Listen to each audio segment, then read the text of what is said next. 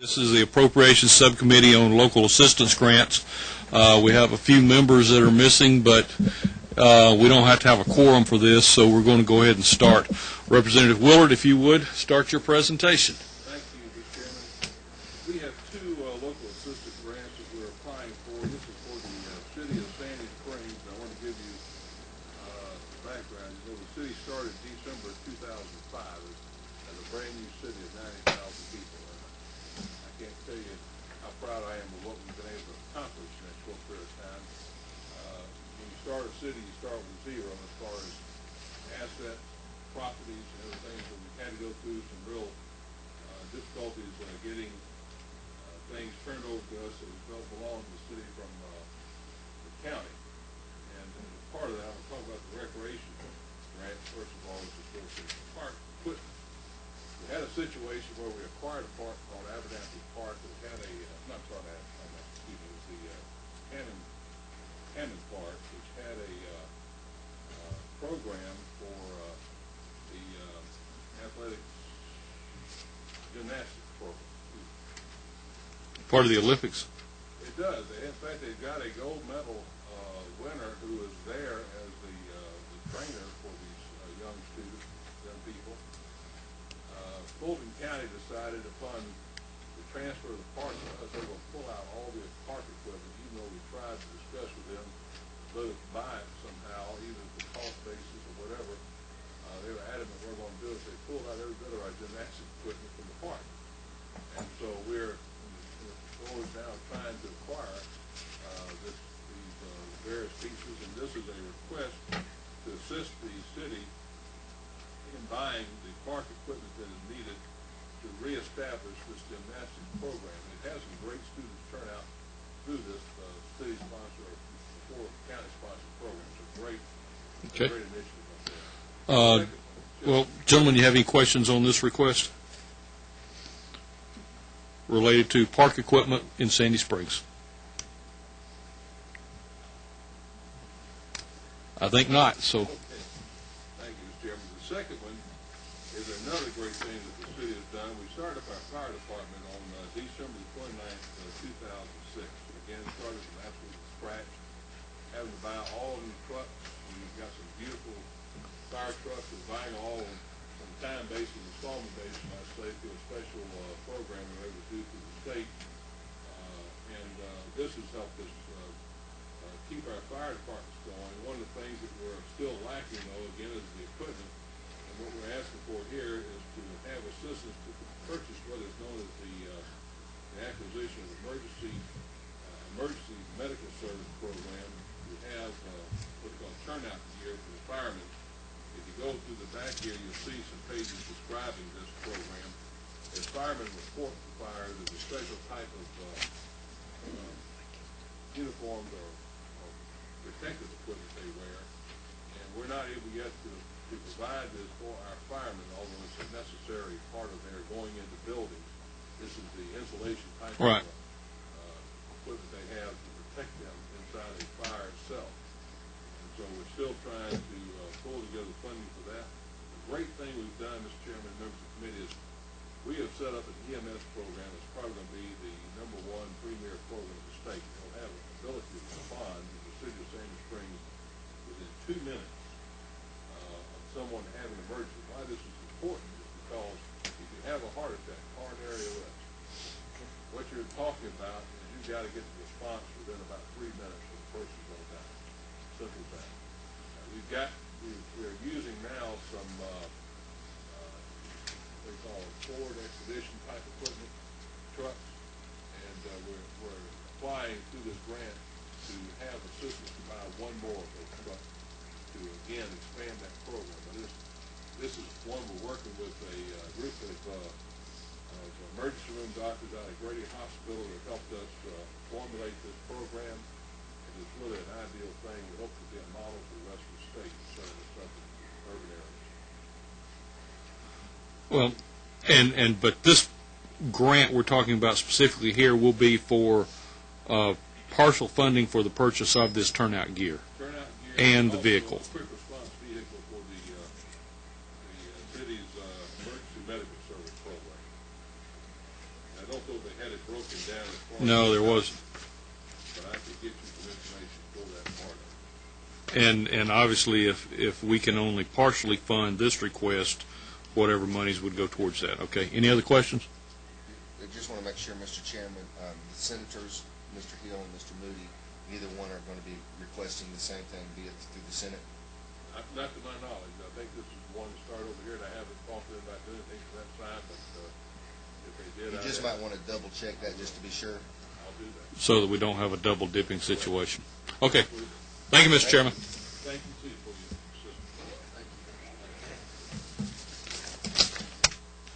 assistance. Mr. Chairman? Thank you, Mr. Chairman. Well, actually, Roger, we'll get you. You were here first. Come on up. I didn't see you behind the window there, so. Well, come on.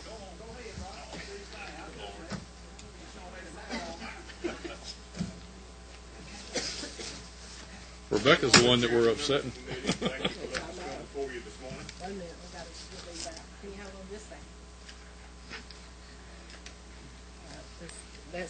That's just one grant. So Oh, so we split it apart and. that's the other one.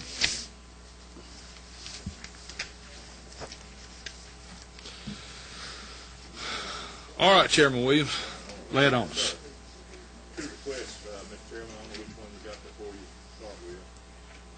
We got one for Northwest Georgia Trade and Convention Center and one for the city of Dalton. Okay. The Northwest Georgia Trade and Convention Center, Mr. Chairman, is, by resolution, we established the Georgia High School Football Coaches Hall of Fame in that facility up there.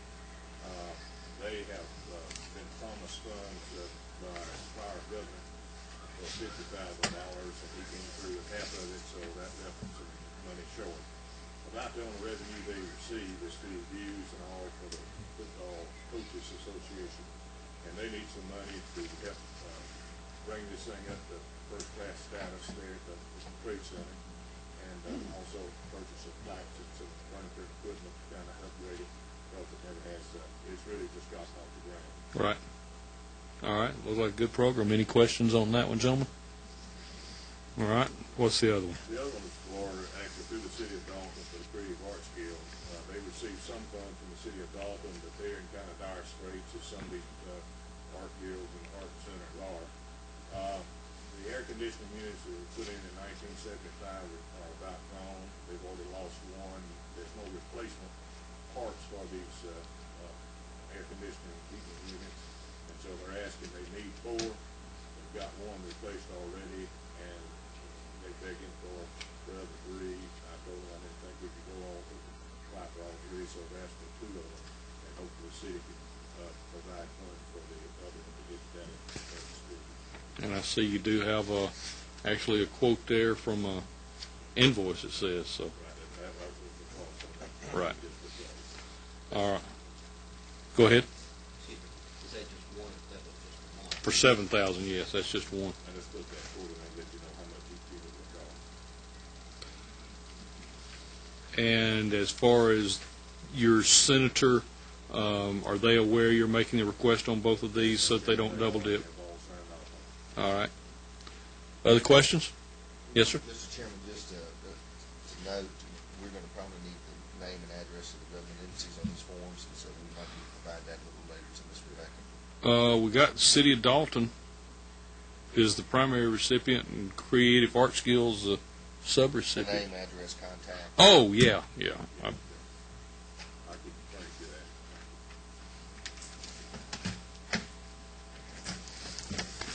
Thank you, sir. Thank you, Mr. Chairman. Appreciate you just hearing me out. Sorry to take so much of your time. No problem. Thank you, sir. All right.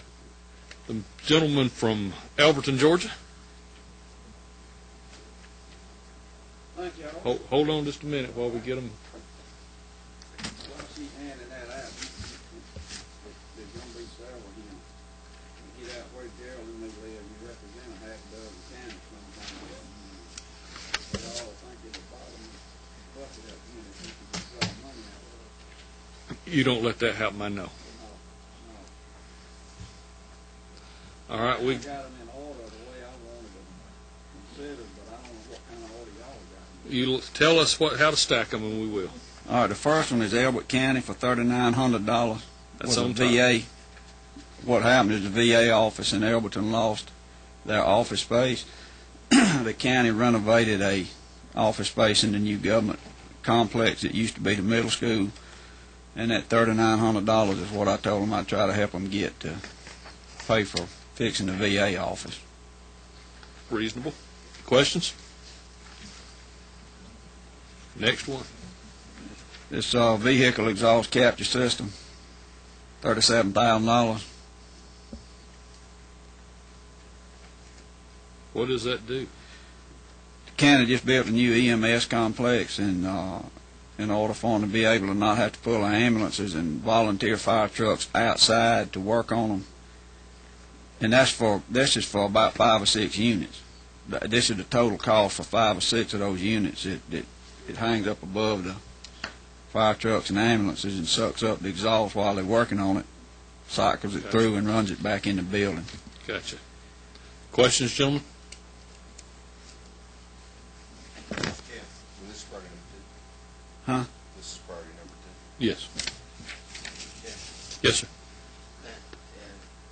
Am I understanding you that this is for several, this is for 5, or is this? It's for 5. There's not an invoice attached to the back of the original. No. No. It's for 5 or 6 of these units. I mean, that It's one 37,000. building. It's one shop. Right, one shop. And with, it's like with an 5 or exhaust 6 tool. bays in it. But it's 5 of these things that hang down. That's right. Not 37,000 a piece, No, okay. but it's for 5 of them. 5 of them. Yeah, and if you need to break it down, I understand that. That's You what know. we'll get around to. Yeah, I ain't gonna argue with you about that. You know, if 20,000 liable to buy 3 or 4 or something like that. You know what I'm saying? I thought I put an invoice on it about No. what the price There's was. a letter. There's a I letter. can get you that if you need it. That's not necessary. We can work it. Other questions? All right, let's hit the last one. Or one more anyway. All right, the other one, these last ones, you can put them in whatever order you want to. One of them is for a generator. We had a tornado hit, just came up out of nowhere. They had to get the softball team off the field before it hit the field. That's how quick it got there.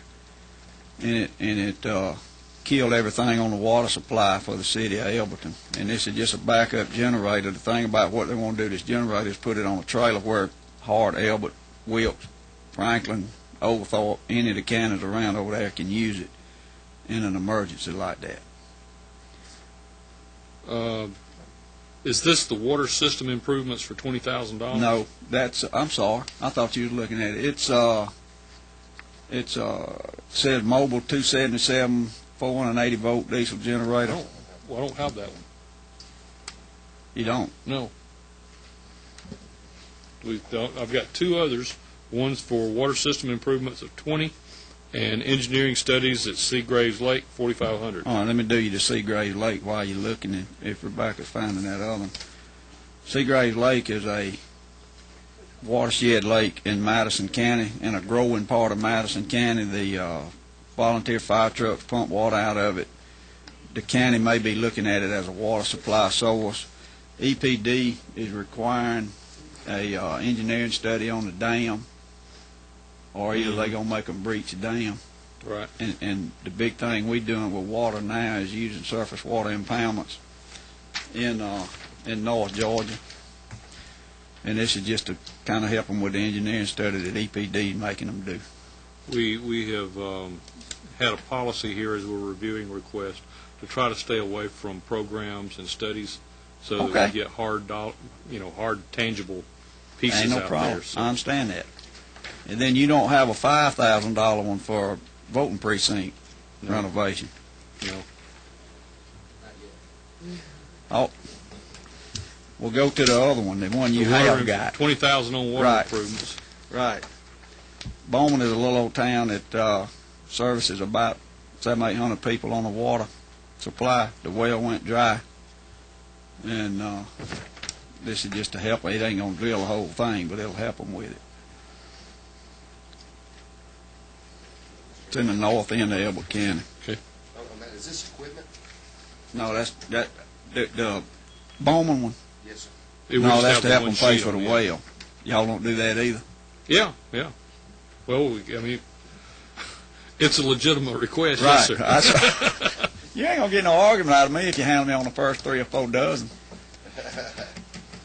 All right, now we've got the City of Elberton Right, mobile 277 480-volt diesel generator. right. That's the one I was talking about. They was wanting to be able to put on a trailer and let surrounding counties use it.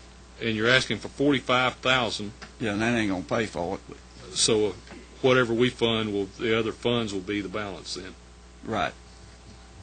And y'all ask about the senators and all. I got all my senators to sign off on these things. So they want. That's the other thing. I'm losing both of my senators. I don't know whether they're gonna get the money or not. They think they want to be in Congress, and I don't know what we're gonna do over that way. They won't need these little $10,000, $15,000 local assistance grants then, will they? No, we'll hit them up for something big out Excuse of me? Washington. Oh. The last one that we've got here is the $5,000 for voter precincts. That's in Madison County. They got you get out in the little counties, you use whatever kind of buildings around to vote in. Gerald knows what I'm talking about. And I think this one renovates part of the roof and all on a little old precinct building that they have to use. All right. Questions?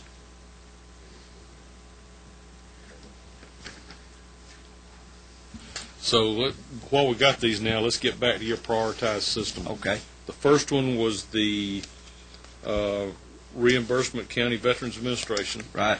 Second one was the purchase vehicle exhaust system. Right. Third one was what? I think you said you didn't have any particular choice after that. Oh, okay. Whatever you can do on the generator or the well. And if you can't handle but 5,000 or something on the well, it ain't worth fooling with. Stick it back on the generator. Okay. Y'all understand what I'm talking about. Gotcha. Very good. Appreciate your time. Thank you, sir.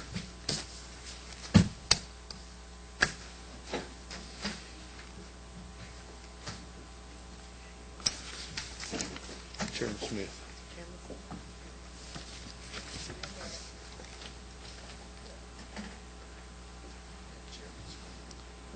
The priority that we're bringing people up, just to share with you so that you won't feel like you're being shunned, we first come, first serve, but if a chairman comes in, they're obviously have other committees and commitments that they'll have to go to, so we are allowing chairmen to come in as they arrive. So, Chairman Smith. My vice chair suggested it might be wise to defer to him, but anyway, advisement. Thank you. My apologies to the others. Good morning, and thank you for your time, first of all. I have one request before you. It's for, do y'all have it in front? Okay. I have the signatures from the delegation, and then it's to replace equipment in something called C.J. Smith Park. Just to give you a little bit more background information than what you have there, this is an area in low-income area, and so the city spent some of its SPLOST dollars in improving the sidewalk accessibility. So when they put the 10,000 city funds, that's where they're putting towards the equipment. But I felt it might help you to also know the other investments of local dollars that are being made towards that project. And then one more bit of information. This is your only recreational area in this particular section of town. Also, in it is being further developed because adjacent to the C.J. Smith Park is also the African American Museum, which serves as a genealogical base for not just our area but several areas of the state, and it is also houses one of the slave houses that was found several years ago, and some members of our community donated it to that area. So it's an area that definitely every penny that goes to this would certainly serve the citizens and the community. Have to answer any questions? Go ahead. Yes. Mr. Chairman, not so much a question as a comment. Being a fan of the Freddie Frog Spring Rider, I'm appreciative that she put that in her quote. I thank the Freddie city for that. Frog. Freddie Frog It's- Spring Rider. Playground equipment. Fond memories of those. We would love to have you come. We Well, will be happy to let you play on the equipment anytime you want to, sir. I would expect that if it were something you used as your childhood, it probably doesn't meet any safety standards there are now. Or it could explain. It could explain. Weight limit, sir. Chairman Smith, thank you very much. Thank Any you. other, Thank no you other for your time. questions? Thank you. Thank you. Chairman Scott? I'll see you in a little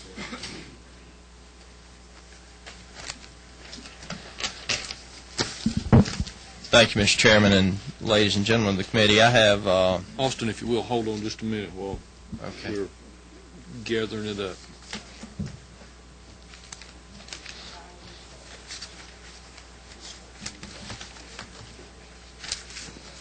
No.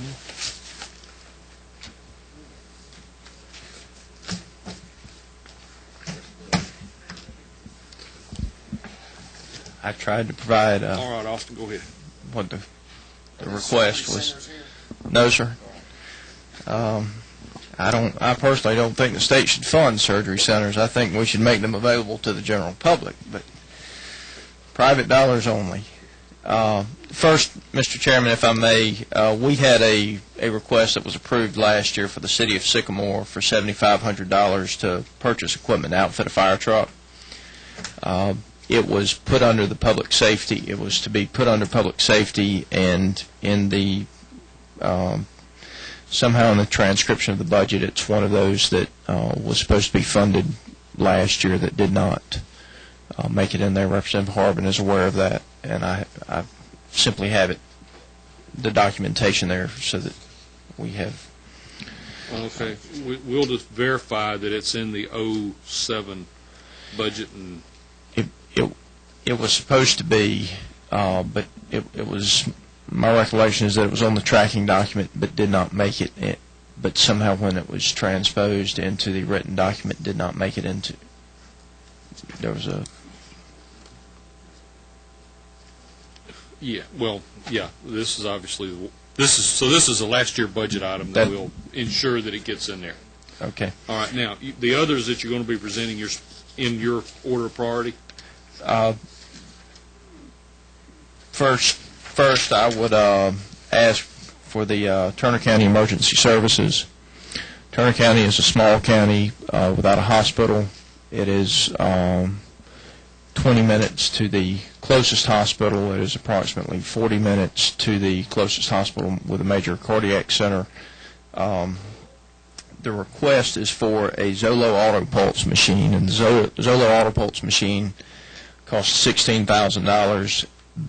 Essentially, they're able to strap it to the chest, and it gives the patient a heartbeat during the transport. Our ambulances run about 80 miles an hour, and even at 80, our people are at least 20 minutes from a hospital, and at least 40 from a major cardiac center. Okay. Questions related to that one? I have two of those. We can throw one of them away. Or you can. We would be happy to have two, but the request is for one, and it's for they cost $16,000 a piece. The county has It's just a said duplicate.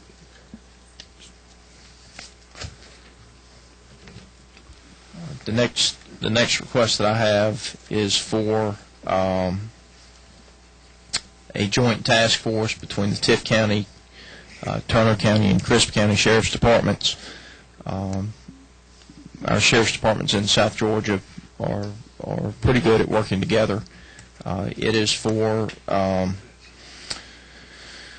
we've called it crime suppression equipment. It's for cameras and transmitters and computers that would essentially assist in observation of suspected criminal activity. Now, on the request, it shows Tift County Sheriff's Office. Is that the one we're looking at? Yes, sir. And even though the funds would go directly to Tift County and the Tift County Sheriff's Office, it would be used to purchase equipment under the purpose of the grant for a joint force that has been established between Tiff Turner and Crisp County. Okay, understand.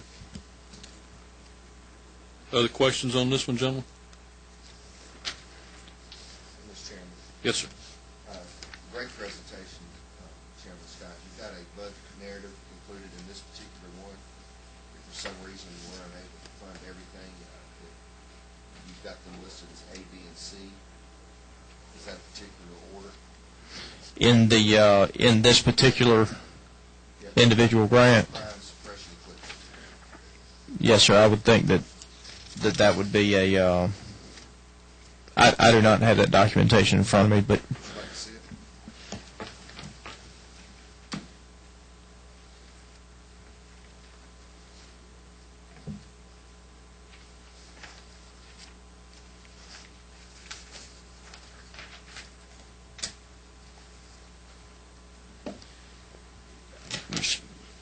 Mr. Chairman, if I may, I would put the higher dollar one first. Okay. I believe that we would, if necessary, we could receive some local assistance on that one. The third request and final request, and I will be the first to acknowledge this is my error that this was put in late. It was a request for $10,000 for recreation assistance for the city of Tai, and This is for equipment? no, sir, it's actually for the construction of either a track or some type of skate park. Tai is one of the smallest cities in the state, and very few local funds available, and the mayor contacted us and requested that we be,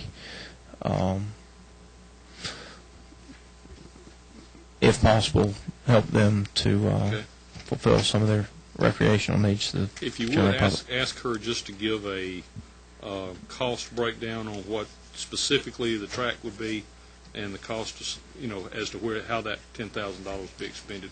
Okay, And we'll just attach that to it when it comes in. I'll be happy to. I'll get that for you.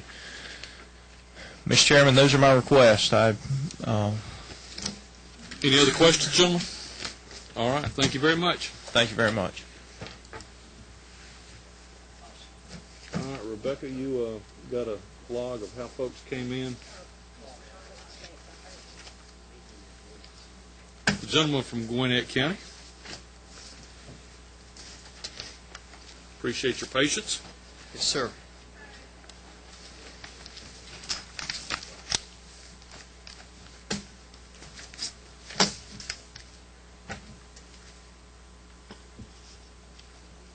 All right, go ahead. Thank you, Mr. Chairman, members of the committee. I bring before you this morning two local assistance grant requests in order of priority. The first one is for the Gwinnett Neighborhood Leadership Institute, which will money which will flow through the Gwinnett County government.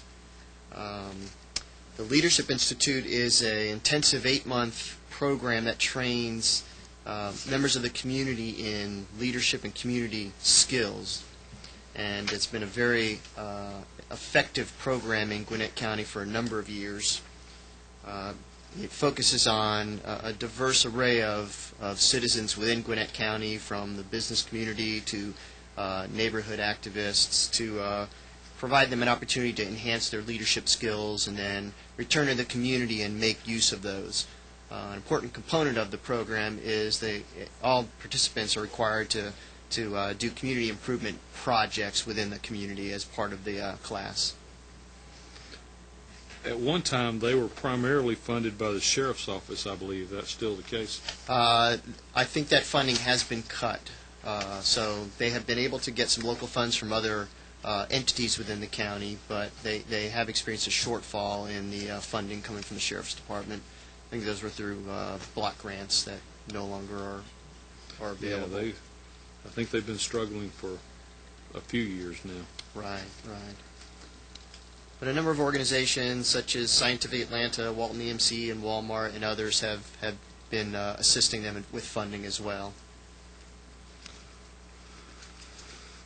Okay, I think I mentioned to you before that we are trying to resist programming funding and keep it so it's a bricks and mortar type of funding. So just as we're reviewing and see your grades related to that, just keep that in mind. All right, the other one? Is there any other questions on that one? If I may, is there anything tangible if we went in and did an audit that you can show us we spent this on? Yeah, but all the accounting will be there. Do you mean will they buy a building or something like that? Well, computers, office equipment, furniture, anything that we can see that doesn't tell us it's somebody's salary or something like that. Right. Well, I'm fairly familiar with this program. It's in my town, and what it's a leadership foundation like many leadership Gwinnett or whatever, and it is for staff salary and for those sort of items. So, all right, next one, Representative. Mr. Chairman, the next request is for a pilot after-school program in Gwinnett County. Well, do y'all have that? I've got 2 copies of the same thing. Okay. I Have you got extra copies of it?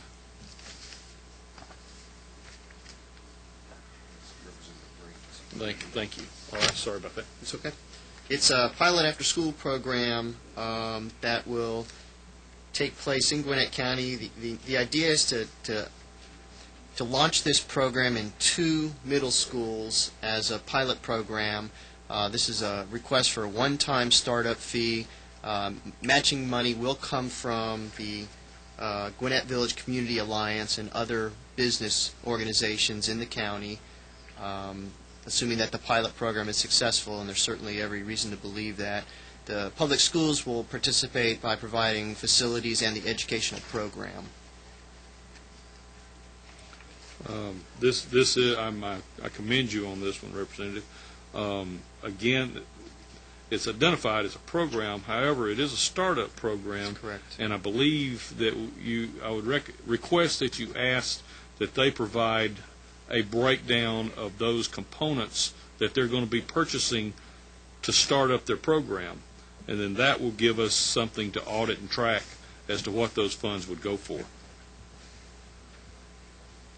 Yes, sir. Mr. Chairman, I'll provide that data to your secretary.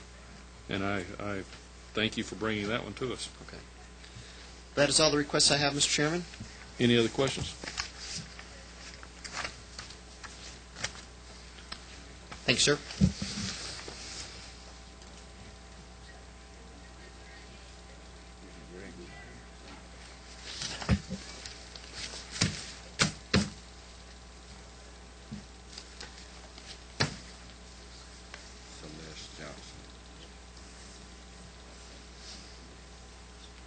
Representative Johnson.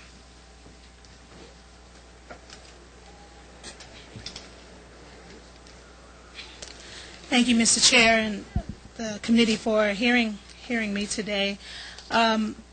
This grant is for to purchase band instruments for Clayton County Public Schools for the Fine Arts Department. It's actually to purchase the larger instruments for the high school marching bands. And these marching bands, they perform at the school events, community events, and parades, athletic events, all types of venues.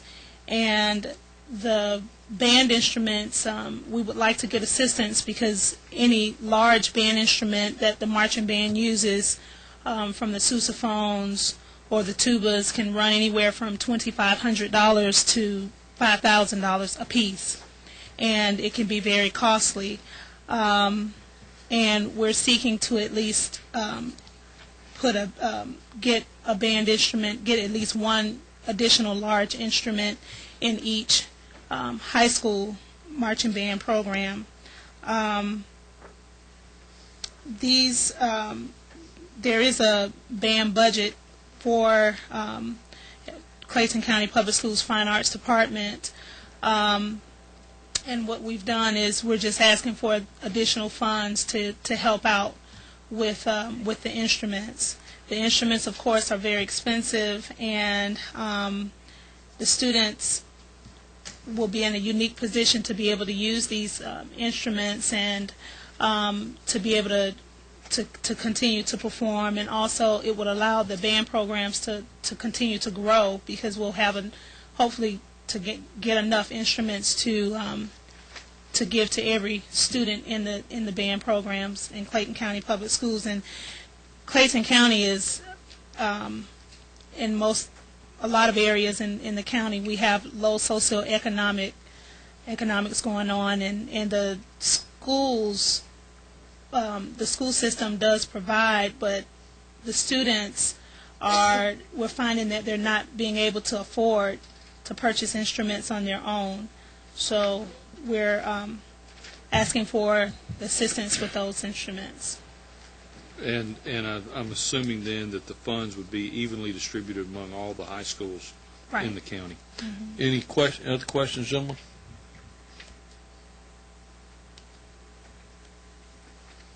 Thank you for bringing the request. Thank you.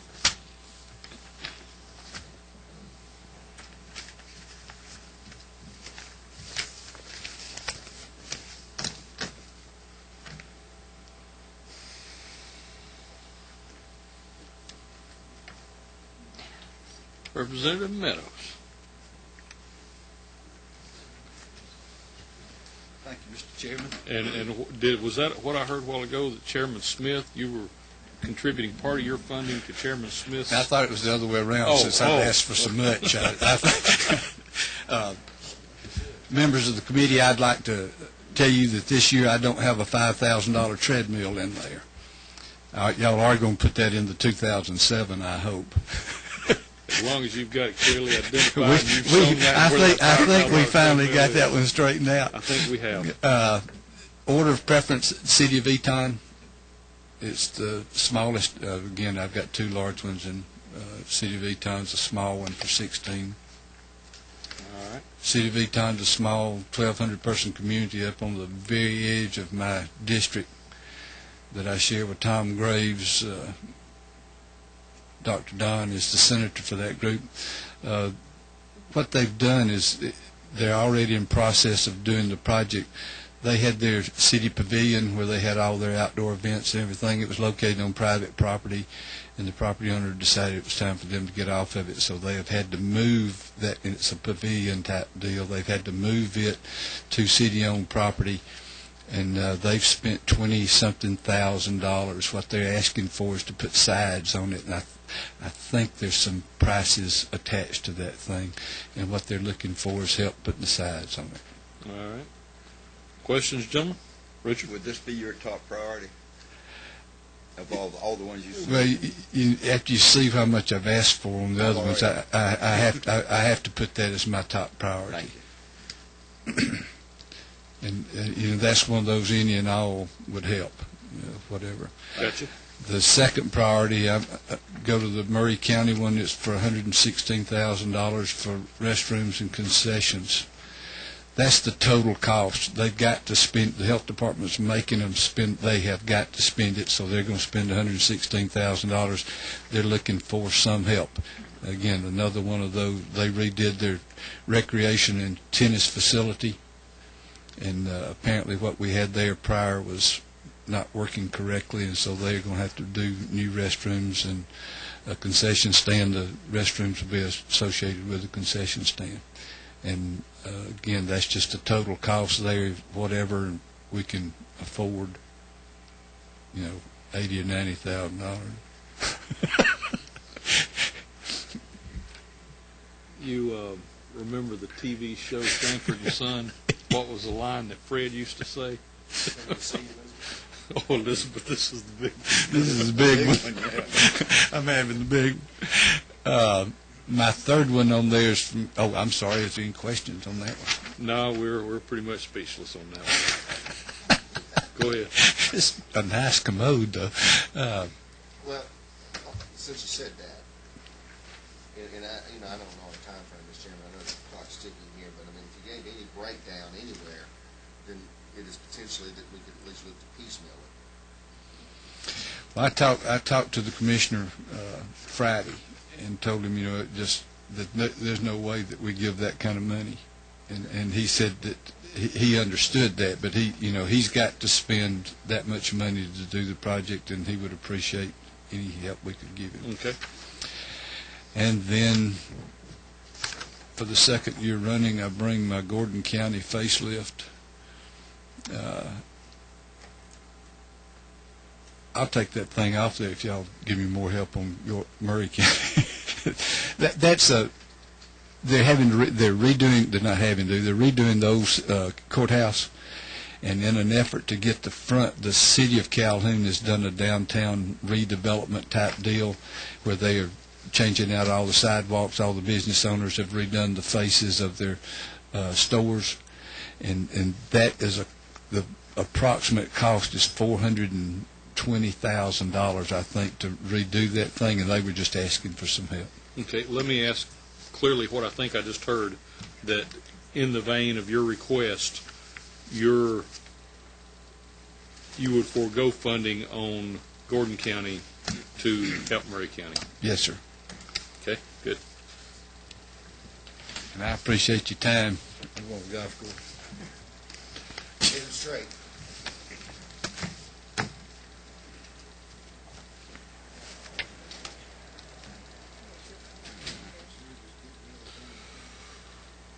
Who was next? Katie?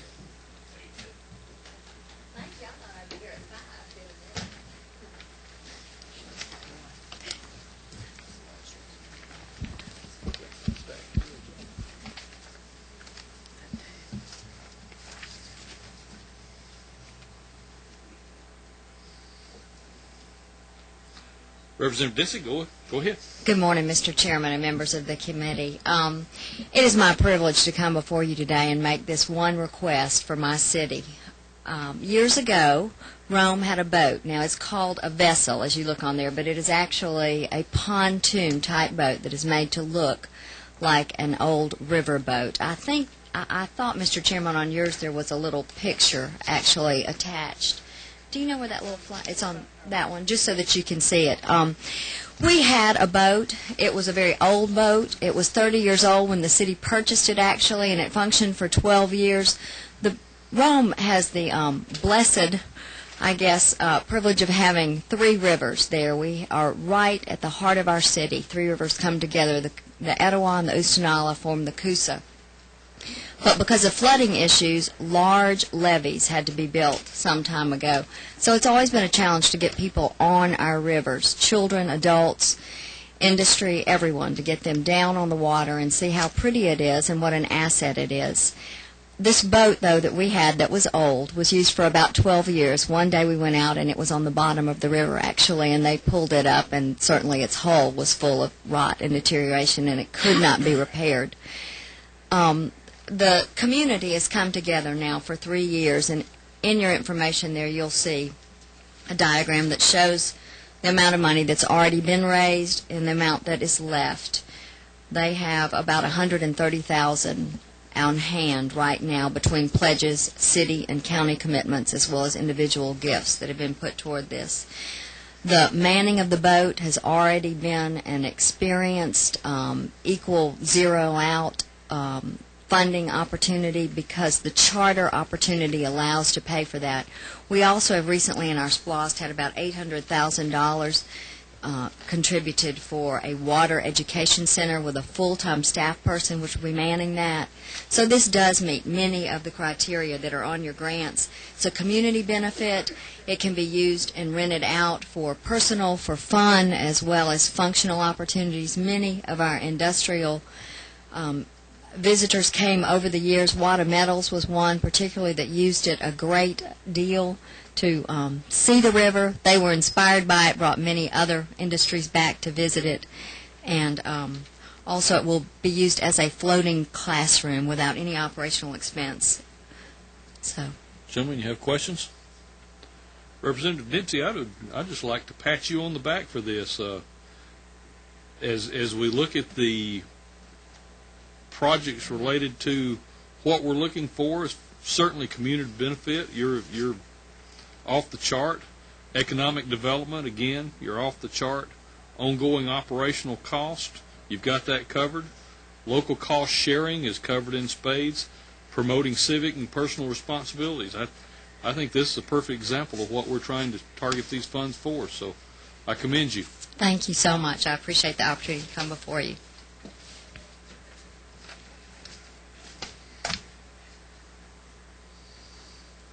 Who we got next? Let the lady with the baby go next, I think. Yes, come on. She said she's hungry.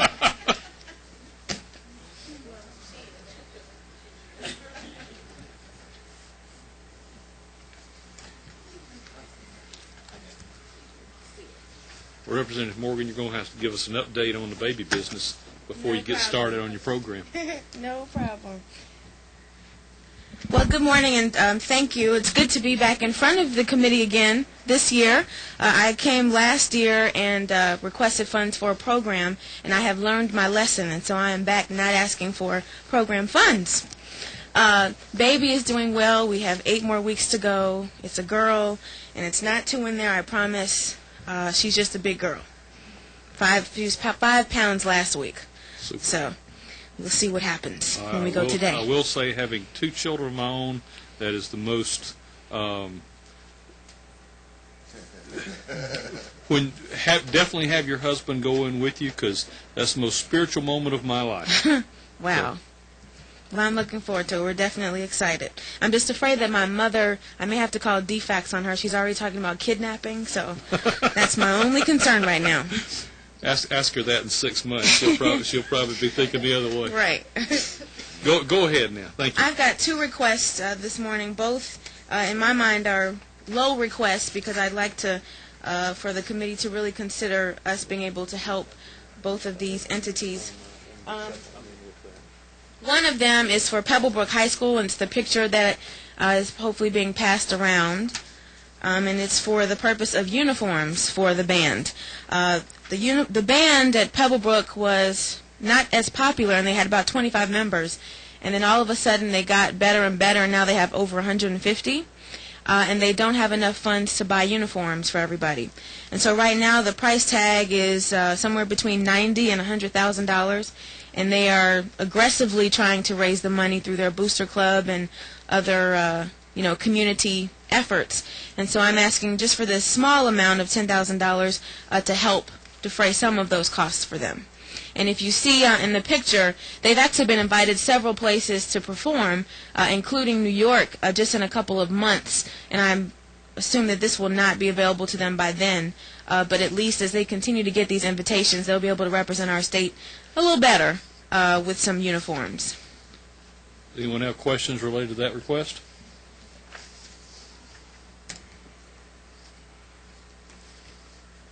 And as far as priorities, this is your number 1 priority?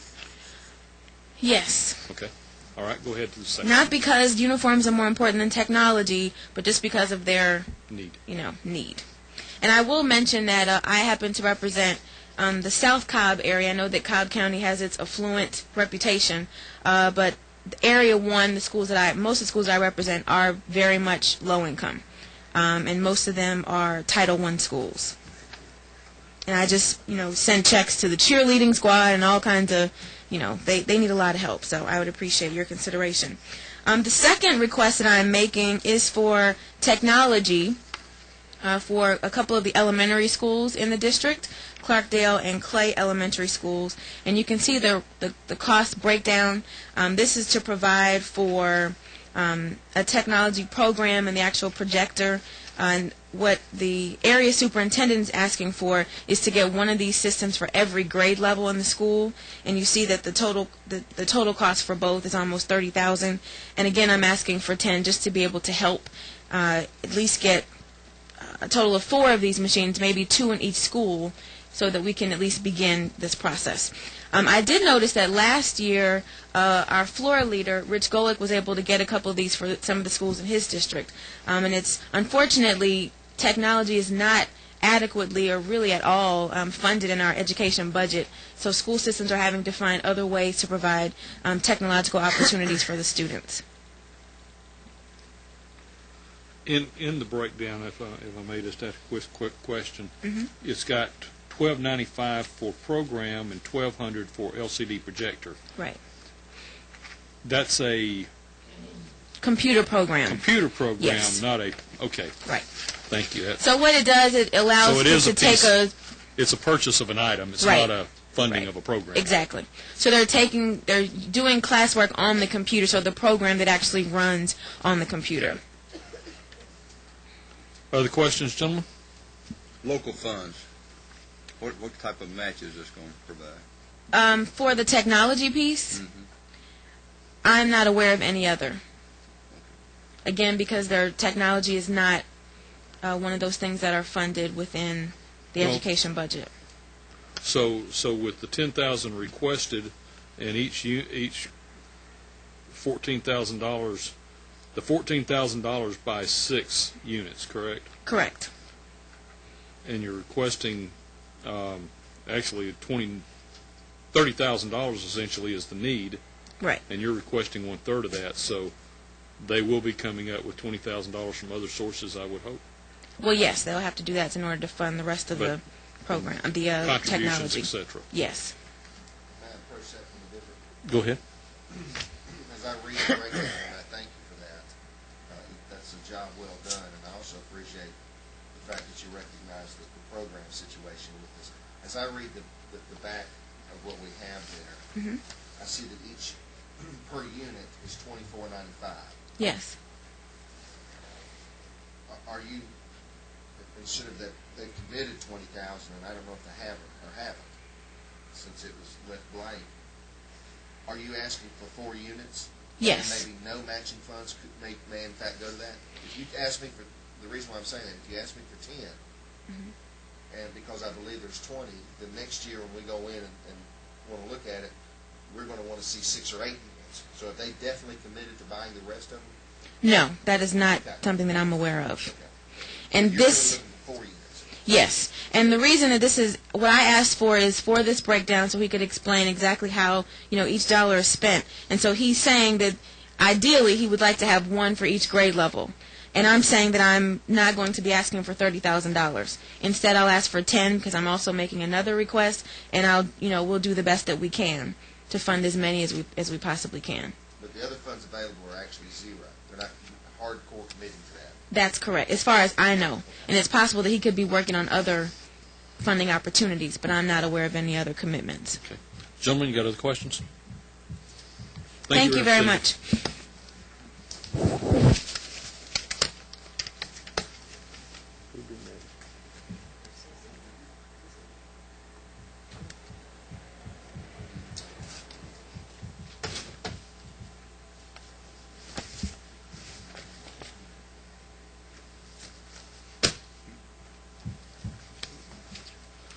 Representative Hudson.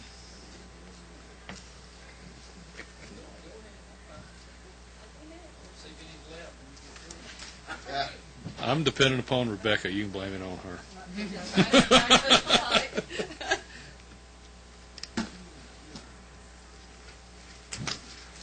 Good morning. Appreciate y'all letting me come this morning. Thank you for coming. Yes, sir. If you would, as you make your presentations, I think you've got 4 requests here. Present them in your order of priority.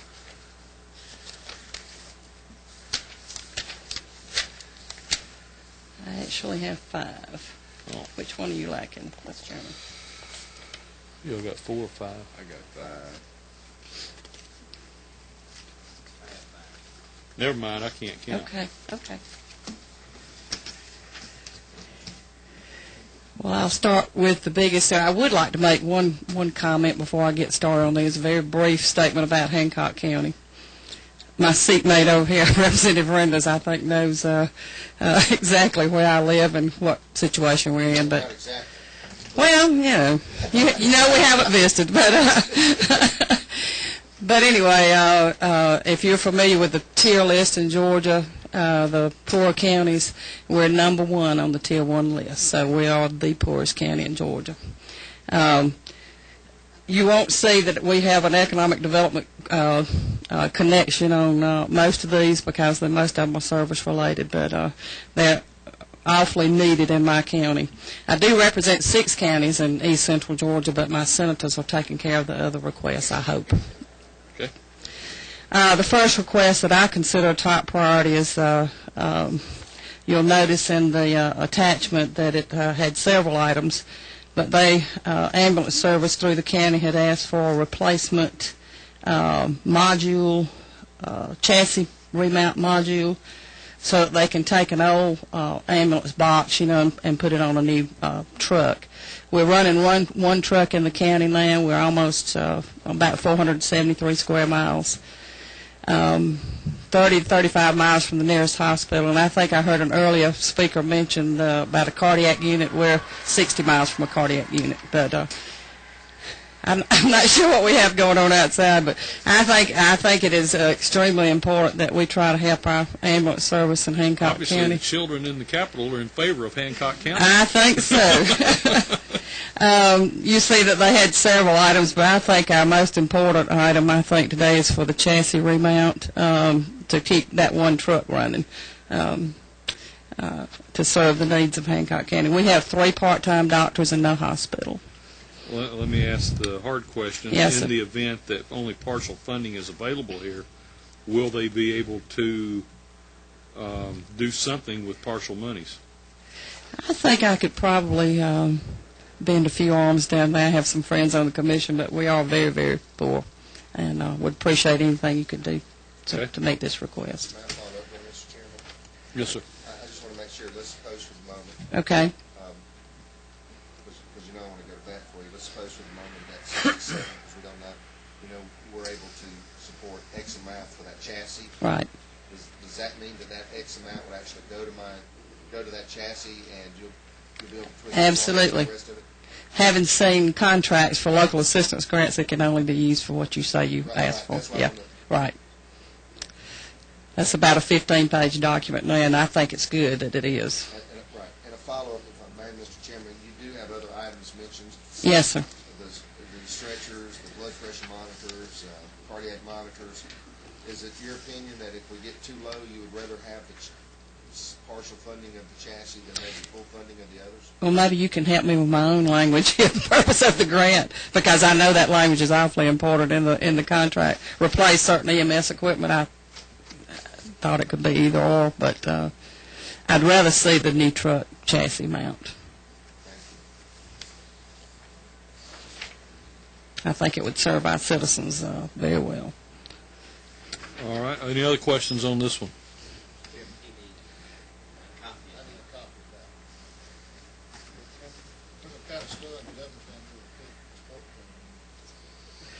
You shouldn't tell us that. It's the sorority. Oh, yeah. AKA, I think. AKA, yeah. I think it's mine's In the closet?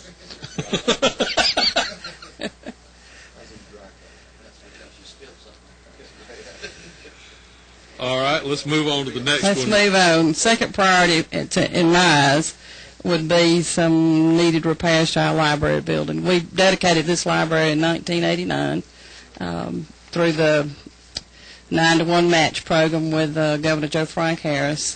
He supplied the $900,000. We raised $100,000 through the local option, which I consider the best project Hancock County's ever done, really, with the local option.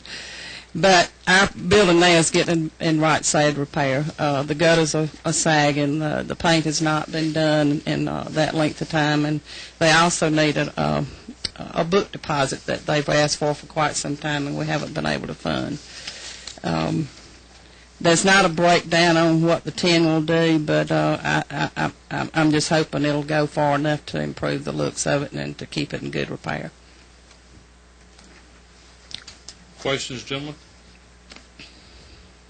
All right. Okay.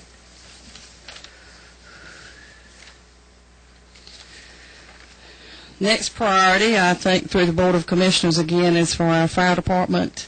It's an all-volunteer fire department, and they called me and requested $10,000 to replace the paging system, which has not functioned properly in the last year or two.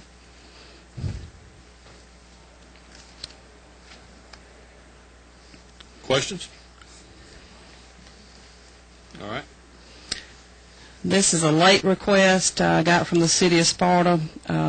We don't have a fully functioning 911 system yet that we, I think, tried to implement this thing a couple of years ago.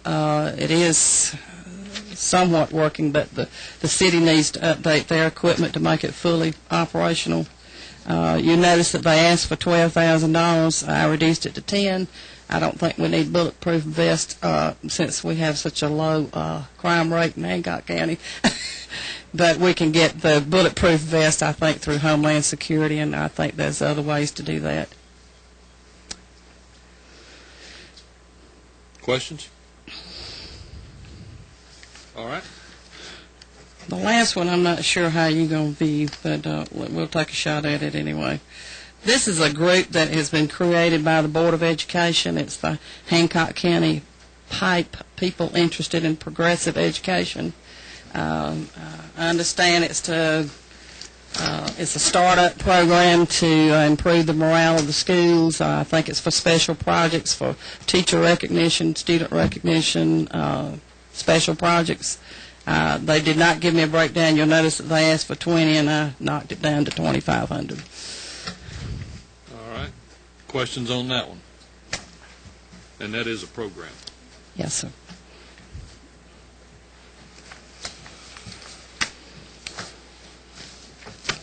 Thank you very much. Thank you very much for having me. Nice to see y'all. Good to see you.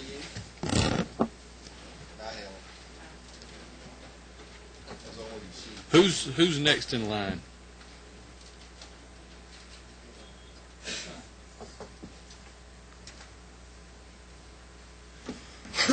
Bear with us just a moment while we get forms distributed.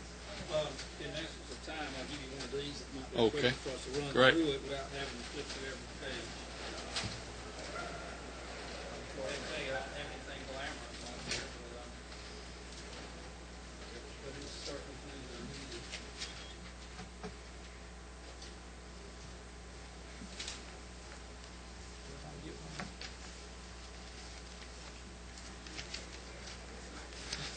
I feel like the first time I sat in front of my banker when I was 18 years old and wanted to make a loan.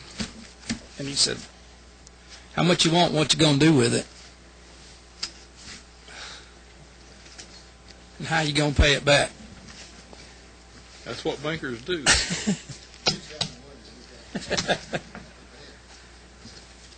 And you've already heard, present them in order of priority, basically. Yeah, I thank you very much, and thank you for having me today, and I appreciate you guys taking your time to do this. And as you'll see, there's multiple requests on here. Let me first explain that the ones that are highlighted are my requests. The ones that are not highlighted are the ones that I gave to Ross Tolson to request. And I did a little homework for him. Now, I don't care if you fund any of his or not. That's up to y'all, but they just happen to be on the same sheet, so we coordinated.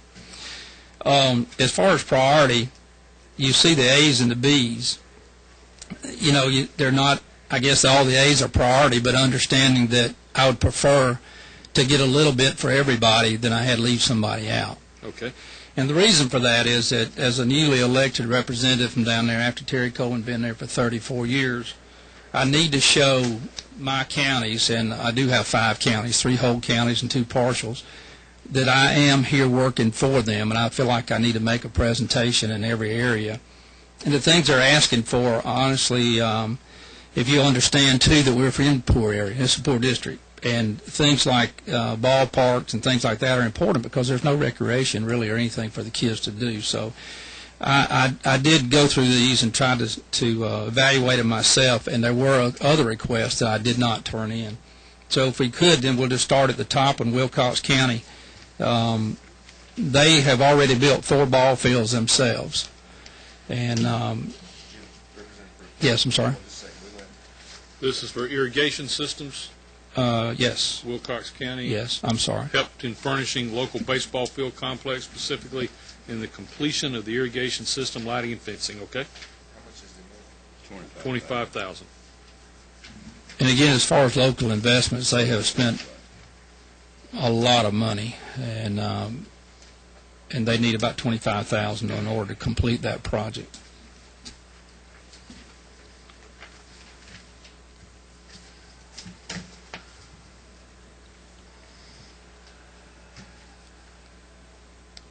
Any further questions on that particular one? Gentlemen? Go ahead. Okay, the second one is Chauncey. It's the old Chauncey School who was given to the community after we consolidated schools. And they have a lunchroom there that they use practically every week for some event for the local community. It is really their community house, and they cook meals and they have organizational meetings and things like that there. They need to continue to do some repairs on it, and you can see they've spent $12,000 of their own money already. They need $9,000 more to complete the project, but it also would generate rent for the small town of Chauncey. They actually rent it out. Questions on that one, gentlemen? All right. The next one is courthouse lighting. Now, you guys could probably help me, but this may be something I could get from Homeland Security or something, too. I didn't know, but it's certainly something that's needed. Which community is it for? Dodge County.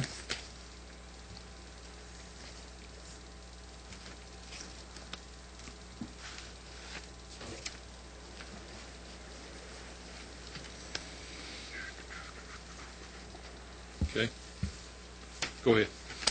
Basically, it's they requested $11,000 to put courthouse lighting around the outside of the courthouse. They don't have any security lighting to mount anything now, and they have a lot of meetings at night. Even the board meetings and things are held at night. So they felt like because of security and also to just enhance the looks of the courthouse that new lighting would be great. Or lighting. It's not new. They don't have any at all at the present time. While you make that note on Homeland Security funding, Eiley, Allie has prepared a document that outlines a number of funding sources. Great. And you're welcome to use that and help in other areas for funding. Thank you very much. That will be helpful. And then the next one is Rochelle. It's replacing water main, $13,669.47. They actually have a bid to repair that. What happened was that because of the fire department requirements to increase the water pressure at the school systems, then they had to put in a bigger pump to increase the water pressure. When it did, they started having multiple leaks in the water main, and have not had the money to repair it with.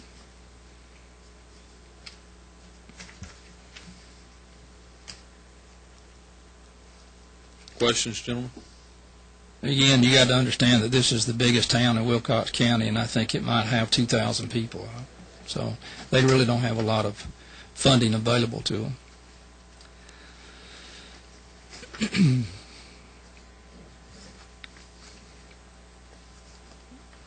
And the next item is Abbeville. It's a small town there, and they request 2 defibrillators. Again, I understand there may be another source for getting those also, but you probably know better than I do. Well, we've had numerous requests for volunteer fire departments, particularly with defibrillators and with Jaws of Life. Those are I think, the 2 most popular items for those fire departments out there. So you're in a big crowd. Other questions on that one, gentlemen? As you can see, that the Rochelle and Abbeville, I listed both as Bs.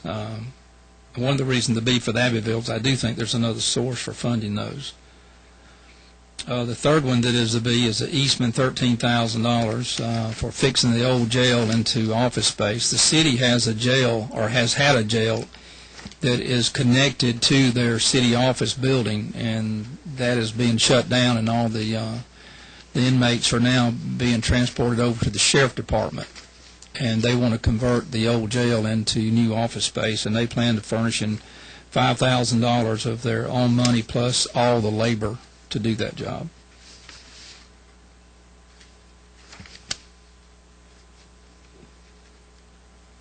I'm sorry, got lost on that one. Y'all have that one? Okay, got it. I apologize. I would have been glad to put them in order, but that's all right. That's all right. All right, questions on that one, gentlemen? All right, next one. Okay, the next one is Ryan. It's needed 17,000. They had 4,000 available. This is only precinct I lost, so I want to do a little bit for them if I could. But they also have a ball field there that they need fence and lighting for, and again, there's no recreation in Ryan, Georgia. At least not the type of recreation that you prefer your kids to get into. So this would help. Questions? Okay. And the last one is Chester, which again is a small community, and they have a community building was also an old school when we consolidated, and the school was given to them, and they use it for their community building to house many events, and they also rent it out, so there would be some income for them as long as they can keep it in good repair. All right. I'd like to reiterate that all the A's are the most important, and again, I wouldn't mind sharing the dollars among those, even if you had to cut some of them, as long as they all would get some benefit, that would be greatly appreciated, and I don't think that any of them would be devastated if they didn't get the full amount. We had one more for Blakely County Schools. Oh, really? For $11,000, but I guess that one's going to the senator's side. I wonder if I left it off my list. You don't have it highlighted. I may have mistakenly left that off, but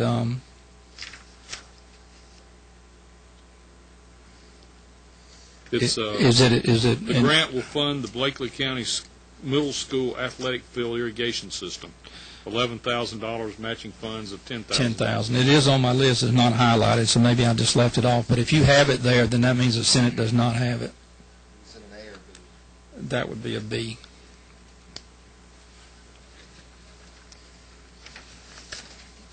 All right. Other questions? Yes, sir. I just got to follow up. I've got a total of 9 projects. I just want to make sure I understand your position. That's correct, 9.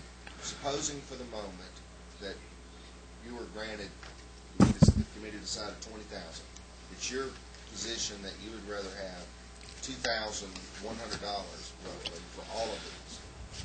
Well, I would prefer that they be proportionately based on the amount by percentage, be reduced by a percentage, equal percentage.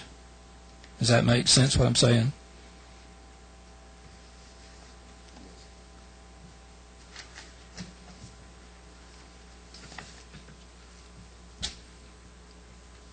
And it would be greatly appreciated. Thank you for your time.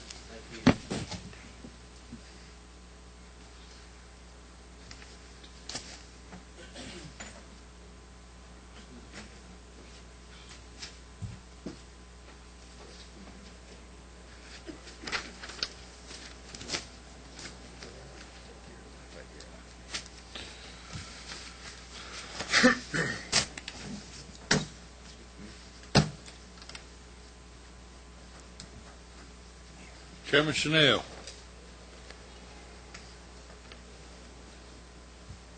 Welcome.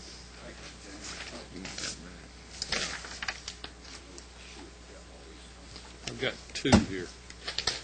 Well, you got 20 or 30 of them?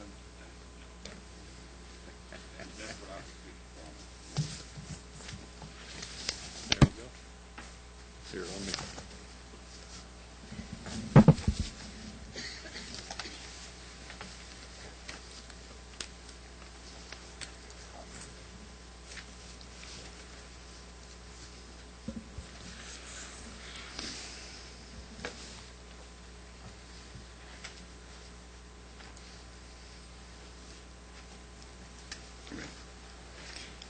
Thank you, Mr. Chairman and members of the committee. The first local assistance grant application is for $50,000 for what is referred to locally as the hut over in the city of Eatonton. It is a log cabin structure right downtown that is utilized for all sort of community events. They had over 280 events in 2005.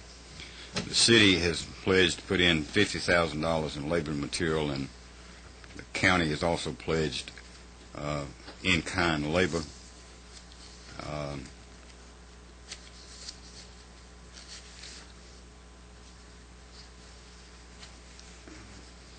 Chairman, if you want to, I'll go through all of them, and if we need to come back to them, any of them, or how do you want, you mean to answer questions as we go, or come back? Or? Yeah, I think that'll be simplest for us, as we can Okay. ask questions as we go.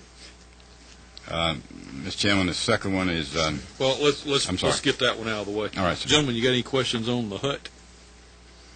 They're on two. That's right. I think so. Now, hold on. Mr. Chairman, I've got in the packet that's passed out additional ones that we were... That's right, and we'll get, we'll, but for the hut right now, have we got any questions on the hut?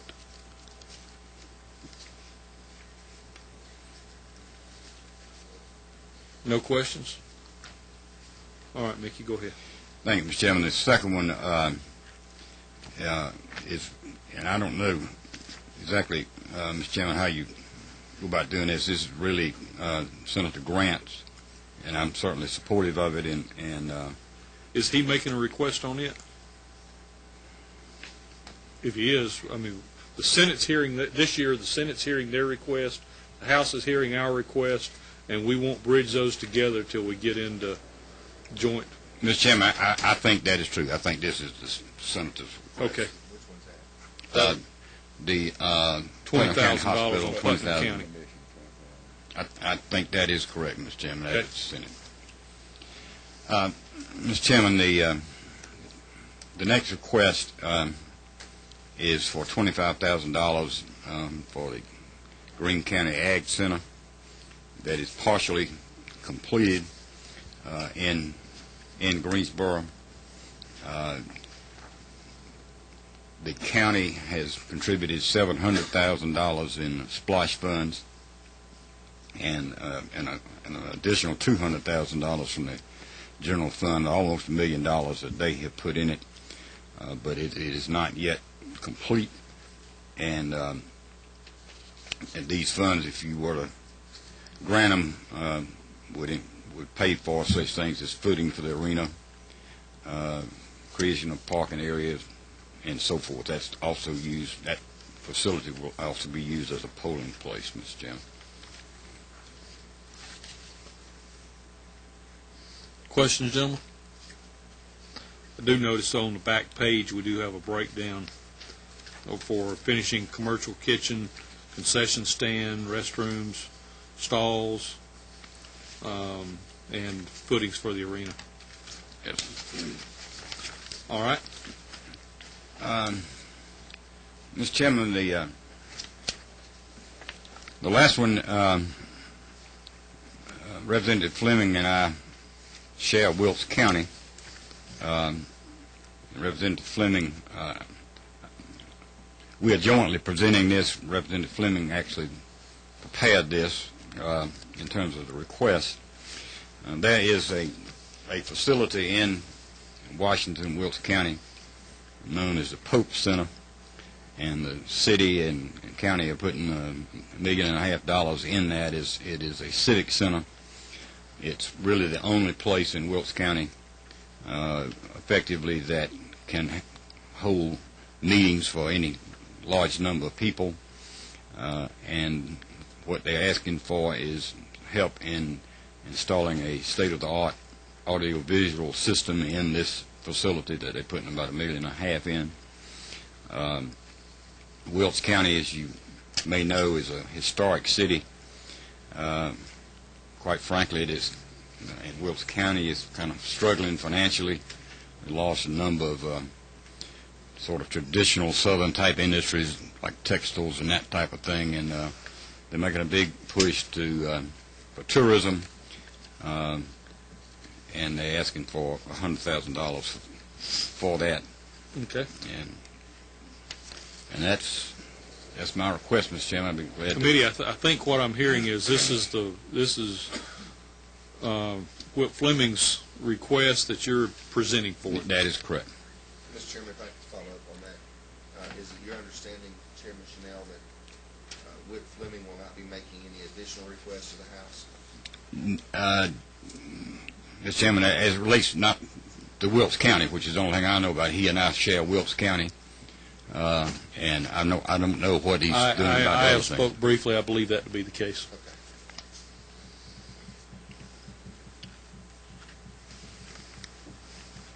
Any other questions? Thank you. Thank you, Mr. Chairman, members of the committee. Committee members, if you will, just to keep our paperwork in order, we handed y'all 2 requests. That was on the form, the hut and the Ag Center, and then take the request for berries and include with that. So hand me back 3. What do you want to do this Senate thing? It's not for us to worry about right now.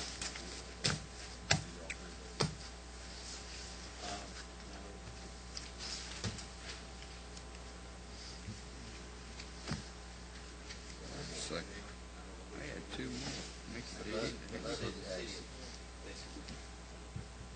He didn't present them. These are Yeah, that was what was in the folder. Yeah, this goes We with double dip in there, yeah. I'm just taking the folder and putting it back to. Okay.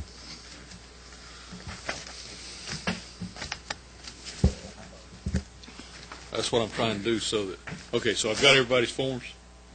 Okay. And then the folders, we're going to hand me those and we'll recycle those.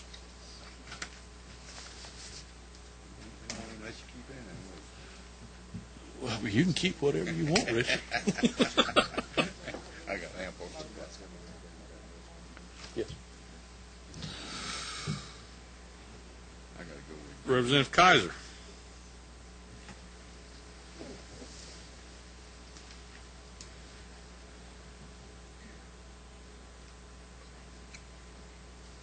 Good morning. Thank you for having me here this morning. Had an interesting week. I had a bill just about to be heard before committee and had the tornado warnings, so I'm glad to not be going last here today. That might be a sign. I actually have 2 requests before you this morning. One is... Hold on, we just got one right now. Okay, one is actually for Kathy Ash with my signature second. Representative Ash asked if I could explain that one this morning. Her father is in the hospital. We don't have that one. Okay. Go ahead and do the playground design Okay. and construction while she's pulling up the other one. Okay. The playground, the request for dollars for the playground, I actually, having heard the other discussions this morning, think that I actually should have checked economic development as well. I live in a community of Grant Park where we opened a charter school and then subsequently built a playground through the same company, Kaboom, that is doing the play, has offered additional funds for this playground build, and believe that both the school and the playground changed my community dramatically, and that's the hope and the reason I put the request in for this community. This is a community that is adjacent to my community of Grant Park, has been impacted by the Turner Field. It also had a facility open up, Fanplex, which is now closed. None of this was due to any of the efforts of the community. This is a community that the playground will be built regardless of funding from us, but I would love to see some monies be contributed on our behalf, because I think that it would really increase their belief in a system that works for them. It's a lower income area.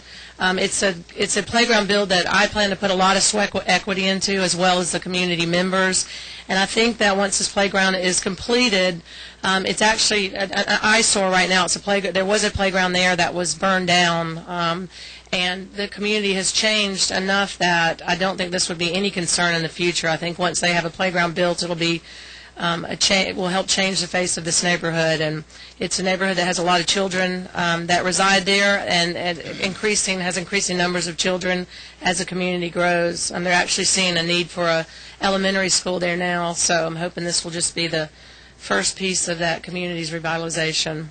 Is this actually in Grant Park? No, sir. This is not Grant Park. This is a community adjacent to Grant Park. Grant Park actually had its own playground build. Right. Right. And I actually hope to, with the dollars, if the dollars are granted for this, I actually hope for that to be a vehicle for me to be able to go to Home Depot, who funded outright the playground in Grant Park, and ask them to support this playground build in Peoplestown. Okay. Questions, gentlemen? The way you've written this, you got playground design and construction. This would be for construction or part of it. It's not just design money. No, this would be actual dollars to start doing some of the work needed to get the community involved in the actual build. So a lot of this will be done with volunteer efforts. But you're buying bricks and mortar and planks Yes, and sir. boards. You're not. Yes, sir. And the reason I say economic development is because Grant Park, I've lived in Grant Park for 15 years, have a business there. We were the only business. We saw nothing but businesses leaving, and now as a result of our little school and the playground and the things that have revitalized Grant Park through the community input effort, we have a whole Memorial Drive corridor happening, and I really believe that with this small investment in the community, it will lead to growth of the community and will attract economic development as well, other businesses. All right. Any other questions? Then with Representative Kyle's permission, I would like to say that we strike design here and use level and leave it for the construction where we'll actually have a... Okay, that's great. Yes, yes. That's, Why don't we add thank construction materials? you. Okay. Okay. Mr. Chairman, if I may follow up on that. Yes. Since this is your first time, we've got to be able to go and see something. Full receipts and things of this nature. It can't be for meeting support. Okay. We don't know what that means, and we can't see it, and we can't justify it. That's why the construction material is so important. Okay. So make sure you say. Definitely. And okay. if you would, follow up to my office with a breakdown of outlining specific construct, $2,000 for 1x6s, Okay. a breakdown of $6,000 worth of actual material, so that a year from now, when we audit it, we can see a receipt for $6,000 worth of Right. materials. Okay. Great. Do you have a time frame on when you expect completion of this project? I do not. I think it actually, to be very honest, is dependent upon additional dollars coming forth because, I think that having seen our playground build, I think that we will be able to get Lowe's or Home Depot on board. And once we get a larger corporation on board, the playground can begin. And generally, they can do it over a weekend. Playground, and they're expecting community meetings and all to begin right away, so a month from now, and then once the actual dollars are in place, it can be built over a weekend. No problem. Yes. You actually say this year. Yes, sir. July 1. July 1 of this year for completion? No. Oh, sorry. That's when that's Yes, when sir. the year starts. So Okay. We're going to need to, These funds won't be available to you to July 1. Okay. but they need to be used between that July 1 and June 31st. Yes, sir. Yes, sir, that will happen. Other questions? Just a sidebar related to the zoo. Is that determined that was going to stay there? Yes, sir. Good. Thank goodness. Thank you. Okay. Would you like to hear Representative Ash's now? Yes. Okay. I signed on to the request with Representative Ash because I also represent Pittsburgh, but only a small sliver of Pittsburgh. I understand that this is through the Youth Leadership Institute with the Pittsburgh Community Improvement Association. It is for a mentoring program, and she has a breakdown of what the program will do. I hate to say that I do not understand. I don't know what the full $15,000 will be spent on, but I know that they've got other funds from Community Investment and the Mayor's Office of Weed and Seed. It's a program. Mm-hmm. Thank you. Okay. Thank you very much.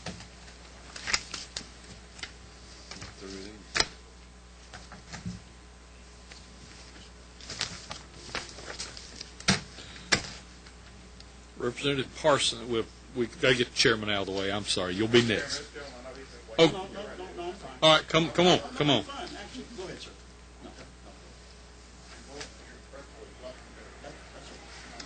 I understood. You let us know before that. He's slipping in the back. He's hiding behind the video equipment. Okay. Chairman Parsons, welcome. Thank you. Thank you, Chairman. Gentlemen of the committee, I appreciate you giving us the opportunity to come. I've got two requests in, which I think you probably have copies of there. Let me mention the first one, Blackwell Elementary School. This is for an outdoor playground, or not an outdoor playground, outdoor classroom that they have. It's been there for some years. I've talked to them again. I told them that y'all are doing a great job of trying to get these zero in on these as much as possible, and I've asked them if they could cut that back. And what they need to do is put a new roof on it. They need to have furniture, but it's outdoor type furniture for the inside of it. And we could actually, I would request, I guess I would say, instead of the $15,000, I would request $8,000 for that.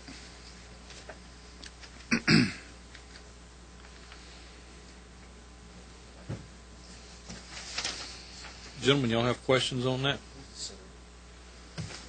Don, who's your senator? Senator for that area should be Judson Hill, I believe. But he's not making an additional request for this. No. All right. The other one is for Sprayberry High School, which, as far as I know, Hill would be the senator also, but I'm the one making the request for this. And this is for a field house that they have. The field house is there. It's been there for several years, and they need to. And I can get you more details if you need it. They're doing renovation. It's been there for several years now. They've got work to do to the inside of it. I know they've got to replace lockers, and that in itself is a very expensive proposition. But they've got a lot of work to do. They've asked me for more than this, but I told them I would ask for this and see what I could get, and told them that they needed to raise, I think it was an additional $30,000 that would leave them to raise. Gentlemen, questions? 30.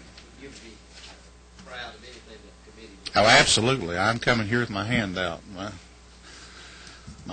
hat off or whatever. I'm just, anything that you all could provide on these, absolutely, I would appreciate it. And if there's any additional information that you need, I'll be more than happy to try to get it for you. Any other questions? No butt wraps in there. Thank you, sir. Thank you. I love the presentation. You guys have a hard act to follow. I think you're sitting up.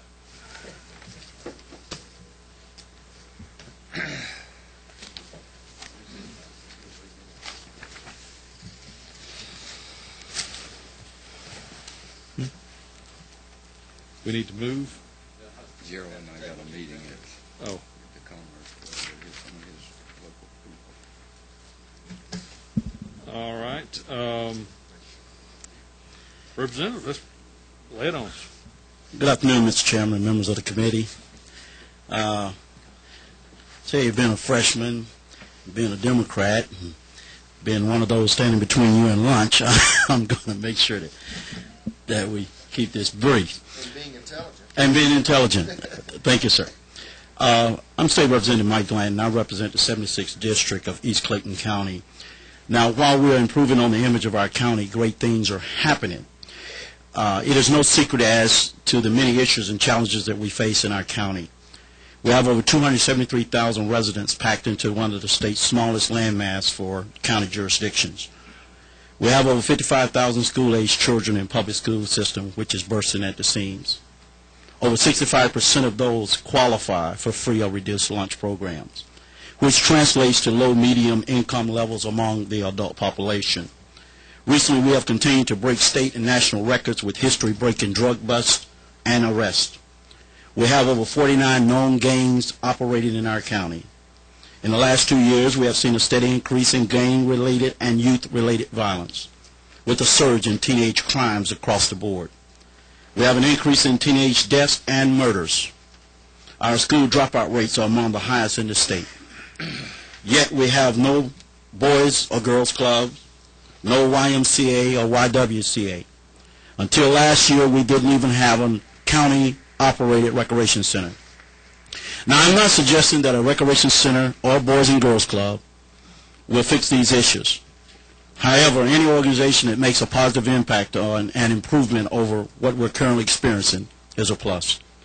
I realize that we're limited funds for nonprofits throughout the state, but I appeal to this body that in light of the stats that I just presented to you, that you understand the importance of these groups that I am advocating today. With nonprofits on the front lines of our battles calls. Without them, would be lost. I urge this body to strongly consider approving these small but extremely important requests. All three of my requests are in support of organizations in my community that cater to the needs of our children, the poor, and the elderly. I thank you for your time and ask for your favorable consideration of my request. And to put my request, Mr. Chairman, into a bucket or bundle or whatever, all three of these organizations in my county are extremely important to what's going on in our county right now in light of the things that I just told you. Two of the organizations are youth organizations that are operating out of our school systems. That would be Choices Matter and Youth Under Construction. The third organization, which is the Clayton County Community Services Authority, is a pillar of our community, which provides for low-income families things like heat, weatherization, help with meals, help with rents, and all those type things. But these organizations, now, before I came to you, we can strike the word operational funded. Before I came to you, gentlemen, let's go ahead and do that now. Strike the word operational, the words operational funded on all three of them. Obviously, I had an opportunity to go and get a little bit smarter when I came up to visit your office, and I realized that that was the wrong way to go. And so I went back to the organizations and asked them, I said, look, this is not going to fly. What is it that you need, that absolutely you need, that's going to be within my ability to bring some funds here to help you continue to operate within the county? And these are the items that they put in, and basically they're projectors, they're computers, they're computer upgrades, and those type things. And I've asked collectively for about $30,000, $10,000 each. Obviously, as a freshman, I would appreciate very much any amount I would be able to give. The priority of my request would simply be Youth Under Construction, Choices Matter, and the Clayton County Services Authority in that respective order. Representative, one thing that we are going to need with the laptop computers and monitors. Yes, sir. $10,000 for the computer and copying machines, $10,000, and the camera, DVD, TV projectors. We need each of these organizations to put together a sheet identifying what pieces of equipment they're going to be getting, the cost specifically related to those equipments, totaling out near approximately to $10,000 or exceeding that a little bit, so that next year when we fund these items, we'll be able to audit and see receipts on what was purchased. Yes, sir. So with that backup, any other questions? Yes, sir. I'm sorry, Mr. Chairman. I'm a little confused. I appreciate clarification. It appears to me that even though they're all different groups that you're asking it for, the same contact person is the same. Well, what I did was, and maybe I misunderstood this. Again, as a freshman, we're learning as we go. I understood that wherever the funds went, it had to go through a government agency or entity. And so those funds are being earmarked for the Clayton County Commission, which would allow those funds to go there, and then they redistribute those funds, if I understood it correctly. Is that not?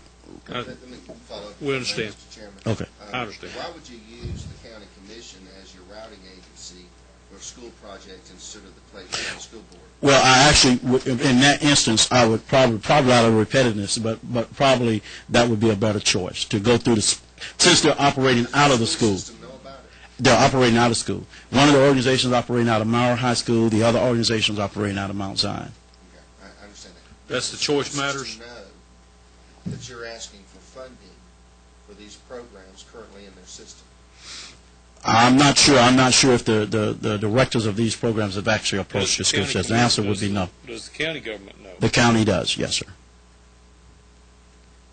And I don't think that's, even though it's operated out of the school system, the routing mechanism, if the county is willing to take the responsibility for the funds and ensuring that they go to the right place, I don't know that it matters.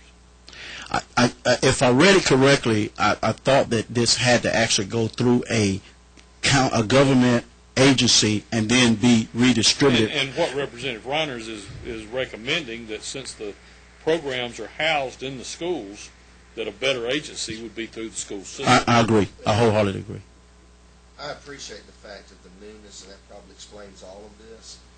But you could flag by saying, potentially, the school system doesn't even know about the potential funds they're going to receive. And again, I think it's just being new on the job.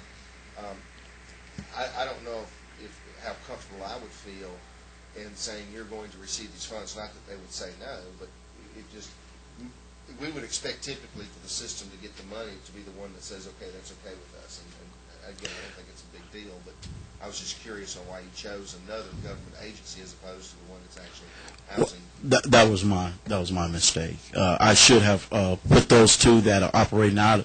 They're not operating as a part of the school system. The school system has a partnership with them, and they're using the facilities. How are they funded now? Through private funding, fundraising, and those type things.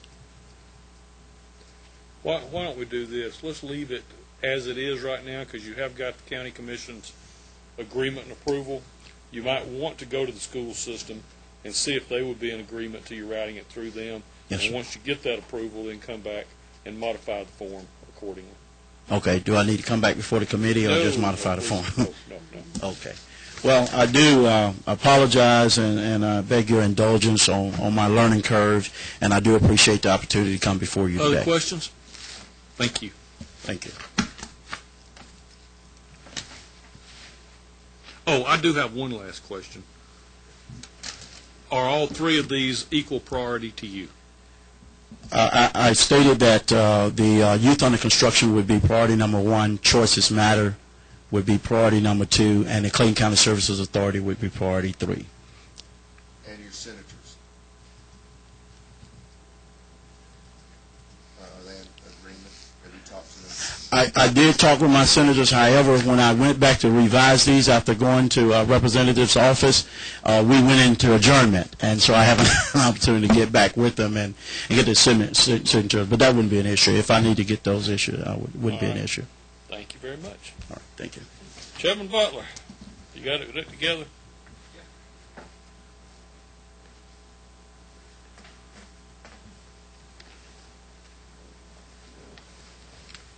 I'm going to keep this as brief as I humanly possibly can. I know y'all appreciate that. We have 4 requests. I'm assuming y'all got all these. One of these I need to get y'all to add some information to, but we'll do this one I want to do last. If you would, give them to us in the priority that you want us to consider them.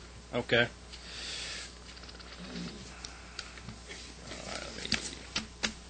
All right.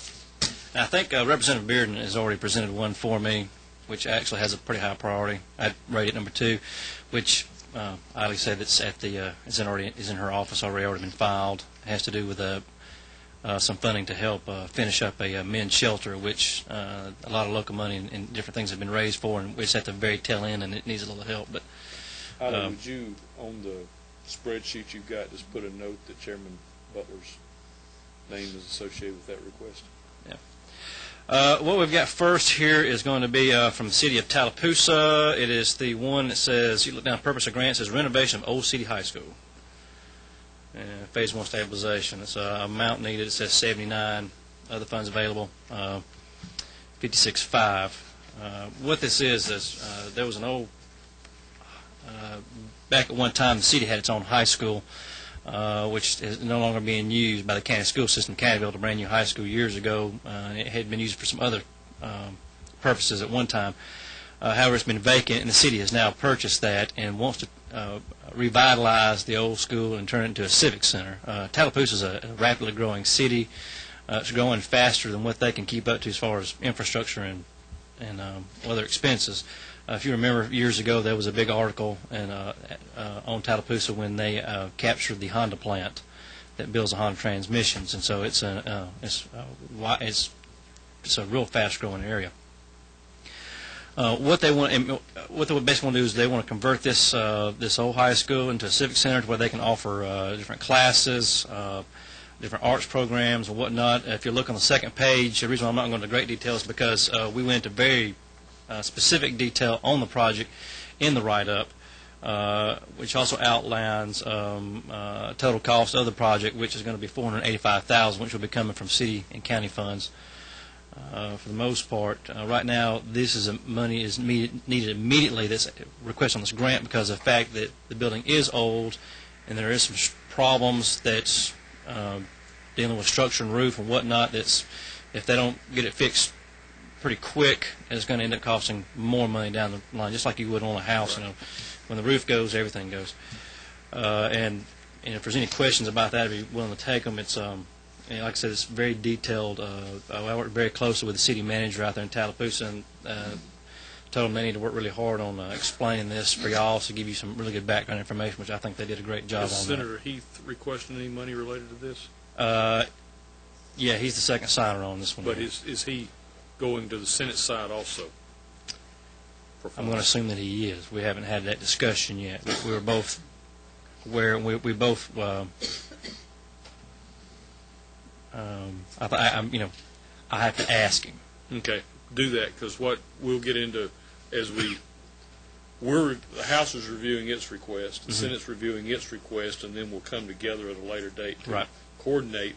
So if we've got duplicate requests, we don't want to double dip, but we need to spread it apart so that needs are funded. Right, I understand. Any other questions on that item? All right, next on the list is going to be, now I know this is a large amount. I basically went to the city and told them, and I thought that other one was a large amount. Well, you ain't seen anything yet. The next one is recreation complex. Let me interrupt, Eiley. Give him the form. we've got Eiley did a lot of research on getting alternative funding mechanisms. Well, I was going to tell you, they're also looking at some alternative funding. I'm working with them also. My sister happens to run a foundation out in our area, and she's also helping me with this one too. But that is a helpful document there. That's stuff that might not be you might not be aware of. So just for the committee's sake, I was asked to make this request, so I'm making the request. I understand. All right, and basically, what it is the city is City of Tallapoosa is basically the where most all the kids on the west and central side of Haralson County go to for any kind of recreation. Basically, because that's where most of it is at for the county. They're trying to build some athletic fields out there. They've asked for $225,000.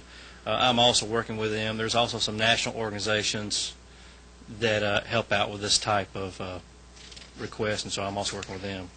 Now, that's with the information that was sent to you on the second page by the city, and actually, I did 2 pages worth of that one.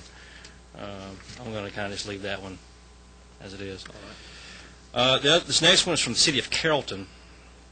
This comes from both me and Bill Hammer. It's about the lighting of a soccer field, $25,000. If you look down there, it says other funds available. We forgot to fill that in. That's supposed to be $100,000, which is being provided by the city. And basically, what it is the city is going through a major expansion on their athletic fields.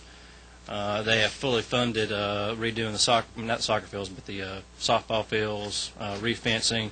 They've just started building new soccer fields.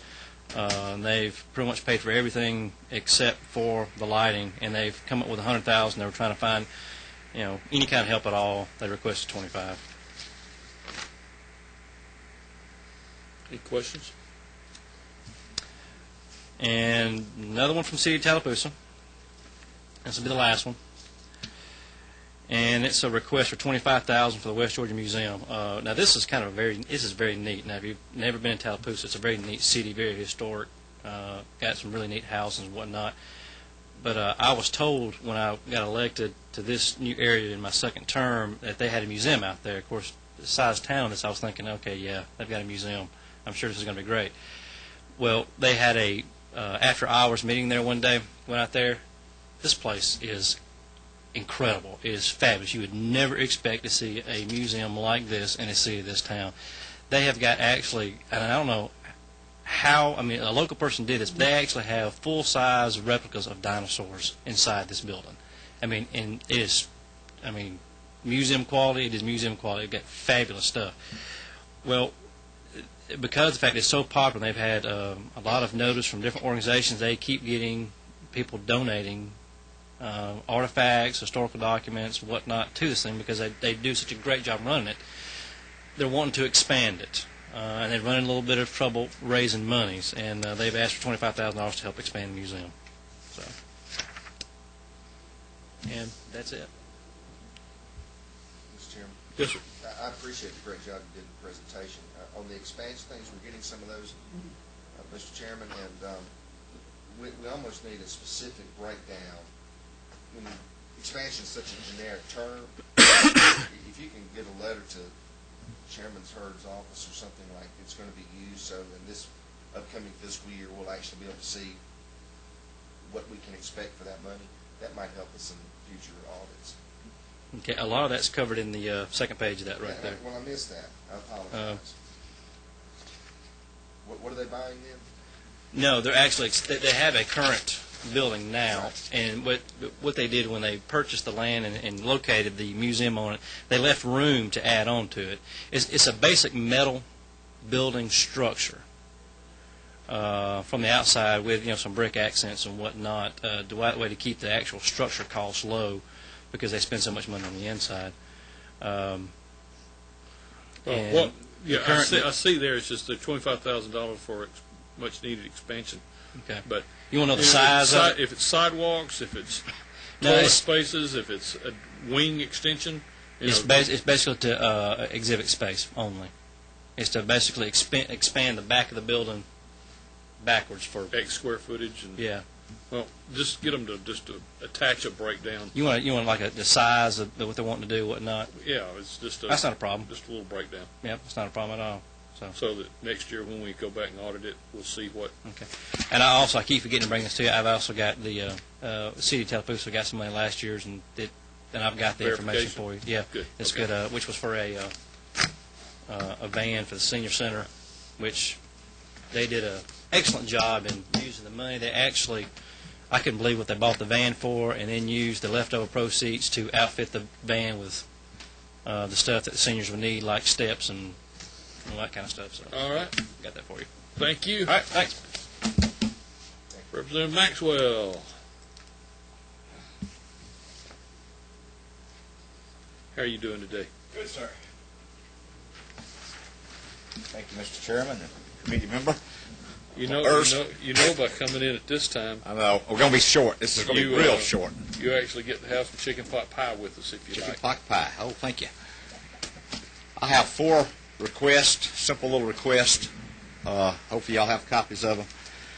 The first one that came in, and probably my first choice, would be the one from the school system. We got a $16,000 request to purchase and install security cameras, and there's a couple of sheets detail on the back if you got questions about that. I think we're looking at 13 schools in the county that don't have these security systems, and that $16,000 would play a portion in helping us get those in. Most of the new schools that we're building and putting up, we go ahead and take care of that up front with the construction funds. So local funds and drugs-free school money would go for the additional funds necessary for these 13 schools. Questions? The second request is a $30,000 request. This is going to be funded through the city of Hiram. It's actually for parent packages for our First Steps Paulding program. We've got a 2,500 families in Paulding County. There's a write-up there from Linda Verishon and Denise Johnson that's director of the First Steps Paulding and the coordinator for our collaborative.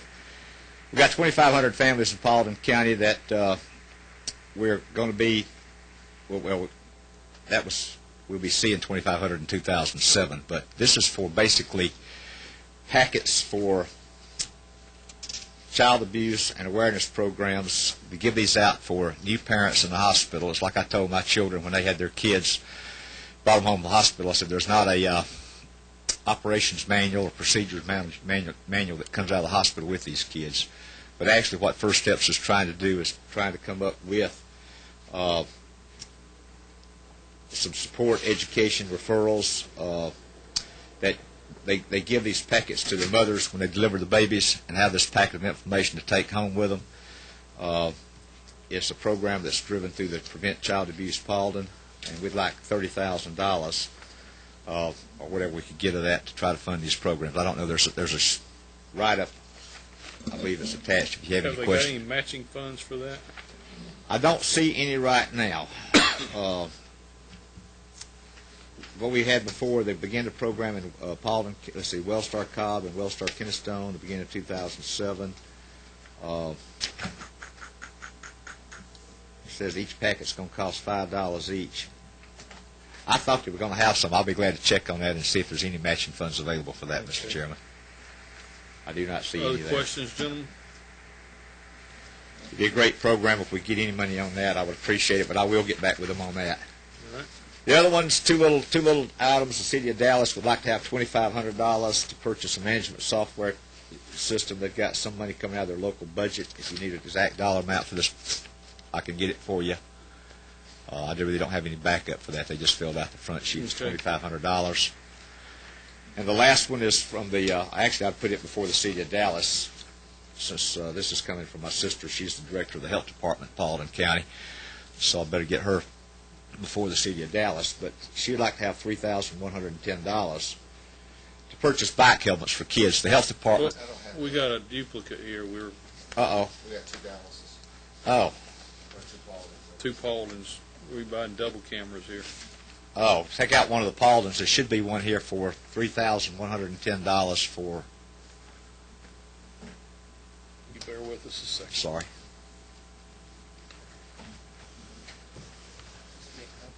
Yes.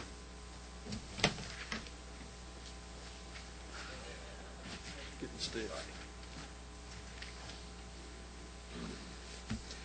I think all the senators and the other representative,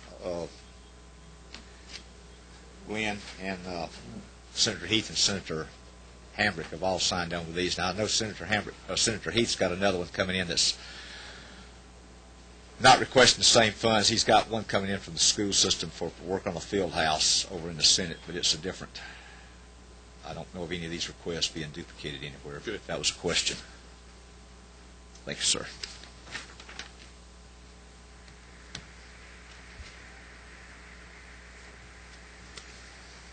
All right, now we're ready. The bike helmets, there is no other funds available on that.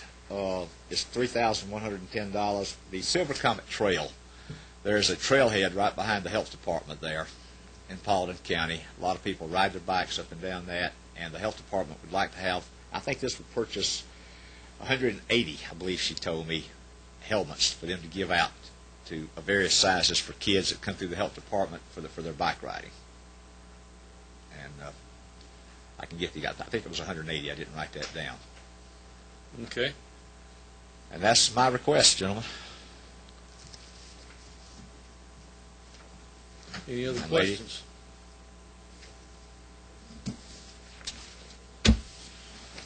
Thank you for your time. Thank you. Work y'all do it. Hang around. We'll have some. Oh, I got to run across. I got at 1 o'clock. I got to get to, so I need to go get ready for that. Okay. Thanks, sir. Thank you. Yeah. We will conclude the meeting and reconvene at 1 o'clock. Good afternoon, and thank you, Mr. Chairman, and other members of the Thank you for committee. coming before us. I have two requests, and one of them I have a handout if you want me to distribute on another one. All right.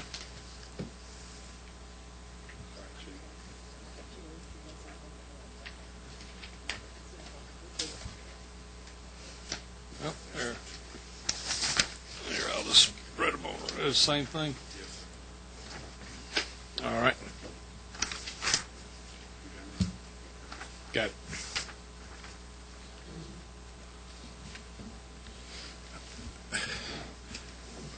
This first one is in reference to the half hour school, which is in my district there in Warner Robins, and they are requesting funds to build for a bus, and shed and some equipment like that. I didn't know exactly how much or whatever I was going to be entitled to, and this is my first experience, so you have to kind of bear with me a little bit.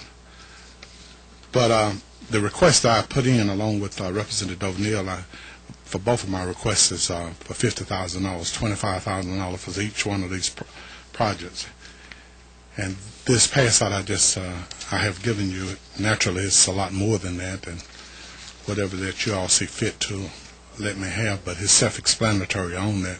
Basically what I need, and if you want to just read along and see that request, I appreciate it. We'll ask a few questions here.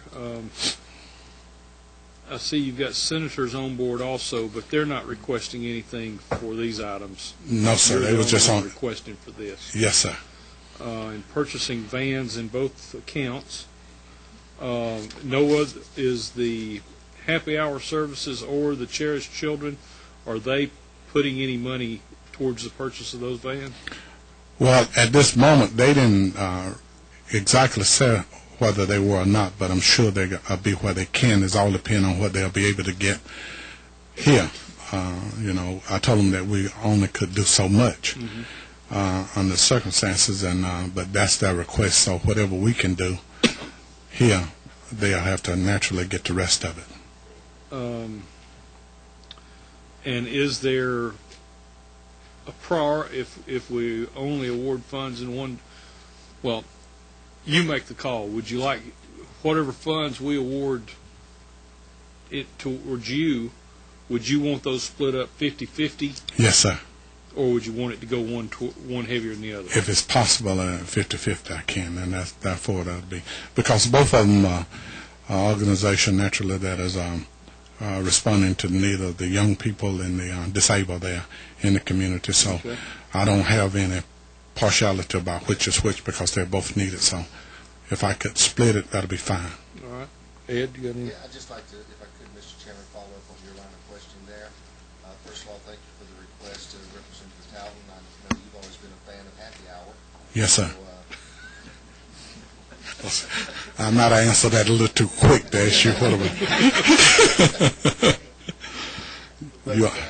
going back to Chairman Hurd's line of questioning, because you'd said earlier you didn't know exactly if each one of these entities will be able to add anything to it. Yes, sir. Would you like to confirm that they will, if for some reason we gave 12.5 to each one of these, would you like to make sure that they'd be able to come up with their own 12.5 as opposed to us just funding you one band for this year somewhere? Yes, sir. I'd like to confirm that, and you know, I don't know what to figure when you said 12.5 came back. Well, if we're only able to give just Willie Talton $25,000 total. Yes, sir.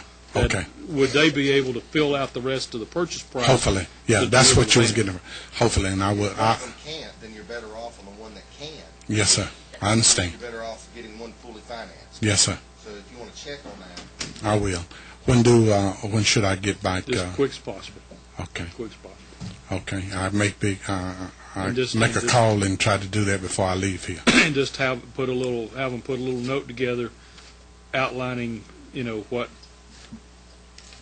they probably would want to do a price out a van and attach that so that we could see what kind of van they're talking about, so that a year from now when we go back and do an audit of the grant request, they can show where they spent this money for that van and verify it. So yes, sir. So all right. Any other questions? Thank you, sir. Thank you kindly. And your consideration would certainly be appreciated. Thank you.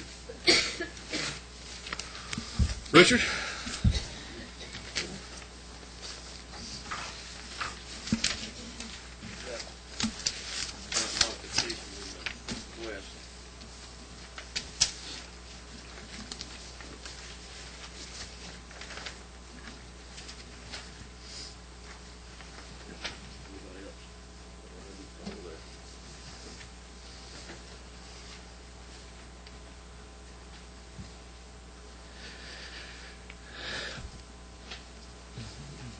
This request is for some startup money for an office for the individual and committee who will be addressing poverty in the Columbus in an 8-county or 6 or 8-county region of the area. And to give you an insight on the importance of this particular program, Carl Vinson Institute at the University of Georgia identified poverty as the overarching problem of this entire region. And it doesn't stop here, but or at the Columbus area, but it also extends all the way down into southwest Georgia. But the assessment said if one issue had to be selected from the community assessment and critical issues assessment as the most significant challenge for the entire 8-county region, it's without question the issue of poverty. And this will be monies to set up an office. As you'll see, it's $10,200 for computers, office furniture. This office will be housed in the United Way office complex. There's other grants that are being solicited, probably from like the Bradley Turner Foundation and all, to address this issue. There's several items that I could go over with you.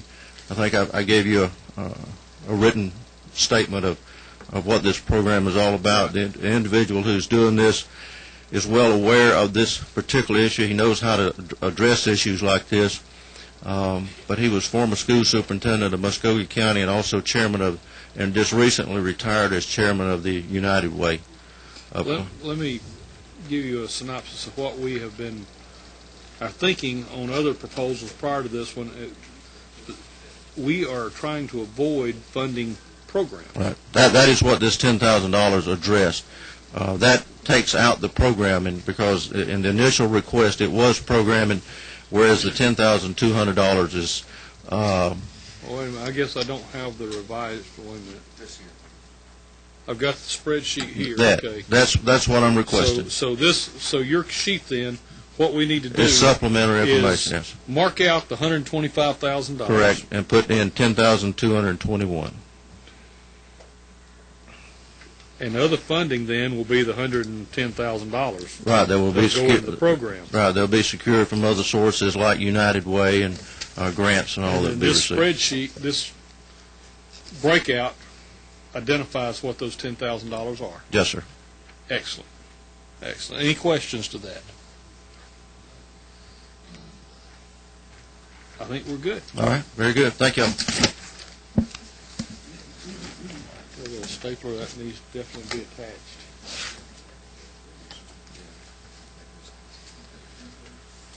Let's see. Yes, ma'am. Let's Representative Geisinger's, some of his staff people are here, and he had a death in the family. He's not going to understand. There's a group of folks here that are helping with that presentation. So let's do Representative Geisinger's and knock that one out of the way. Is it?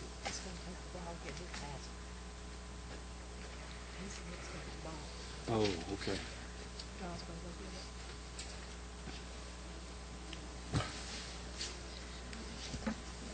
My name is Jody Hunter. I'm Representative Geisinger's legislative aide. I'd like to thank you for letting me address you today. First of all, if you would be so kind as to let the people that have requesting these grants speak for themselves. There's 5 grants in question. If that's okay with the panel, that they come up and speak. First, I'll call the Georgia Ensemble Theater of Roswell. He's running to get it right now.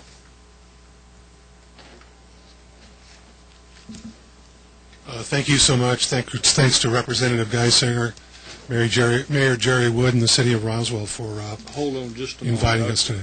I just got a note.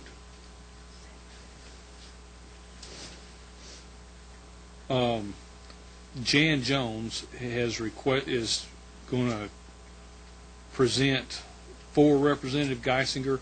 She is in her education subcommittee meeting right now, and asked that we delay that momentarily while she breaks loose out of her Okay, meeting. sure. So let's move on. Let's Great. put it on hold, and we'll revisit shortly. Chairman Rice. Well, thank you.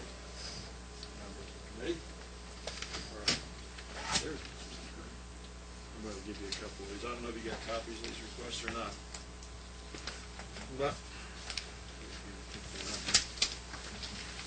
Did you bring us some candy to chew on, too?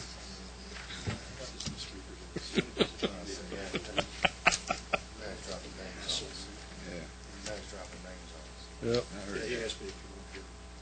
So, did you get him to sign it? You gave me one. How many you got, Tom? 2?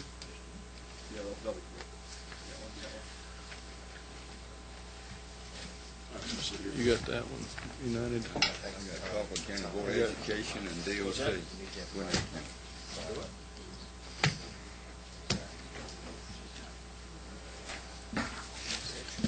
I think so. Members of the committee, I'm going to bring you two grant requests for District 51. The first was from the United Peace Three Corners Civic Association. You'll find some details on the back there in terms of Bill McCargo's commitment to this project, and also the United Peace Three Corners Civic Association President Pat Bruscini. What basically this is a sign at 141 on the entrance to what is unincorporated Gwinnett, but which has been referred to as Peace Three Corners since its inception back in the 70s. Peace Three Corners is attempting to brand itself effectively. It's a local community. Part of that is the Technology Parkway area up there, and as opposed to Norcross, it happens to be in a Norcross postal zone. What we're attempting to do is to make sure, without incorporating, that people understand that there is a Peachtree Corners area from a development standpoint, from a quality life standpoint, from a housing value standpoint, all the rest of those things. We're trying to identify that. So they have requested the amount of $40,000 towards a sign, and obviously that's not a wooden sign. That's stone and lighted, and it sits in the DOT cleared area right as 141 and Peachtree Industrial Boulevard diverge. So I'd ask your consideration of that. I think as I ranked it down below, if you look at community benefit and economic development, both of those things I think will be aided by that. People like the name Peachtree Corners and want to locate there. We'd like to tell them where it is. From the standpoint of local cost sharing, the local community, in terms of the United Peachtree Corners Civic Association, has maintained the state medial strip all the way from the split from 140 all the way up to the river, which is where Gwinnett County ends and Fulton begins. Over the last 3 years, they've gotten the buy-in from the Technology Park landowners up there, and it's all volunteer run, and they've done a great job of doing that. Now, the intention is that they will match the amount of money that we will get from this, and they're already talking to the landowners up there, as well as the community folk, which have all donated incredibly well to this. They're in the process right now of doing the beautification process on the medial barrier right now, and that's a lot better than the state, who cut it twice a year. So that's one. Second one. Before we go, any questions related to this request? Chairman Rice, I do have one question. I see you've got Brian Allen as the contact person that these funds would route through. He's the only one I can think of, to tell you the truth. And the reason I bring up his name, since it is in right-of-way, there's been major road improvements in that area in the fairly recent years. Right. What I would hate to see is your area spend that kind of money on a sign. Right. They come through and next year with road improvements in there, gets torn down, it's all for naught. DOT board member Bowen has already engaged in this process, and we're as assured as we can be that what do I call it? It's not an intersection, but that underpass there and everything will not be. There's not a plan for that in the DOT plan to revisit that area. It's in that triangular medial that goes off where the roads separate. So we're hopeful of that, and I think they either have a commitment through Mr. Bowen or they have a wannabe commitment. What you might, and as I ask, I realize this may be... If it's not there, it'll be on the target. Getting some kind of commitment from the DOT that this sign is going to be good for a few years. The location is good, committed to for a few years. Well, if we do 1% sales tax, maybe that whole place will be concrete by the point in time. Anyway, that's good. That's good information. They do have an alternate location on one of the properties close by there. Any other questions on that one? All right. Second one is request from the Norcross High School, and it's to revamp the weight room. You'll find a letter from Norcross High School in your package there, and you'll find a cost associated with the whole thing. By the way, I think that Parkway improvement project cost, if it's not in there, is around $105,000. This total budget proposal from the school is $79,000. Ask for $40,000. And basically what this is, we're matching what would be generated by the Norcross High School Foundation as they attempt to raise funds for this particular project. Proof of the pudding is that they have raised funds for a pavilion project and other things associated with the school over the last 3 years. So if you want bricks and mortar, certainly they're going to be participative in that. Local cost sharing, promoting civic personal responsibility. If you read the letter, you'll find how this affects the kids they've got there. You'll also see how many kids go through that particular weight room. Now, I would hate to be asked the question, will the weight room contribute to the continued success of the Norcross High School football team in Class 5A or their basketball team, which is competing, I think, Thursday night in the semifinals. Has nothing to do with that, but they might use it occasionally. So, in any event, that's what the request is. Questions, gentlemen? Thank you, sir. Thank you so much.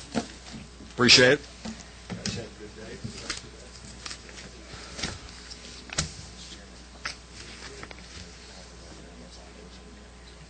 Yes, sir. Yeah, go back over there.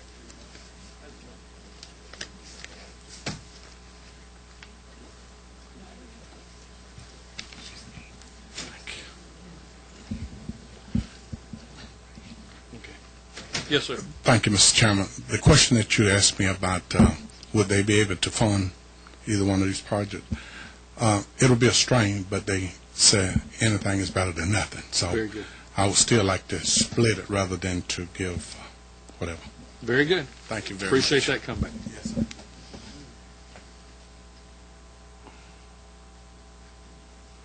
Representative Frazier.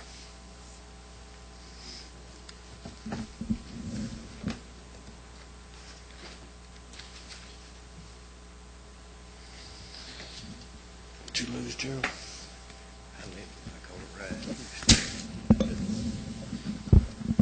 Good afternoon. Good afternoon. Welcome.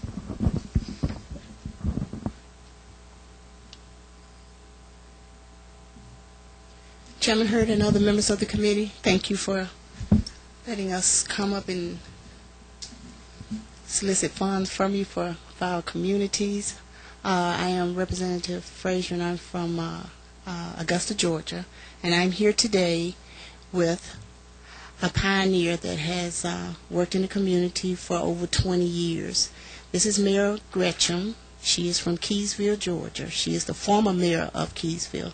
She's been a mayor. She was the mayor there from 1985 to 2005. This is one of our senior citizens that worked as a mayor for no pay for all those years. She's one of the ones that put Keysville back on the map. We're very, very proud of her. I asked her to come up today to support me in the decisions that the grants that we are requesting. And I have 3 grants that I want to put before you. And I wanted Mayor Gretchen to just speak briefly on 2 of them, if it's okay. That is fine. Welcome, Mayor Gretchen. Thank you. The first grant that we have is that I am putting in for is a request for Keysville for the establishment of a senior citizen activities. We're requesting a need for $25,000. You might have the packet. You do not have the breakdown. I have the breakdown here. The monies that we are requesting is for to get our senior citizens out. I visited Keysville. I'm a freshman, but I visited Keysville several times with Mayor Gretchen and the new mayor, Maggie Cartwright. And our seniors do not have anything to do there. They are just sitting there stagnant, and we're trying to get them out and get them physically involved and mentally involved so that they can participate better and live longer. And some of the things that we want to do is establish a program where the seniors can come out and meet in the local community. Is that a breakdown we could get copies of there? Yes. And I want Mayor Gretchen to tell you what we're proposing. Well, the senior citizens, I am a senior citizen. I probably was about a senior citizen when I started, because I'm 81 years old now. What? Yeah. My goodness. 81 you wear years it well. Old. And I have been a volunteer for many years. In fact, that's my home. That's my home. So I couldn't afford to say our salary. When we started, we didn't have it $50. So we said of Keysville. And so what would I look like saying I want a salary? But it was in my heart and my mind to have about a better quality of life, because we didn't have lights, water. We didn't have street names. We didn't have playgrounds. We didn't have a recreation program of any kind. But it was in our hearts, and we wanted to do it. So the senior citizen organization that we started with was asthmatic. Whenever we could get the money, because it was all volunteer from time to time. But since I can now volunteer, and I am volunteered with the new mayor to do many things. We have some land, and we would like a walking track. I guess you see I got a cane and a wheelchair here, because some days, you all know anything about a man named Arthur that keeps you crippled and comes to see you when you ain't got no husband and when you ain't got no boyfriend? But his name is Arthur. That's the Riders Brothers. What is it? That's the Riders Brothers. Oh, that's what it is? Yeah, arthritis. Oh, that's right. Well, they visit my house all the time. And even though I've had hip surgery and a lot of other things, I'm a cancer survivor. But I'm blessed to just be here. And but we really would love to have this scene. We used to call ourselves the Swinging Seniors. But now, since so many of us are riding in wheelchairs, we call ourselves the Riding Seniors now. But we like to sit down and play games, and we need equipment for that. How many people do you have in your group? We have 17 some days, and if we're going to feed pretty good, we'll have 25 sometimes. But, seniors still like to eat. Right. A lot. And we encourage young people. Another thing, we encourage them to bring their grandchildren and their children, because we want to teach them and tell them about how it was and how it used to be. And they enjoy hearing that, although they don't believe us a lot of times. Because they have a big laugh when we tell them about the school lunches and how we brought biscuits and cornbread and hog killing time, how we bring all kind of stuff to school in our lunch boxes. But we would like to have senior citizens to learn to do something with the computers, to go into this new age of computers and know how to and just really take a trip every now and then, because some of them have never, one or two of them have never been to Atlanta, because when I used to try to bring them at times, they would give a lot of excuses. But now they're saying, if you can go and you still hobbling around, we might would like to go. But we try to encourage the senior citizens, along with their children, to learn their state representatives. And we're so proud of this young lady. Very proud of her. Because I say she's a person who knows how to love, she knows how to listen to us, and she's a good leader. She's just that kind of person, and we're just proud of her. And, I'm proud of her, because I sure hadn't intended to come up here, but when she asked me to come, I said, I got to go. Well, let me talk just a little bit about the way that we're reviewing projects now. We're trying to stay away from program projects where as we look at the projects next year and audit them, we'll have hard, either bricks and mortar or hard items that we can get receipts on to verify that the funds were expended properly. And I see here that on one item you have broken out as transportation, $5,000. That's the type item that we would not want to fund. On the exercise equipment, $5,000, that would be one. And the walking trails would be one. Arts and crafts, unless we get a specific breakdown on what would be those, if it's materials, then that would be okay. That is materials, because we're learning to, those of us who are sitting, who can sit a lot, we make aprons, and we make things for, even though we are senior citizens, there's a nursing home, and we've been making shoes from towels, and make for some of the other senior citizens who are not as up like we are. We've been making all kind of things to give away to the nursing home, and we go up there and help them. Okay. All right. Gentlemen, do y'all have any questions related to this project? Want to tell us something about the youth? Yeah, let's move on into the other project now. You have to go to Keysville. You have to have a reason. If you don't go through Keysville, there's no big highway that'll take you to Keysville. So you have to be coming to see us, to come to us. Do you understand what I'm saying? You have, when we invite you, you have to come. It's hard to get there. It's not hard to get there, but you wouldn't think about getting there because it's nothing that's going to attract you too much.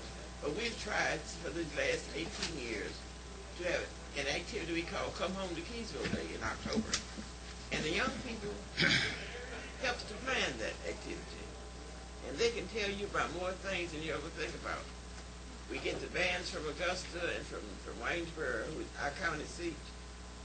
And our young people are the ones who do the talking, they do the welcoming, they've learned to do the spiritual dancing, they've learned to do the songs, and they bring their teachers out to see them act. We bring some of our legislators out. And if you're running for something in the state, we have people who bring that group out to talk because we have concession stands, we have activities. And that's really a big day in Keysville in October. Come Home to Keysville Day. Our young people have a theme they call themselves with the keys to the future because we've been told that. Because we try to make sure that they get a chance to go on a cultural tour. But when they go on a cultural tour, they have a notebook. They have to write down every state they pass through, every city they pass through. They have to write down in this notebook what they are going to, what they've seen when they go through. Because we've been to Washington, D.C. at least twice on trips. We've been to Tennessee, and we come to Atlanta. And we like to come during the time of the legislation so they can see what's happening here at the Capitol. And we just didn't bother our new lady this time. But next year we'll have somebody writing her and asking her, let them be her page. Yeah. Because they'd like to get that little check, and come back and say, I was in the Capitol. Yes, ma'am. But we try to collaborate with the 4-H, with communities and schools, with the local churches, and with the food bank. We try to collaborate with all those people so that we can do some of the things that we like to do with teaching them to stay in school. We have speakers to come. We have parents to come. They are always shocked when we invite parents to come and speak to them. It's a different setting when the parents come to talk to everybody. Mm-hmm. And we have the nurses to come to talk to them about their health. We have them to, and we have we every 6 weeks when they bring their report cards, we check those out, and we serve it. We have one person who's volunteered to be the liaison between the school. This is 18 miles away, the school and parents. So if something happens, they can go if the parents can't go and talk to the teachers.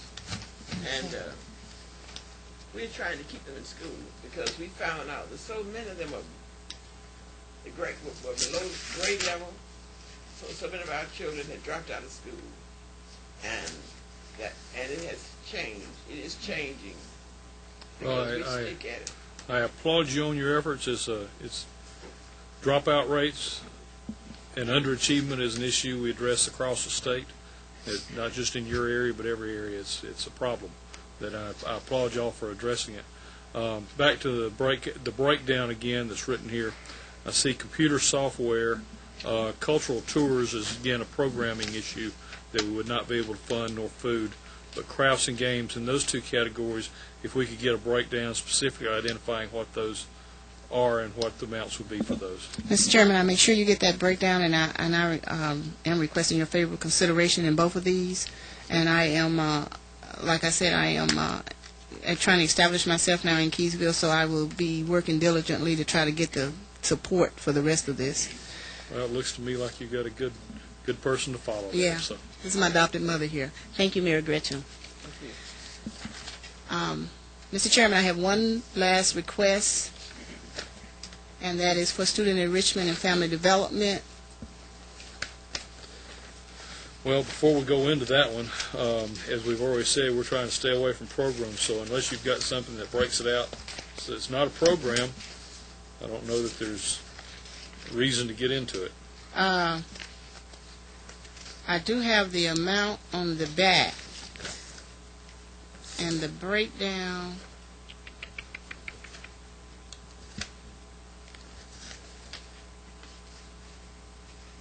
You see the requested amount? The 23.6, yes. I could have sworn I just broke down.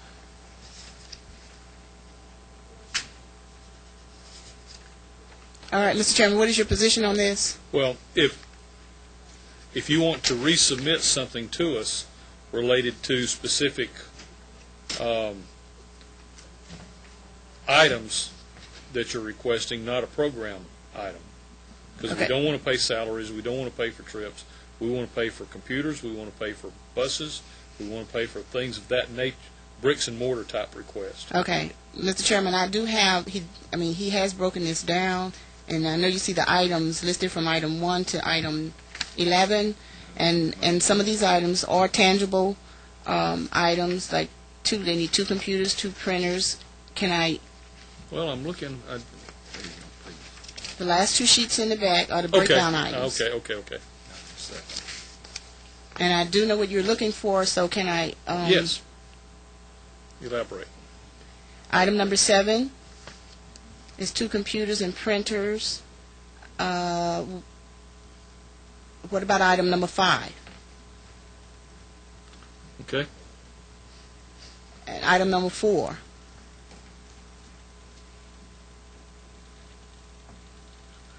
You stated that we're not paying salaries. Supplies. Okay. I'd expect that to be paper for the copy machines and that sort of stuff. And if you will, get your folks to put together a breakdown enumerating those items and putting specific amounts beside those items, and follow up with that. Do we, Mr. Chairman, we don't do any leasing or any, it has to be tangible items. Okay. Yes. All right, I will. Okay. Thank you. Thank you very much.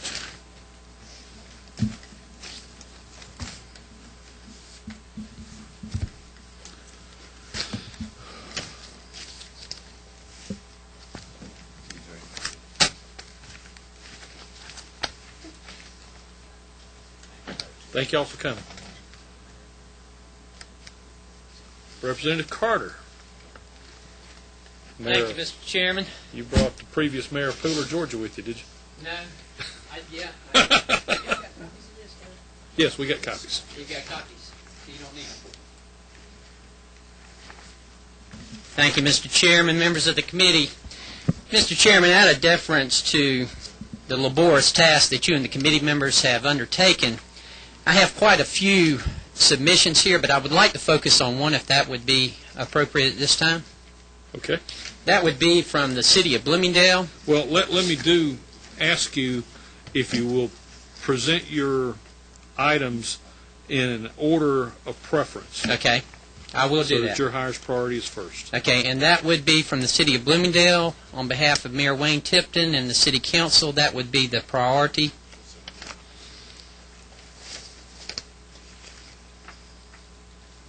Bear with us a second. Okay. That amount is $45,000. Recreation area for inner city? Yes, sir. Here's what it looks like.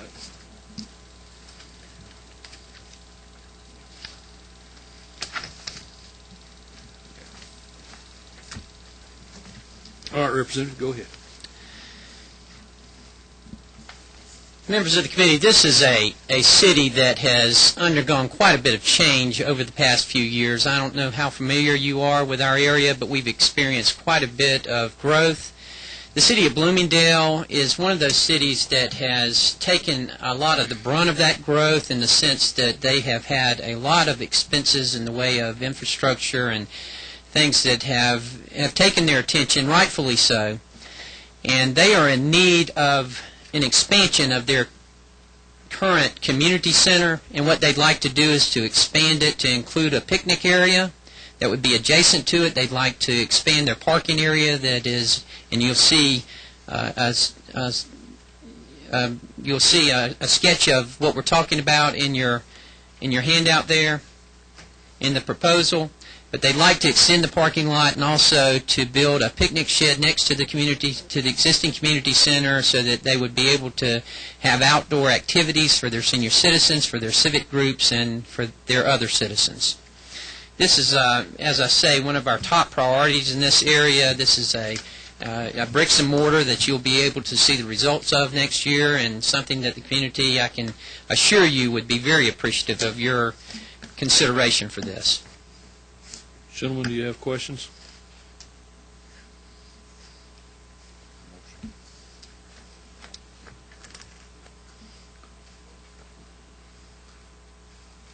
And Representative Carter, in the event we're not able to fund the amount requested, will they be able to bridge the gap of whatever we are to fund? Yes, sir, they will.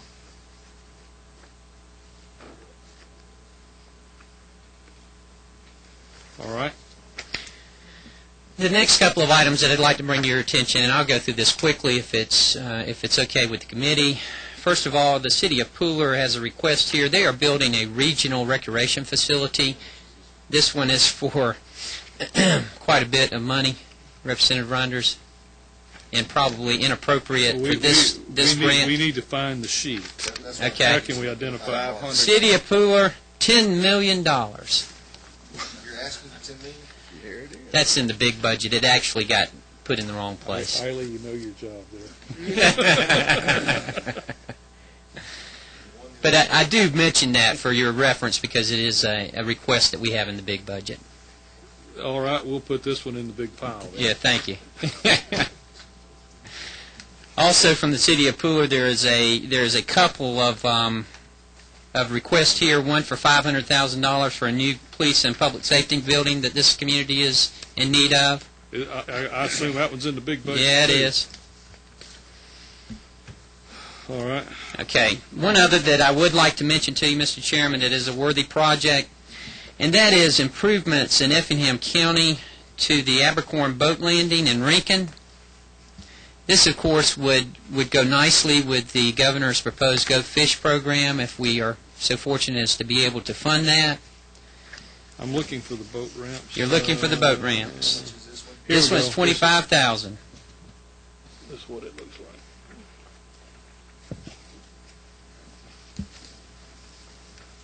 All right, go ahead with that one. This would make for improvements such as restrooms and improved security lighting and landscaping the area.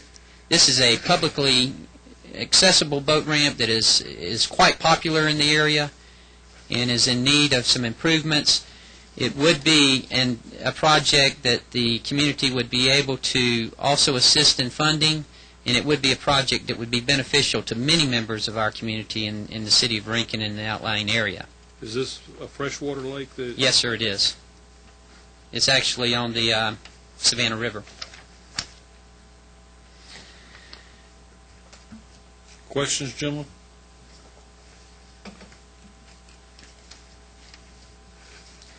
And if you would indulge me in one more, that would be for Effingham County to construct a skating park at Sand Hill Park. The request is for $25,000. You got it? All right, go ahead. This is a project that is already underway, Mr. Chairman, members of the committee, and they are asking for assistance to make it a little bit nicer than what they already have underway. They're planning on putting about $40,000 in equipment. With the cost of the concrete and the fence, it will be total around $65,000. With this grant of $25,000, this would assist them in putting in some extra equipment that would add to the park. And of course, as you can imagine, this would give the youth of the community an opportunity to be involved in something outside of those things that we don't want them involved in. If you would, ask them to provide us with a breakdown of what specifically that equipment would do. I will do that. And that, Mr. Chairman, in the order of preference, is my request. Well, what about these others? These others okay, are for your consideration. Thank you. They are more for programs. Thank you, Mr. Chairman, and members of the committee, and thank you for your work on this. Thank you very much.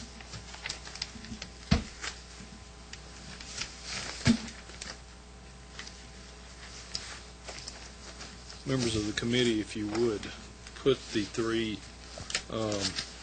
presented items on top of the stack. Just separate, hand them to me in two groups.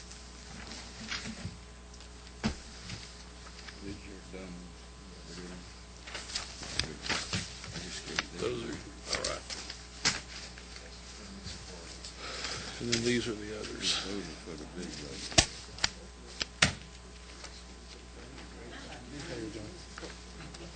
Special prize.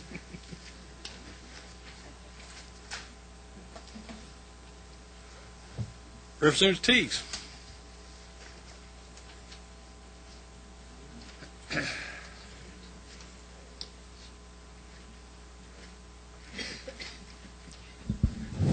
Thank you, Mr. Chairman and members of the committee. The Visions is in my district, and what they do is they offer services for my senior citizens. And right now they don't have any way of getting around because the county provides transportation, and a lot of times it's very slow, and they wanted to come down here, but they were not able to because the van with the wheelchair accessible van wasn't able to pick them up because he had to take some people some other places. So this piece is very important to me because they do want to get around, and my seniors are active like Mama Gresham here. They would like to be able to go places and do things, and in a timely manner, because many times they're still there after 6 o'clock when the program is over because they have to rely on the county for when they can get to it, and we had even tried to get Marta to do it, but that's even worse than that. So and it's a program that's been around for a good while, and as you see there in the did she give you the copies of the, did she send over the copies of the vans? It's two. No, what we have attached is a letter from the Visions group. Okay. 2-page letter, and then the form itself. Okay. Well, it's two vans. The county has negotiated the prices for the van, and the check would actually go to the school board, and then that they would actually pay for the vans. So the actual 501c3 organization would the money would never go into their checking account. It would just go directly from the school board to the company in which they're negotiate their price with. So it would be very easy for us to track it in the next year to see what was done with the money. I don't see that we have any other funds available. Is there going to be other funds put into the program besides this? For the vans? Yes. Okay, well, no, just whatever we can supply, and then whatever they... And where that question leads to, $63,000 is a hefty chunk, which we were targeting much less than that per representative. So if we're only able to fund partially on that, would they be able to bridge the gap to cover the cost of the van otherwise? Okay, that would, for half would give them one van, and hopefully they can make a decision on which is what. Well, I think that's if right. we only funded a proportional amount of that, so that it wasn't enough to buy a whole van, would they be able to bridge to fund the rest Depends of the on the amount of money, I believe, at this particular time. Because I don't want to say that they would be able to come up with X amount of dollars when she's inquiring for 2 vans. We just have to keep the people that have to wait until after 6 to be picked up. That piece wouldn't change. And then possibly get 1 van, we'll work it out. I do have a 501c3 that possibly I can ask some companies to go in with them. But it's just they need something from the state to assist them with the transportation problem that they're having. Okay, so I was misreading this. It says purchase for 1 wheelchair and 1 ambulatory van. Right, so 2. it's 1 wheelchair van. And one. So it's not a wheelchair and a van. It's 2 vans. Yes, 2 vans. Okay. I'm sorry, I don't know what the pictures didn't come, but it will show you 2 vans. I'm sorry. Gentlemen, y'all have other questions? Okay. All right. Thank you very much. Thank you, Representative.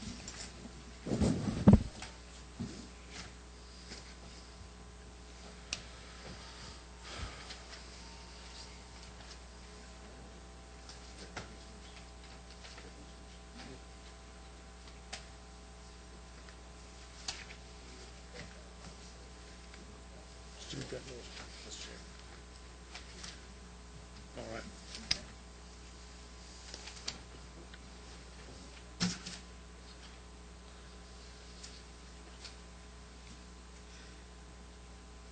Representative Cole, if you'd come forward.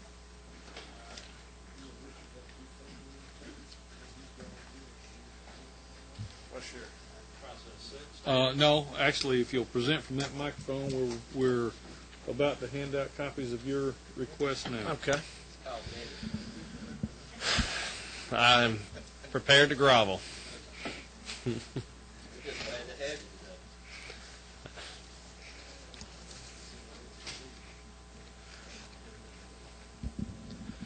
You mean to wait? Do you have them in hand? Yes, please. Okay. We're working on it. Yeah, that works a lot because it's hard to tell who all's in the room. So if y'all line up there, we can. Well, come on up on. Come up front. We're not meaning to pass over anybody. We're just there's a crowd in the room, so.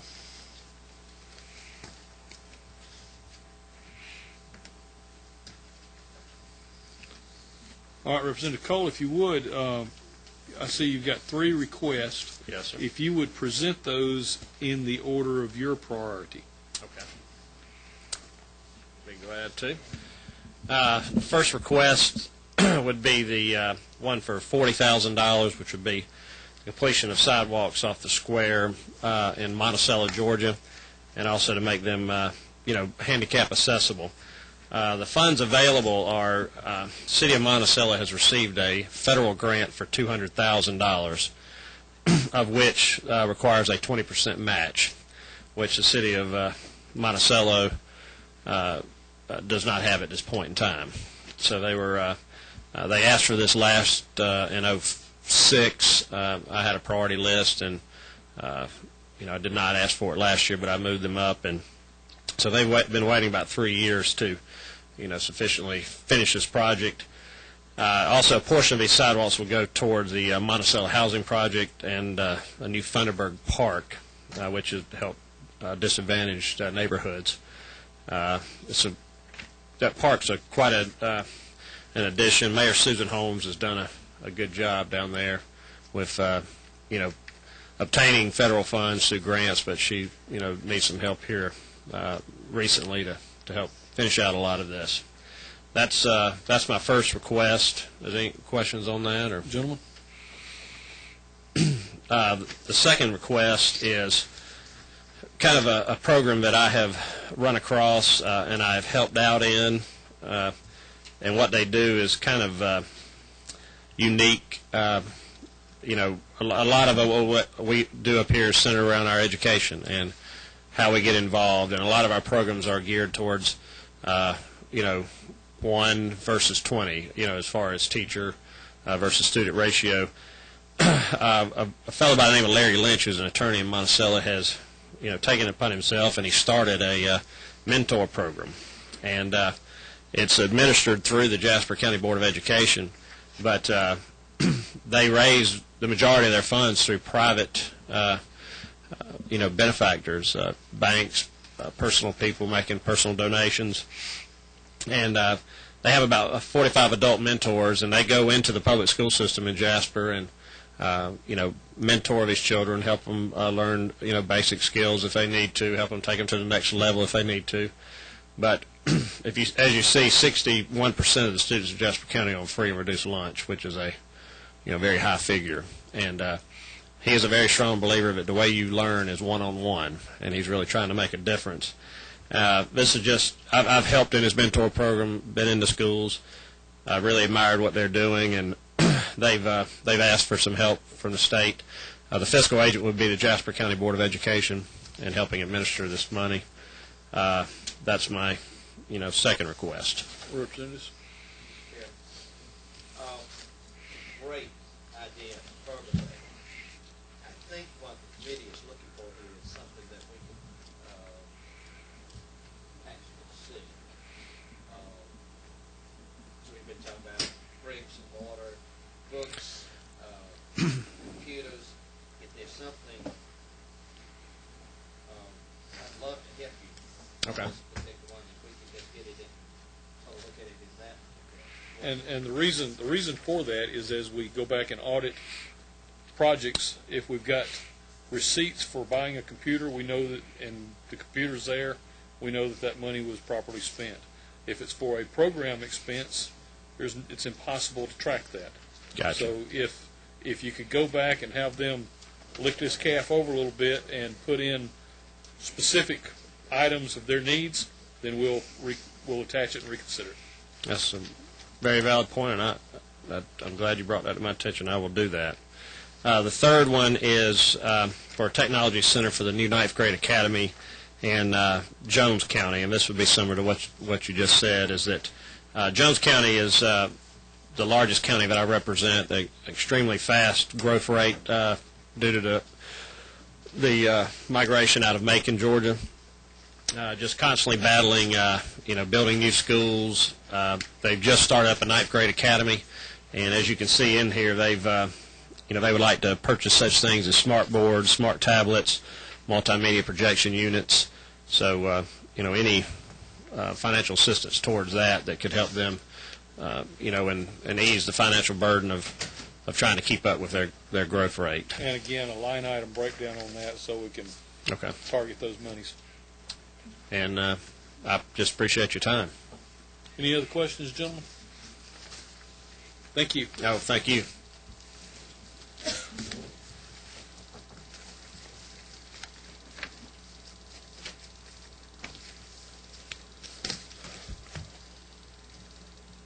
you got next, John?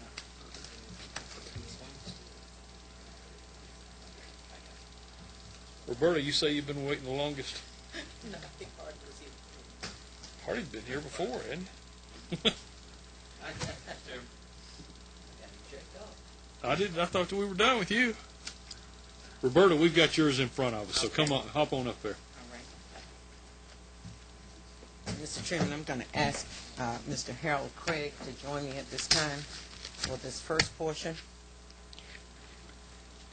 Mr. Craig is the Vice President of Economic Development from Atlanta Technical College.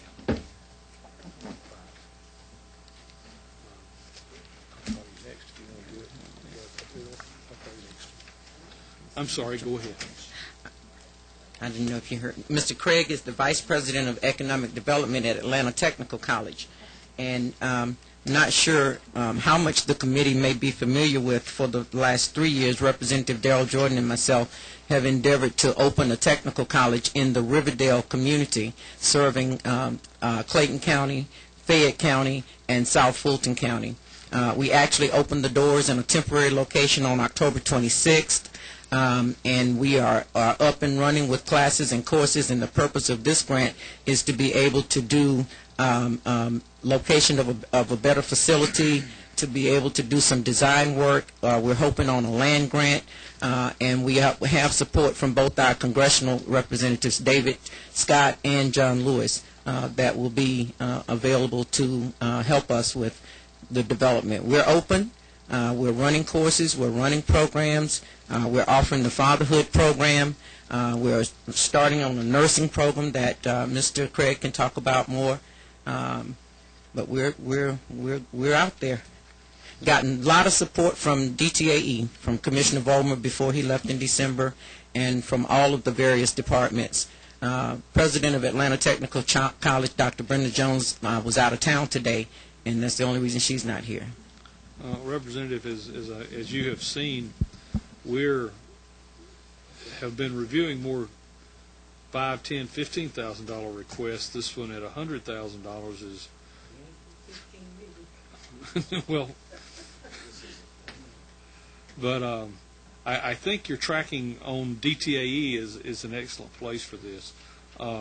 What I would request, if you are up and running, and if there's needs of some equipment purchases and things of that nature, I would request that you modify it and submit it to us for a smaller request. I'll be happy to do that, Mr. Chairman. And also, what we need most is a building. We need a location. And a temporary location. Well, I mean, that's bricks and mortar. are you working through DTA? Are they? Absolutely. Have they got? Because they have a list of proposed projects. Are you on their list? I would imagine I don't know their list. Mr. Chairman. Yes, sir. Are you part of the Department of Technical and Adult Education? The way that it has been explained for the last 2 years by the commissioner and the staff is that local communities have to start it and get it up and running, and then it becomes a part of the state system of the DTAE. DTAE is actually providing the instructors, the administrative support. The only thing that we are doing as the foundation at this point is providing space.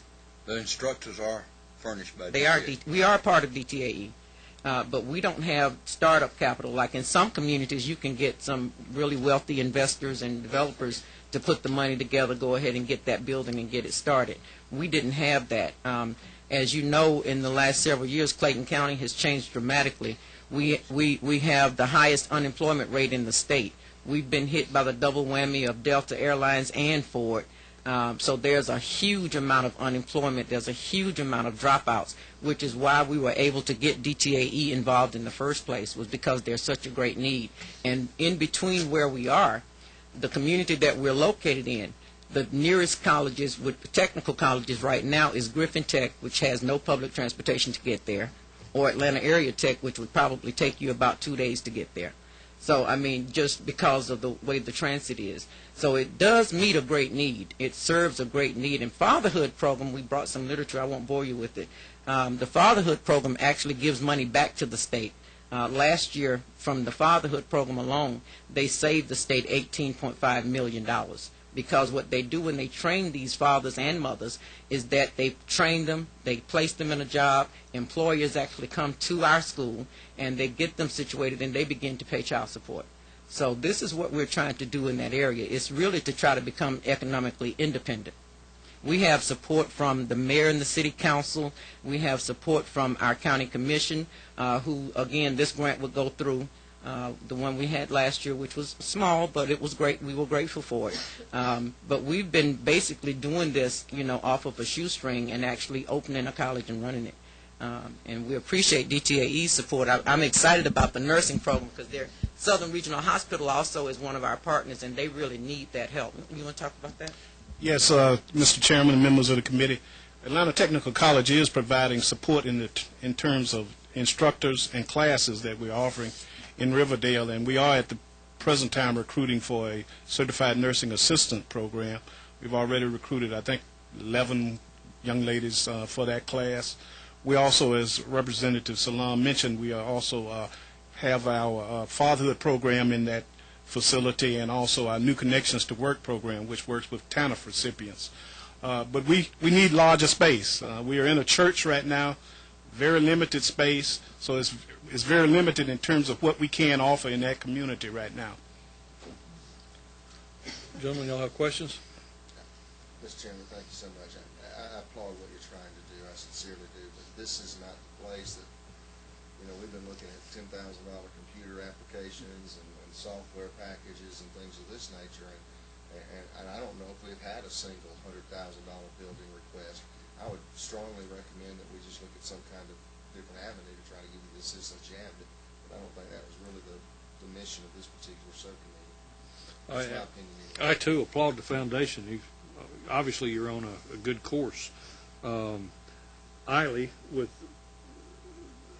has done quite a bit of research on alternative funding mechanisms for larger projects, and she's got a lot of grant opportunities that she's going to share with you for where you might target to get larger sums that are more in line with your needs there.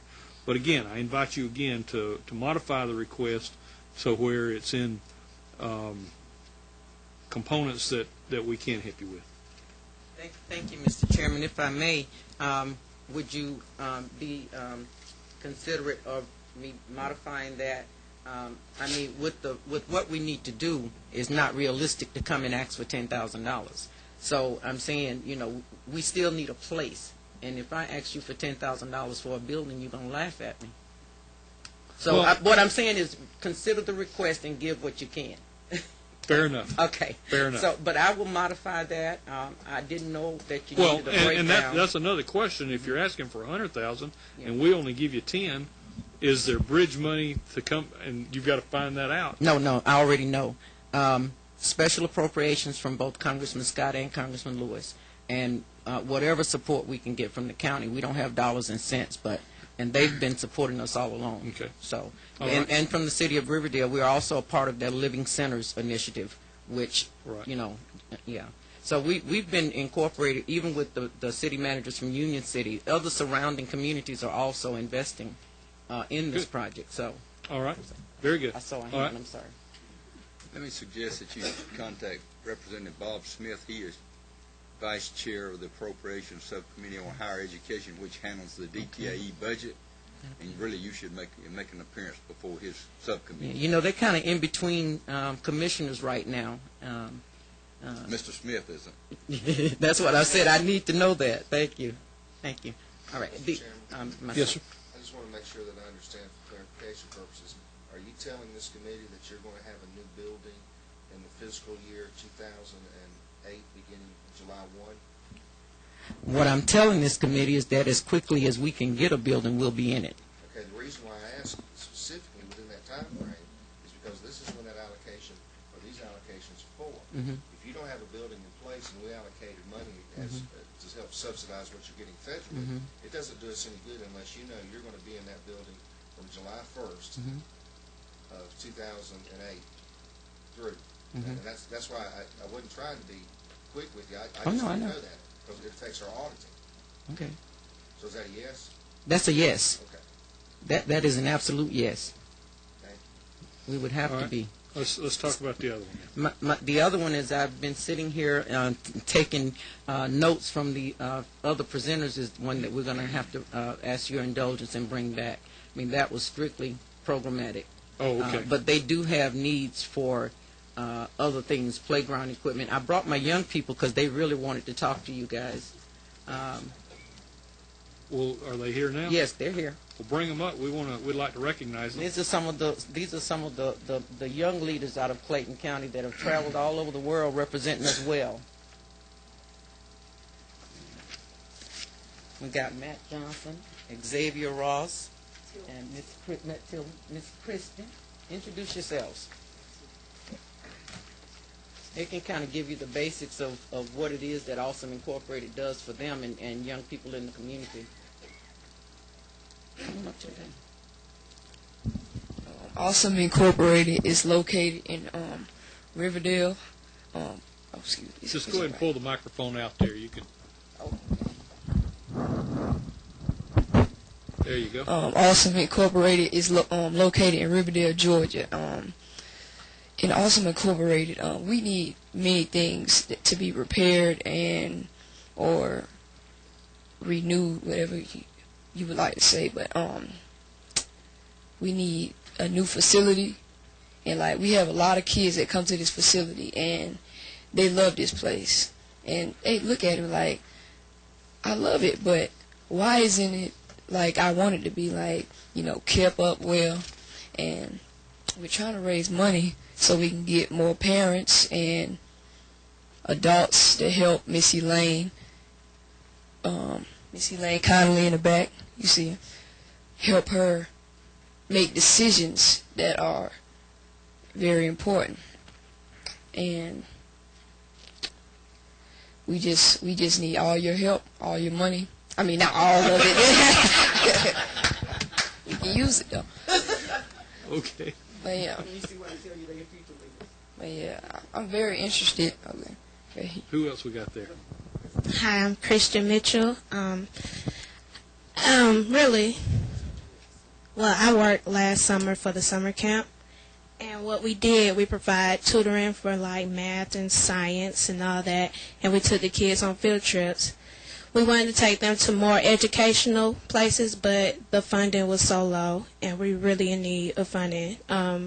We need new basketball courts as well too. They also offer tutorial during the week. They have boy and girl sessions, I believe, on Tuesdays and Thursdays. Basically, just preparing teenagers and young kids from 8 to 18 to grow up and be successful leaders. So we really in need for financial assistance. Okay, thank you. Good afternoon. My name is Xavier Ross, and along with the others here, I sit as a representative on their board of directors. I came to meet Missy Lane and Mr. Winston Conley, the president and director of the program, in 2004. And since then, we've shifted to a slightly bigger location. But like we said, when you take one big step, other little things tend to happen and slip up and cause you from meeting your objective.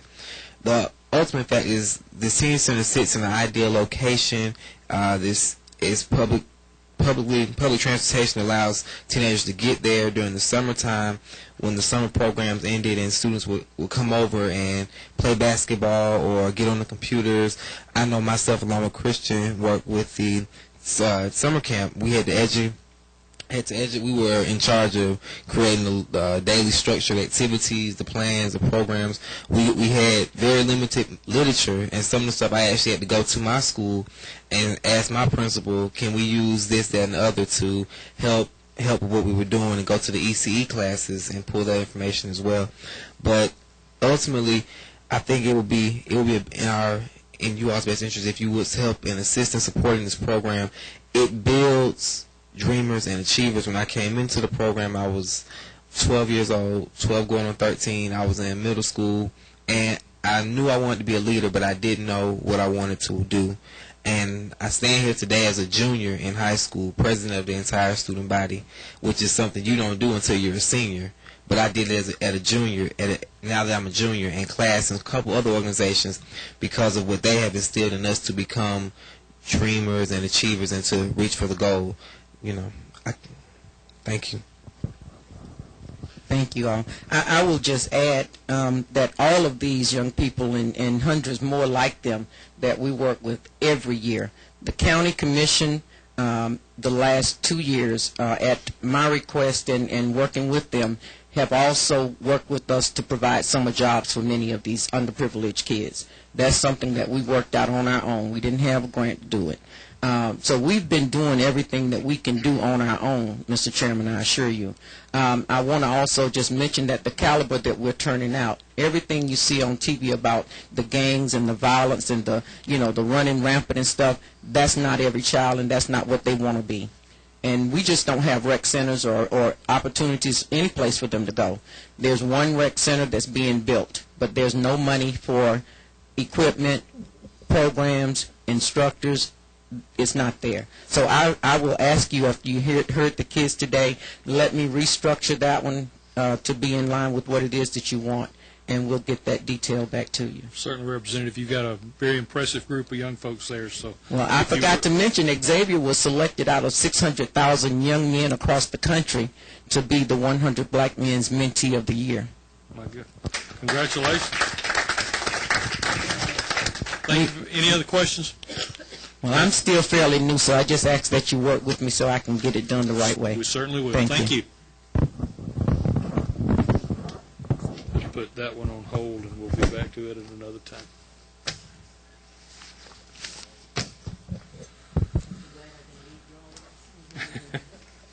Who we got next? Come here. Representative May. Thank you, Mr. Chairman. Members of the committee, I have two grant requests. I'll be very brief.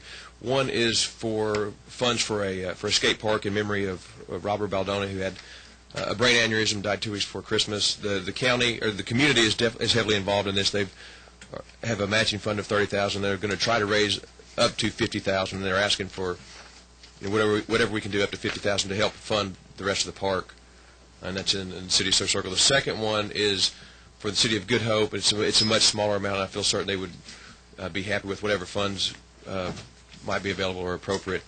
Also for more general park equipment. Gentlemen, you have any questions? Representative, thank you very much. Thank you very much.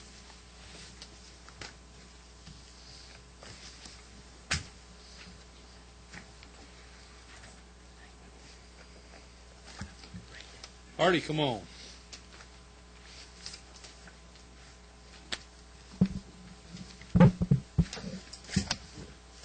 Mr. Chairman and members of the committee, appreciate your diligence. I'm sure you've been here some time, and I'll do everything I can to try to expedite this.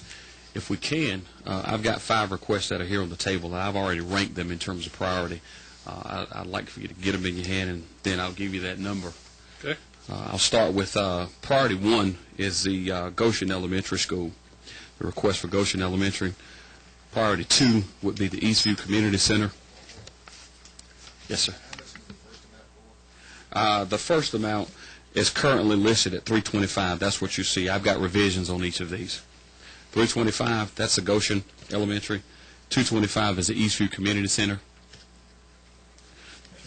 Priority 3 would be Lucy Craft Laney High School. That's $5,000 request. Then there's Hepzibah High School. That's $4,000. And the 5th one would be Cross Creek High School. In that order. Okay. After having discussions, Mr. Chairman, as it relates to the Goshen Elementary request, again, these funds would be to provide technology support and upgrade technology that's currently in the school for students who come from low and moderate income families. I've talked with the folks there at Goshen, and we've got a revised request, and it is to partially fund the computer lab at the school in the amount of $25,000. That would allow them to establish a new computer lab with the active board system and also give them a minimum complement of replacement computers. Okay. Questions, gentlemen? Yes, sir. Mr. Chairman, I'd like, I appreciate the realism from 325,000 to 25,000. I would just ask that in the next little while, if you can, give us an itemized list of what you're going to purchase with the 25,000. I can speak to that, Representative Reinders. I'd like something hard copy. Okay, I can do that if you all will give me the opportunity to bring that back to this meeting. Well, actually, just give it to Rebecca there in my office. And I will do that. We'll attach it to it. Okay. Thank you. The second one, Eastview Community, we've got a revised request of $25,000, and I similarly have a breakdown as it relates to Representative Reiner's request. And the specific request is for computers for their summer camp program. I have heard the comments as it relates to we're not funding programs, but I would like to speak to it from this perspective that that program allows them to be able to teach computer classes. They will use these funds specifically for computers, and it does provide significant benefit for a historically low-income community there in Augusta. Questions, gentlemen? Davis, Yes. Mm-hmm.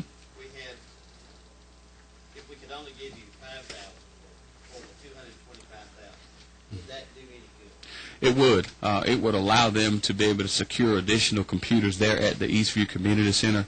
Unfortunately, in Augusta, there are two facilities that are community-run, and this happens to be one of them.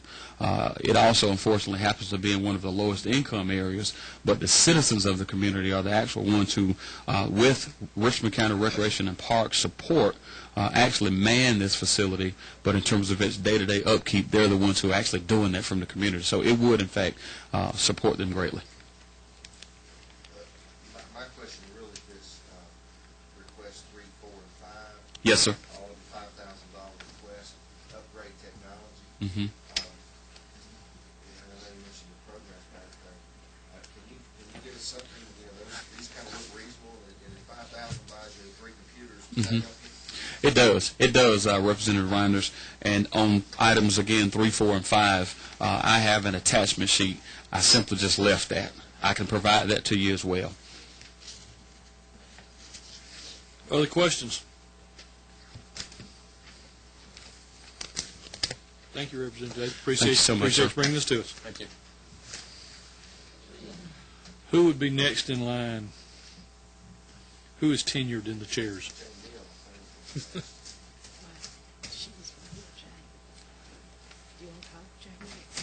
Who you got ready? Sims. Representative Sims. That's fine. We got her paper ready, Chase. So. Age before beauty, Jay. Thank you, Mr. Chairman and committee members. I have only one request. And before you, I believe you see the Augusta soccer field. That is a public-private partnership within the county. The soccer field went into tremendous disrepair because the county did not have the funds to take it over completely. So the soccer league takes care of the maintenance for that field, but I had written down that we need a facility, bathroom facilities, which is brick and mortar. There is one bath facility located now that I did not know until this morning. However, the soccer field is your typical soccer field, which really requires more than one bath area. And I have asked for money in order to do another bathroom facility at the opposite end of the soccer field. That's my only request, and I believe it was for $25,000. Of course, if you had any left over, I would imagine it could be a better bathroom facility for a little bit more. As you have heard people presenting, I think you know the answer to that question. Thank you very much. Any other questions, gentlemen? Yes, sir. Ed? Just request perhaps you get something from whoever's going to do the contract with some kind of quote or something like that, and we can see where we're at on that. Very good. Thank you. I'll do that. Thank you very much. Thank you. That's the preview.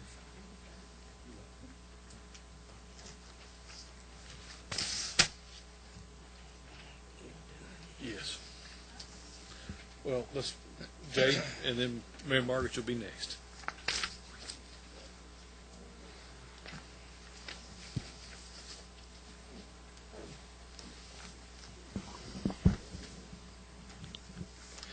Thank you, Mr. Chairman and members of the committee.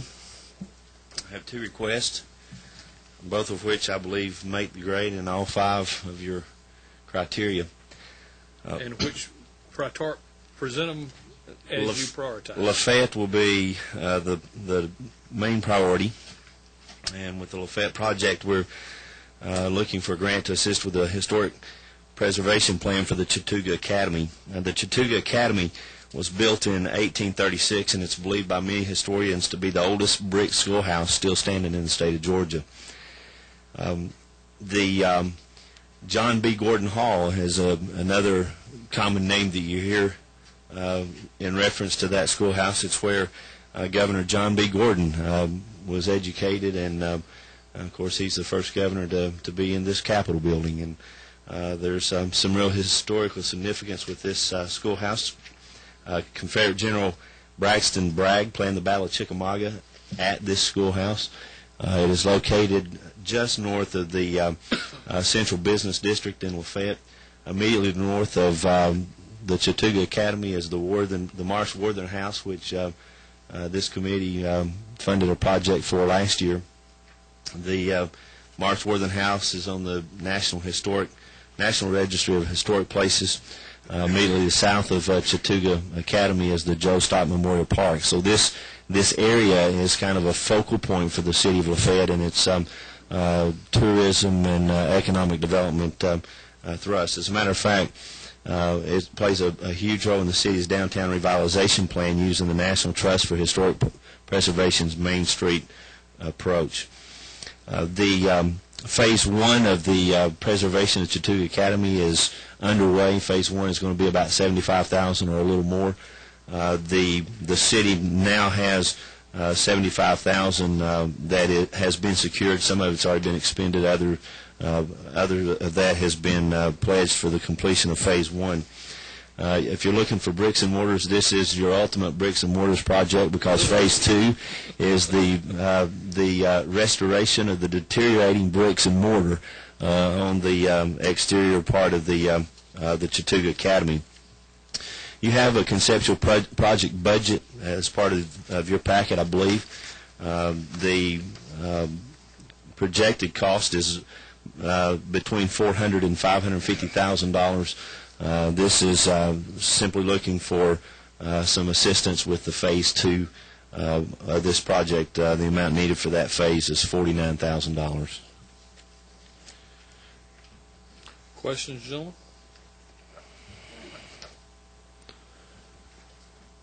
All right. Jump on the second one. Okay, the next request is from the city of Fort Oglethorpe. It is a construction of a welcome center.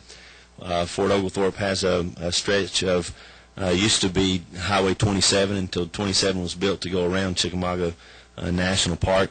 This stretch of 4-lane is now in an area that is desperately needing some revitalization. The Downtown Development Authority is putting a considerable amount of time and attention into this area.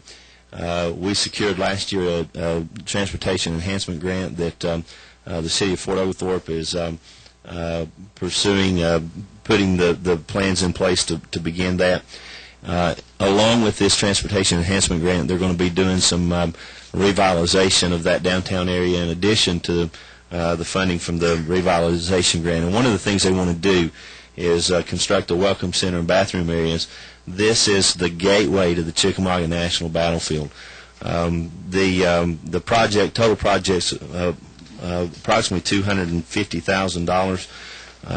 $225,000 of that is provided through the donation of land, through money, $50,000 that will be coming from the Downtown Development Authority, and then through in-kind services from the city, Fort Oglethorpe, of $25,000. So the city of Fort Oglethorpe is asking for $25,000 to go with the $225,000 in funds that will be coming from other sources. Questions? Yes, sir. Thank you. That's a great project that you got going there. Why would you not go through the appropriation process for the welcome centers? Is this going to be a state? No. No, it's more. It's actually more of a visitor. It's going to have the focus on Fort Oglethorpe.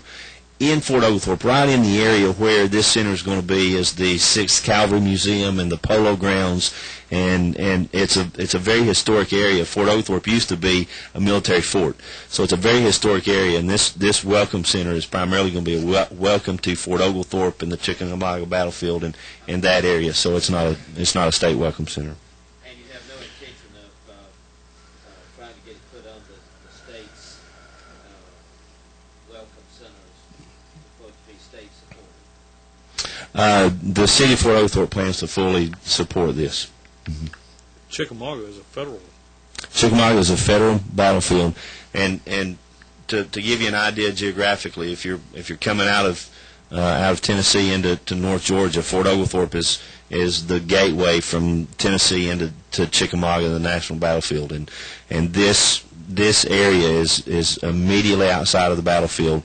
And it is in that area that was the old Fort Oglethorpe Military Base, and you got the post there, and it's quite a bit of military history, not just with the battlefield, but also right up through World War II. Any other questions? Thank you. Thank you so much. Appreciate y'all's time and your effort. Representative Oliver.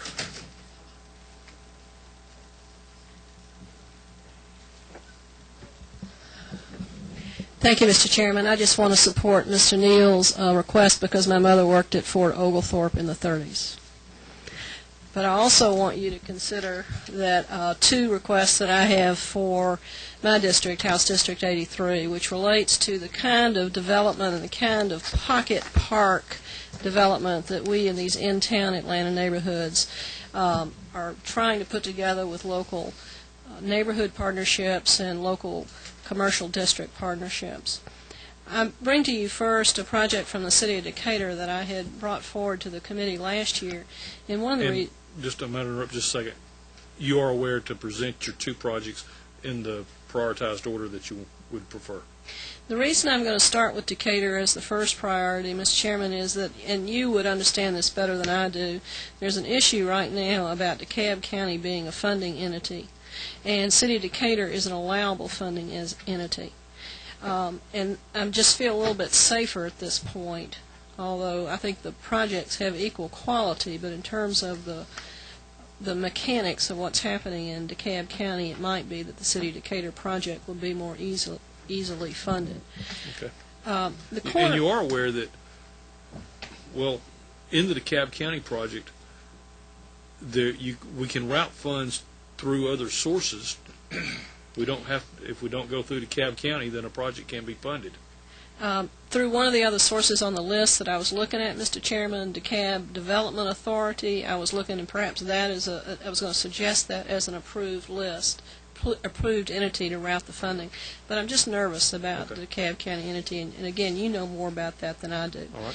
But in terms of sort of the age of the request, in terms of the City of Decatur, we have, and this is true throughout my district, we have two state highways that cross in the city limits of Decatur. Highway 155, Claremont Road, and Highway 78, Scott Boulevard. At the corner of that intersection, a family has donated, through an inheritance, a sizable piece of property, over an acre, for a pocket park.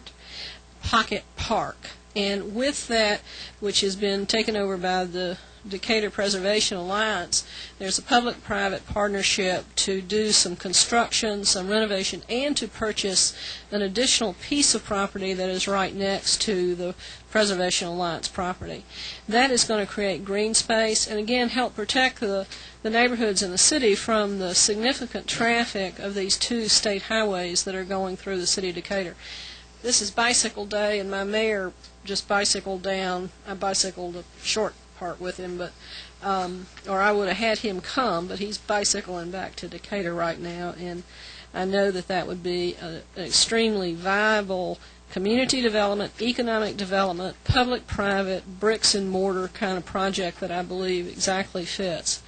The DeKalb County project is additional pocket park that's a little newer that relates to development of a 1.3-acre park adjoining the commercial district of Emory Village.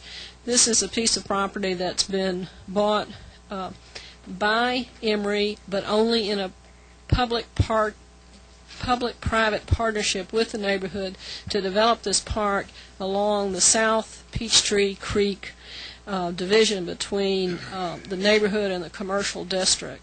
Is a piece of property, again, part inheritance and part purchase from an Emory professor who was a biologist who used a lot of his effort on that creek. That creek goes behind the Emory Village, and the redevelopment, the developers behind the Emory Village are wanting to create some nature trails and some green space there. Mr. Chairman, did we Yes, sir. move to the second one? Yes, we did. Thank you. Questions on either? Go ahead. Thank you, Mr. Chairman, and thank you for the presentation. I want to go back to the first one. The $20,000 that you're requesting, and I appreciate the length of time that you've had to wait today. No, I'm... Kind of in and out. But if you would, you you've heard us about the brick and the mortar and the list of supplies and all that. Specifically, can you get us something that's going to tell us something visual we're going to be able to see that you're spending $20,000 on? I will take you there, or I'll bring you a picture back. That's not necessarily, we'll just give me an itemized list of what you're going to buy with state dollars, but not. It's a little, yes, sir, I'll be happy to do that. We can bike there if you want to. I'll do that shortly. Other questions? Representative, thank you very much. Thank you, Mr. Chairman. I had to step out for another committee meeting. I thank you very much for this A opportunity. lot of them going on today. Thank you.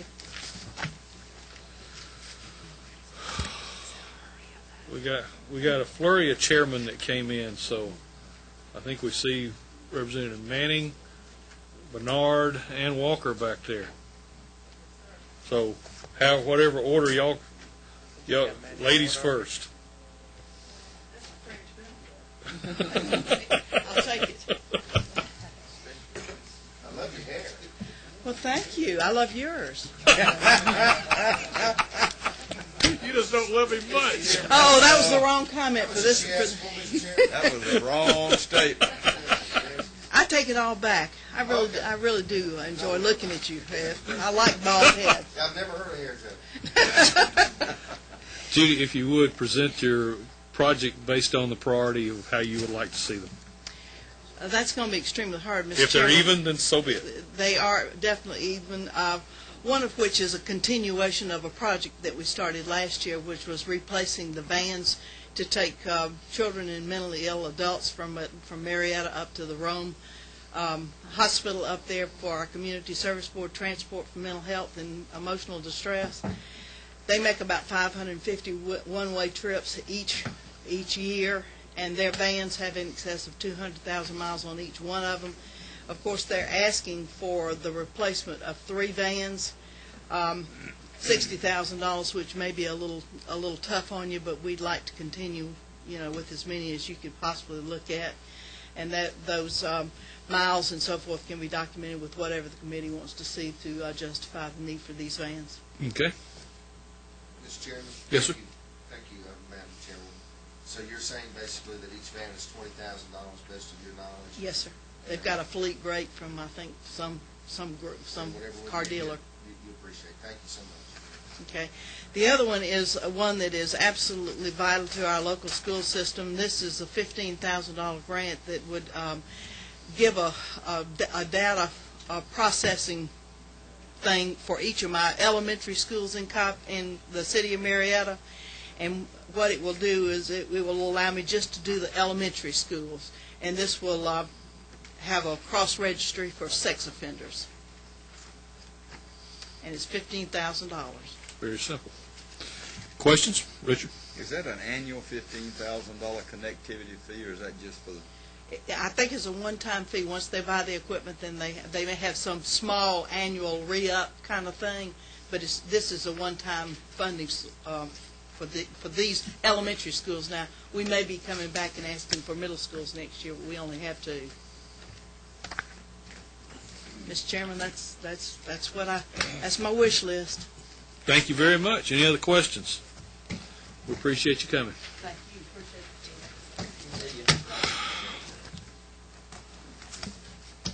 Hey, Jen, you were going to submit, I think, for Harry, and we got started on them a while ago and put them off to wait on your arrival. So.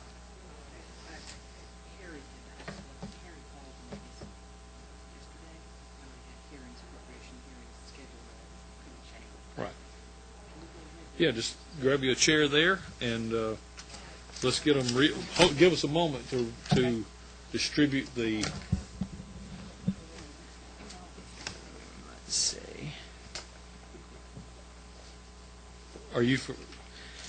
I think the lady that was here before was starting in on it for Harry, and she is not here now. Georgia Ensemble Theater. Okay, you want to come on up, and we'll. These are requests that Harry Geisinger made with the support of a number of other legislators, and I, including myself, and I just wanted them to each take just a couple minutes and just explain what the request is so that you can sort through that information. All right. Just a minute or 2. Thank you. Bear with us just a moment while we...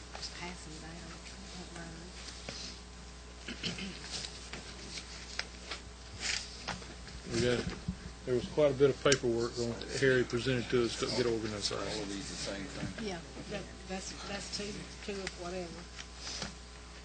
I mean, you need both. These, oh, you do need, Yeah, okay. Yeah, you need both of them. Is that right?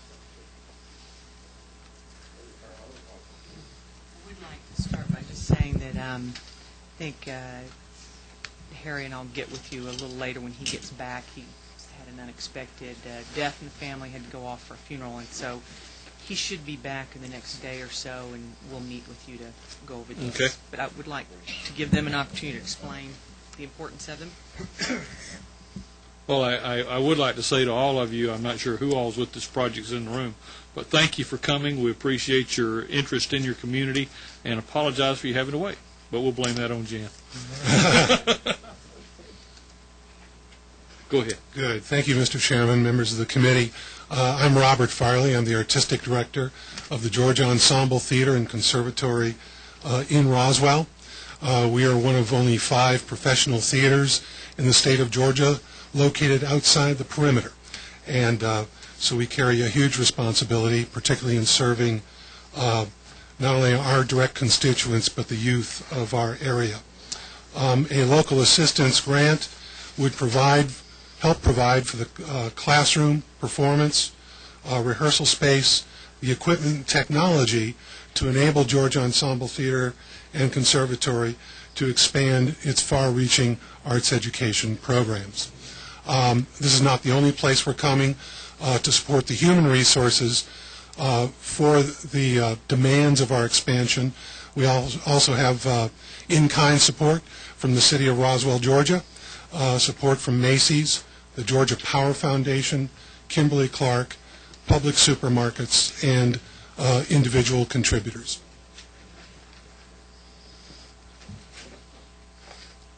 Okay. Go ahead. Do we know if this is given to us in any priority?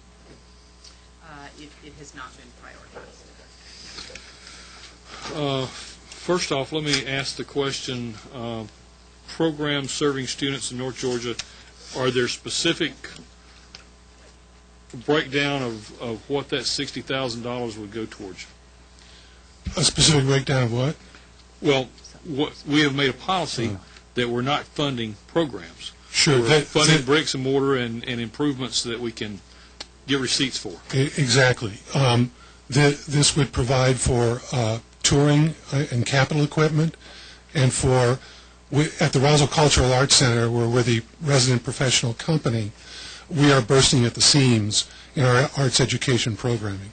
We are in discussions with other schools and other venues within the area to go in and work there, and this would help provide for rental and the purchase of equipment and technology in order to provide those programs. Okay.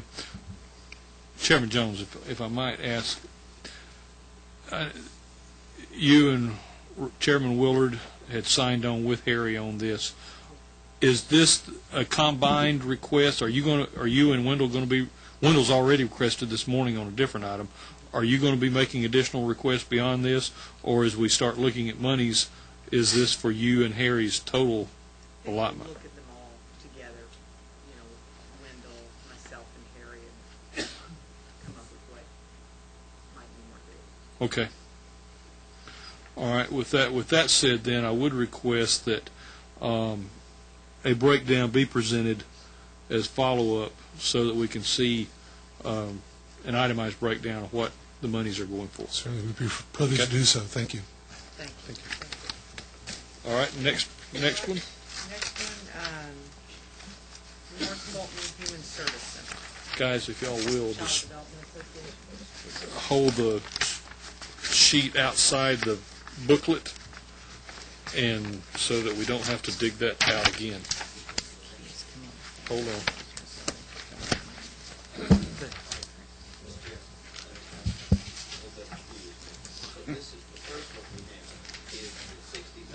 First one is the Georgia Ensemble Theater, $60,000.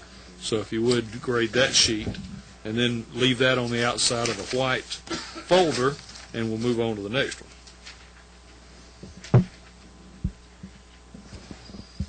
All right, Jen, what's the next one? The next one is the North Fulton Human Service Center and the Child Development Association. Bear with us a moment. This is not yours.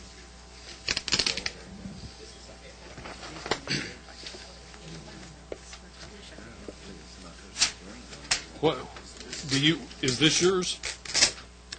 Yes, if it's the North Fulton. I don't know. We're sorting through a lot of paper here, trying to figure out where we are. You said the North Fulton Child Development Association? Yes. Here's one with this one. I don't know what this one is. This is the Star House here. Which one? You got it, Ed? Where is it? This one here says North Fulton. I don't know what this is. It's not Star House. Okay, got it. It is the 105. and the grant's located right here. Got it here. Maybe on All that right. page. Bear with us. Go ahead. We're ready. Right.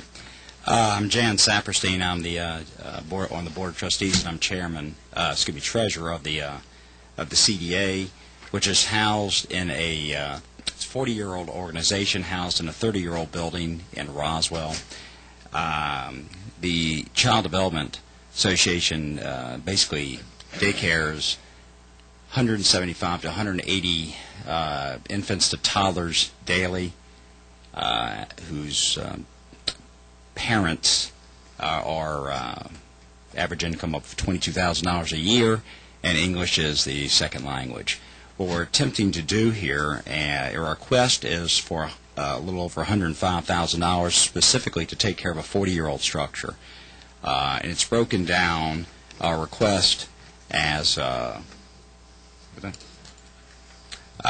because it is a 40-year-old structure, 30-year-old structure, it has 30-year-old components: inefficient lighting, dated insulation. It's got single pane glass. It's a 30-year-old building, and these folks do unbelievable work.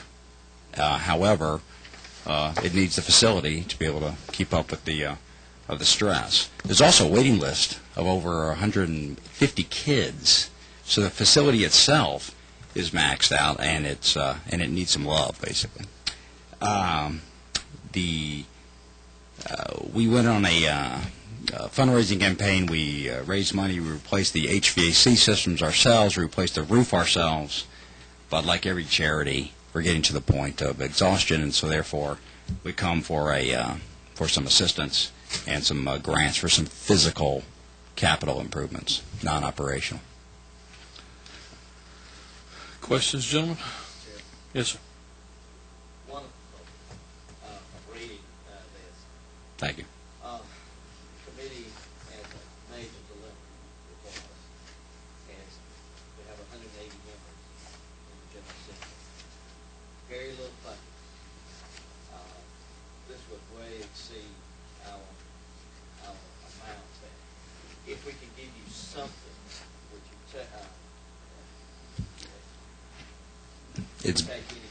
It's better than nothing. I mean, and I will tell you honestly, I had no idea that this existed 3 years ago when I was asked to go on the committee, asked to be involved. The amount amount of need out there is outstanding. It's unbelievable. And so when you see these kids, and the CDA basically gives them their only basic, balanced meal of the day, they're serving the working class poor. It's a tremendous program. So to your point, without the emotional heartstring, yes, anything you give would be appreciated. Well, a building, we wish to see it. There's so many great programs, projects that we've heard today that we just do not have the funding for. And it's very difficult for us to, let you go away without anything. We do have some alternative ways of funding some of these programs, and if we have one here that you can go through the list there and see. And we've hired a part-time grant writer, so to try and procure some of this. But anything we can get for the physical capital improvements, we would greatly appreciate. Other Thank questions? Thank you for your presentation. Thank you. Thank you so much. Next is the Teaching Museum, Fulton County Board of Education. And this one is for $129,720. And it's including this exhibit on the Holocaust. I'm the giver of the green packet. You might know a teacher of 41 years would give you a big, thick syllabus. Overwhelm us, huh? Overwhelm you. But we think our program is overwhelming. We bring in nearly 54,000 children each year for hands-on activities that relate to what they are studying in the classroom. You might come one morning and find fourth graders in the courtroom learning about due process, rights and responsibilities, or our fifth graders in their little black robes doing Supreme Court cases.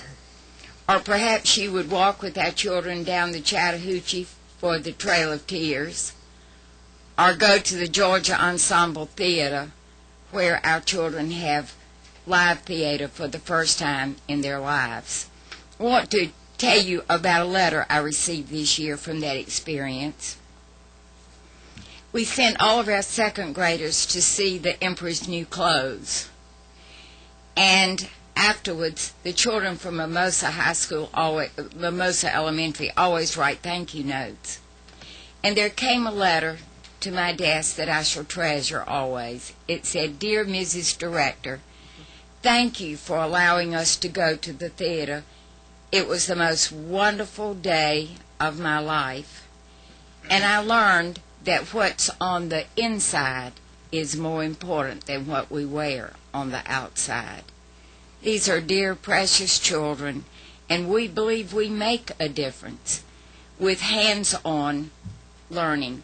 There are children who learn better through participation and who learn visually, and these are the children we think we have the most success with. It is my passion, and about 15 years ago, Senator Sam Nunn let me go to Washington to work with the Holocaust Memorial Museum to bring back some memorabilia for the museum. We have waited and waited and waited and wished for the funds to replicate the attic of Anne Frank, because there's so many wonderful stories in that attic that teach values, and we believe that it would be a tremendous asset to be able to complete that exhibit.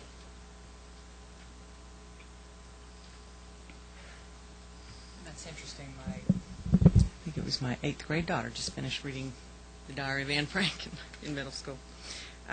So that's what this is for specifically? Yes, okay. yes.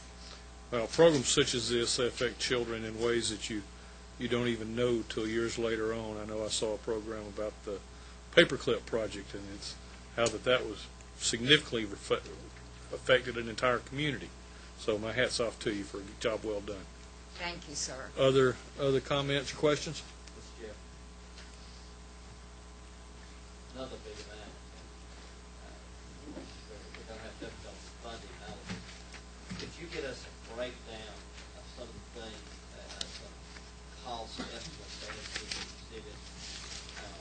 Yes, sir. I believe that's included in that green packet from the gentleman who gave us the lowest bid to build the attic.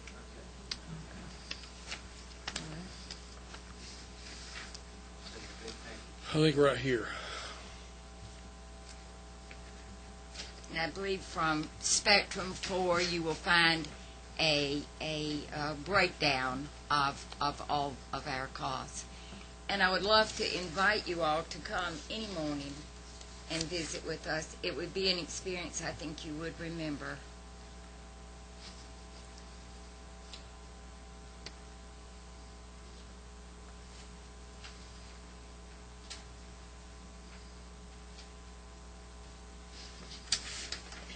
Idly, you might share your spreadsheet with her also as to the list of grant sources.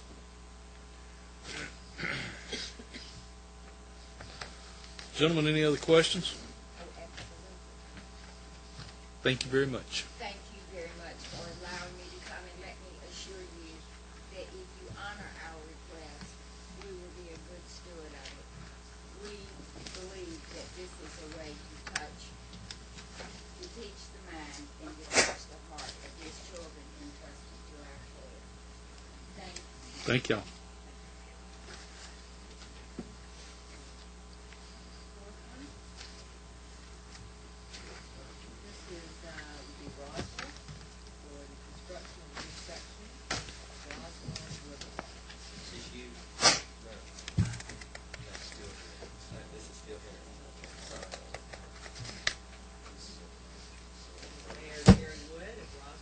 I first want to thank Jan Jones and Harry Geisinger and Linda Willard for supporting all of these great projects. I know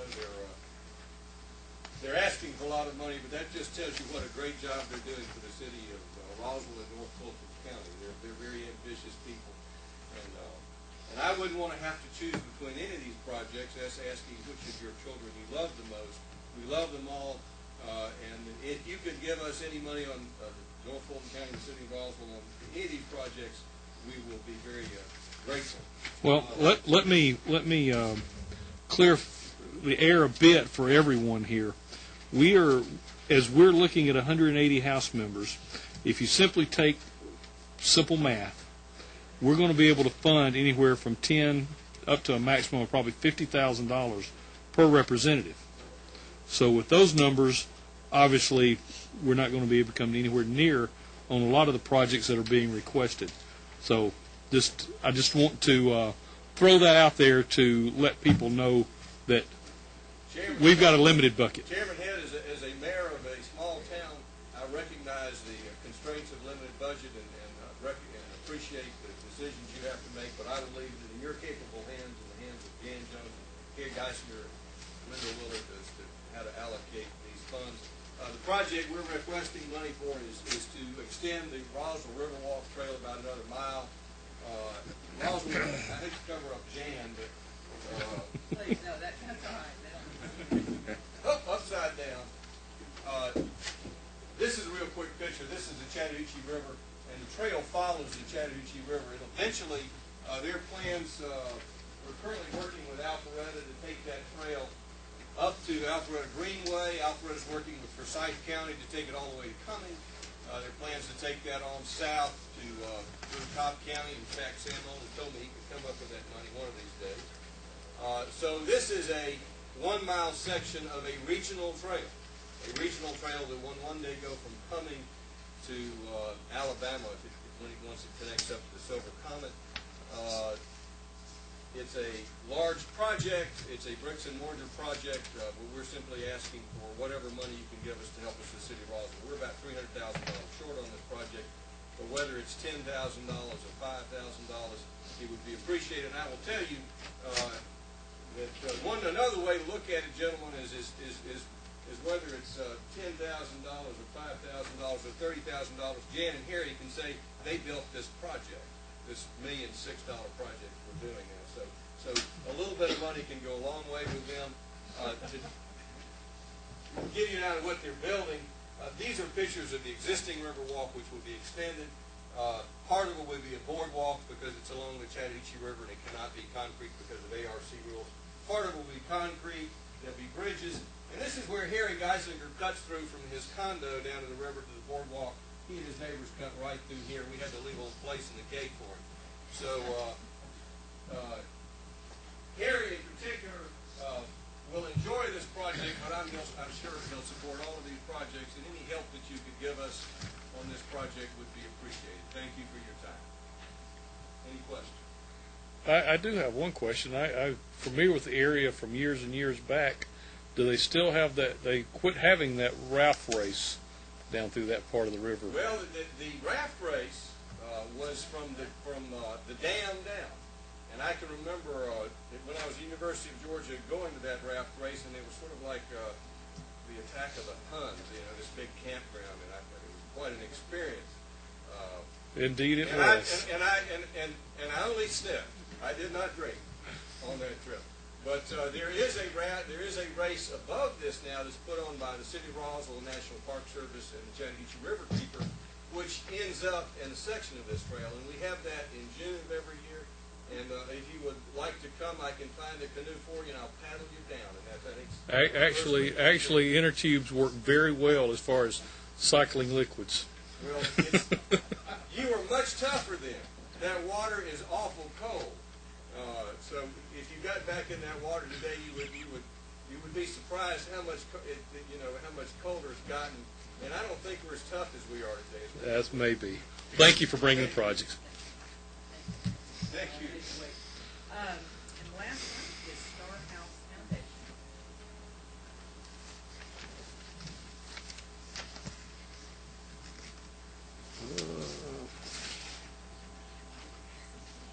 Okay. Good afternoon, Mr. Chairman and committee. My name is Michelle Newton, and I am proud to be the executive director of the Star House Foundation. I'm trying to. I saw that one earlier and I've lost it. Oh, okay. Star House provides after-school support to at-risk children. We serve over 150 students currently, and we have been in operation since 1993. Just in the last 2 years, we've had an increase in our population based on the needs, and we've had an increase of 40%. With waiting lists at all of our programs. Our programs focus not only on the educational aspect, but also on the alternative life choices that many of our students have to face. And in our packet, you'll find a few quotes that I felt like summarize what we do beautifully. Congressman Tom Price recently said that Star House is one of the brightest jewels in our community, providing hope, support, information, comfort, and assistance. They are succeeding in making substantive and positive differences in the lives of young people. Nothing could be more important. Our own police chief, Ed Williams, said Star House encourages school success and alternative life choices that prevent high-risk behavior. I sincerely hope they continue to do their programs for the future benefit of our children and our community. And Johnny Isaacson said that Star House Foundation has a great history of education-based programming for at-risk youth in our very own backyard. Our children need every opportunity for a good, strong education, and Star House helps get and keep many children on the right path to that goal.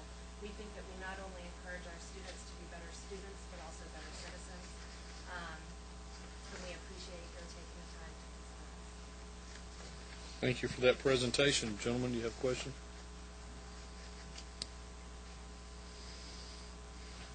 Thank you. Yes.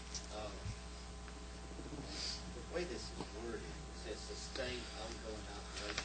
Well, they do have a breakdown back in there that outlines specifics to the, and I think, yes.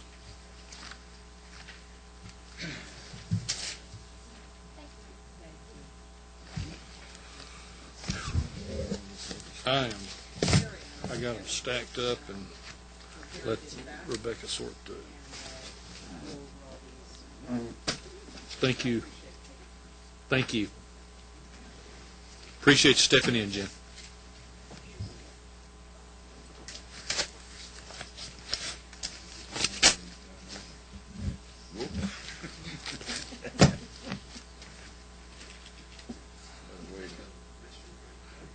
Yeah, let's do that. That's Lynn Walker. He's ready to go. Lynn Walker, come on down.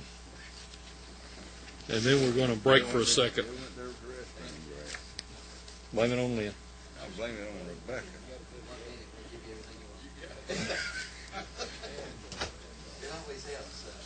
Well, Gerald, don't give false hope, Gerald. We're not going to give him everything he wants. I do want to remind the committee it's more blessed to give than to receive.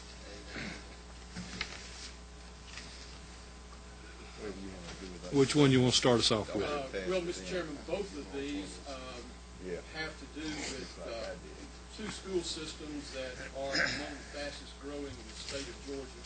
I'll begin with Loganville High School for the Health Education Teaching Complex, which is really in the process of being completed, and this is to also to take care of some of the indebtedness that is within this complex. As you can see, it serves a number of different purposes, not only serving the students and serving as a faculty resource for Loganville High School, but also serving a large middle school that is there in the teaching in the attendance area, and also the Loganville SWAT team also makes use of this facility. And there is also in this facility a large community room that is used for a number of different purposes for our community. This facility has been really built as a result of many of our citizens within Loganville taking part in furnishing volunteer labor and material goods and finances, and they've brought this facility up to its present stage, and we are looking to complete it. Questions on this one? Lynn, if you're well aware of the limited funds that we have to work with, if we're only able to give partial on these, will that they'll be able to bridge the? The next one is concerning Grayson High School, which is in Gwinnett County. Of course, Loganville High School is in Walton County. Grayson is in Gwinnett County, one of the fastest growing school systems, as I said, in the state. And in Gwinnett County, like all the schools, are growing at a fast pace. And this is to complete phase 2 of this project. And one of the major parts of this project is the stormwater and runoff and associated site work that is required to meet the state stormwater runoff standards, and also some other upgrades that the fire marshal has deemed necessary. It also is a facility that has been invested in heavily by the community. In fact, if it was not for the community, neither one of these projects would be completed, but it serves literally hundreds and hundreds of students each and every day, and it also serves, as Loganville High School complex, serves as a faculty resource center for the high school. Other questions on this one? Okay. Oh, what you? So you Collin? That was Grayson. Then you got one for Collins Hill? No. No, Loganville. Some. One's for Loganville, one's for Grayson High School. Yeah. We got one for Collins Hill too. For Collins Hill. That must be.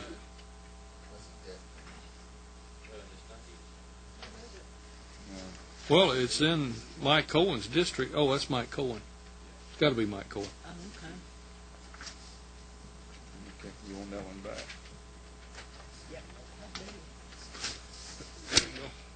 Thank you, sir. Thank you. Look like from that face you've been out playing golf.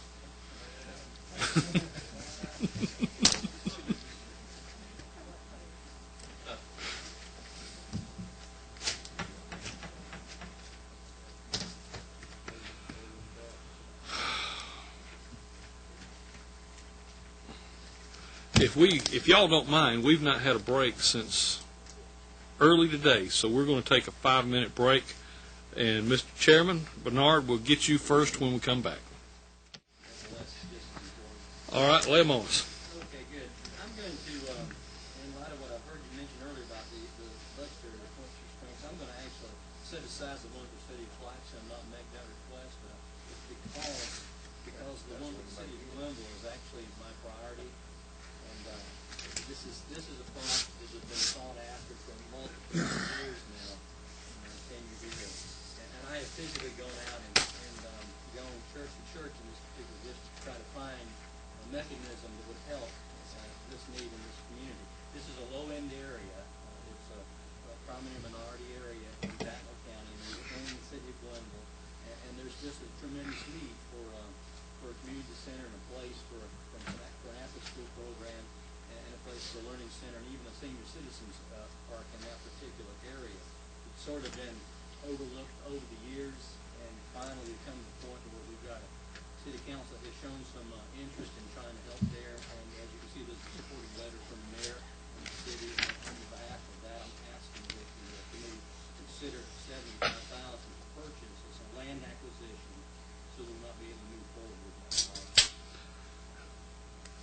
Is there any other funds available so that if we only partially funded it, can they make it happen?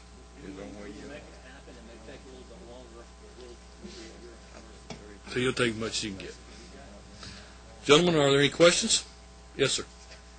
How many acres are you looking at? It's probably about 3 acres. But this is actually in the city as well. Yes, sir. Is Senator going to help you in any way, or is this your request only? This is my request only, but he better help.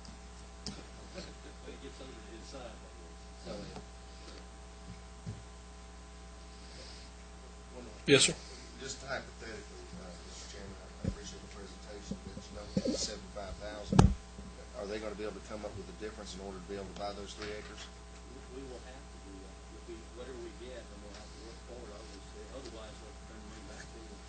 Thank you. Thank you, sir. Thank you, Mr. Chair. See you.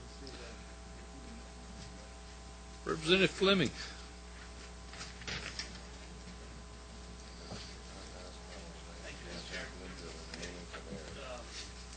I have two that I was going to ask you about today. The first one I was looking forward to, and I'll mention that to you. This is a local assistance grant to the city of Lincoln.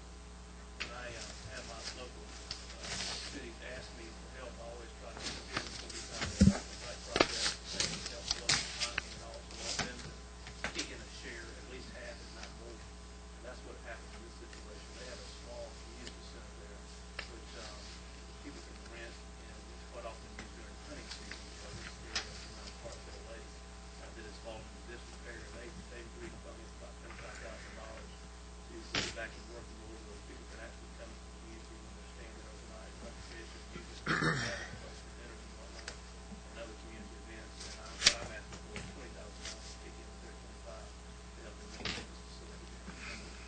This actually helped with Go Fish Georgia then. This is a part of it. Any questions, gentlemen? Moving along. And the second one, Mr. Chairman, that I would bring to you is from my hometown, the city of Florida. The city is putting about $4 million of its own money into a Head Start facility, a family protection facility. Several of you are familiar with family protection. They usually go into parts of the state where the average income is a little bit lower, but there's more need for assistance, and they have after-school programs for kids. They've got a grant for it. They're putting up, like I said, $4 million of their own money, and all they were asking for was $42,000, which is the amount of site grant to actually get the project started. And that's what we're considering. Questions, gentlemen?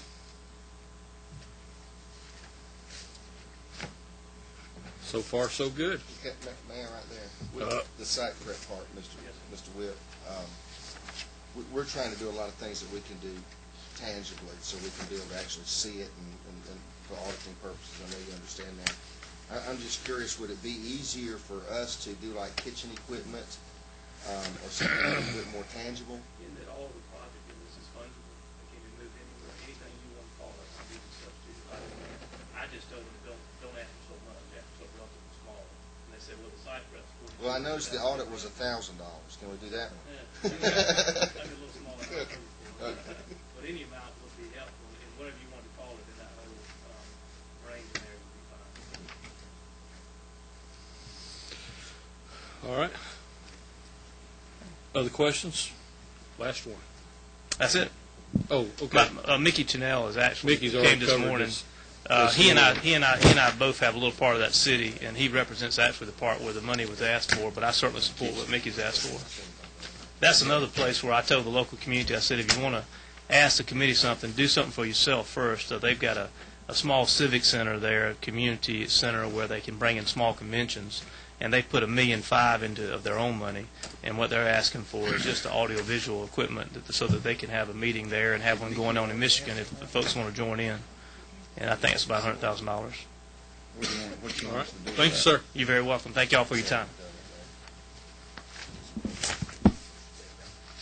Representative Seller, I think you'll be next. Greg's quiet over there. You've been awake. Oh.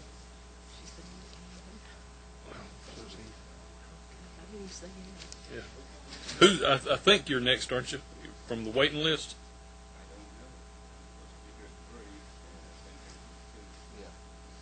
Come on.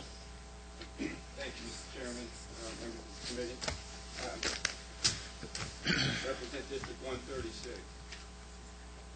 Hold on, we got to get your form up. Rebecca, go ahead and give us the one you had out there while you're looking for the other one. Yeah. Well, we're gonna back you off a second while we find yours.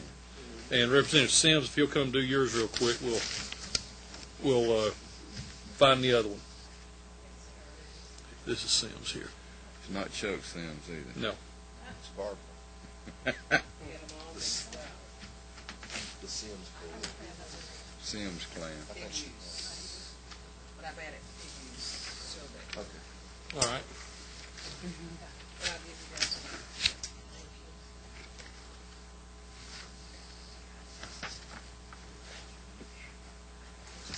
you, Mr. Chairman, and members of the committee for the opportunity to serve as a spokesperson for a group of citizens that have made enormous contributions along with immeasurable sacrifices during their lifetimes in Southwest Georgia, and I'm talking about our seniors.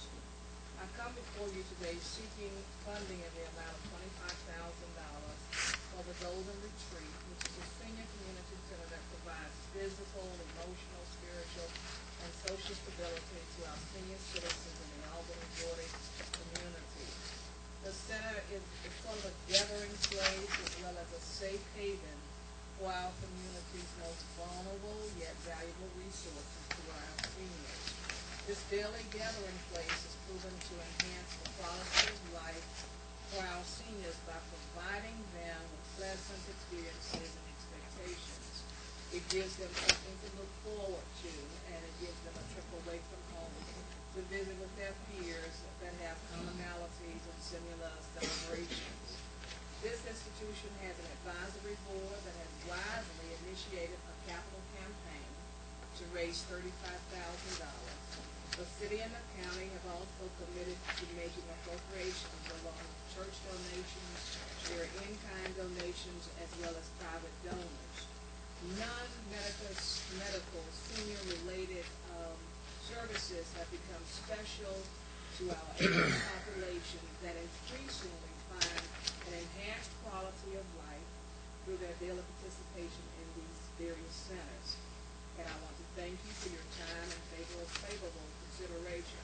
I have highlighted on the budget sheet the area that I would like to see funded, and that would be the containers and utensils that are needed to transport the foods.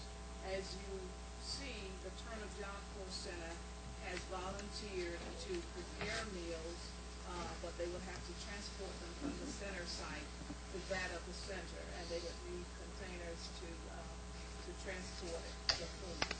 They would also provide necessary utensils, napkins, other little containers that we put the food in.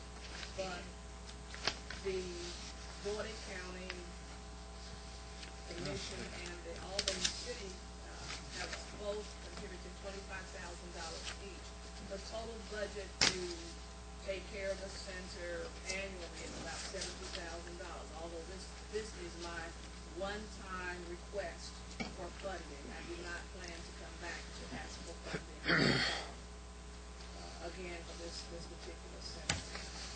Gentlemen, y'all have any questions? Mr. Chairman, and you, on what you've got highlighted, you don't mean food. No, just the utensils. They would need the utensils. What kind of utensils? We're not talking about plastic. No, they have to have special containers to transport the food from one site to the other, and they don't have kitchen sites set there for the on-center.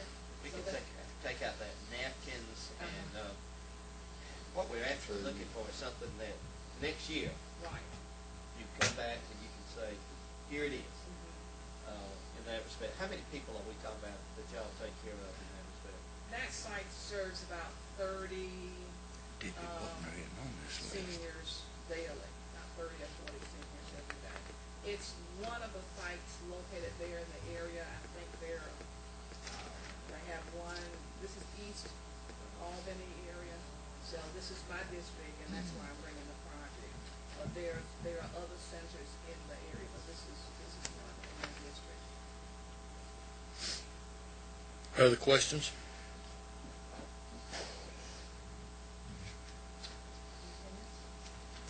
Thank you very much. I appreciate it.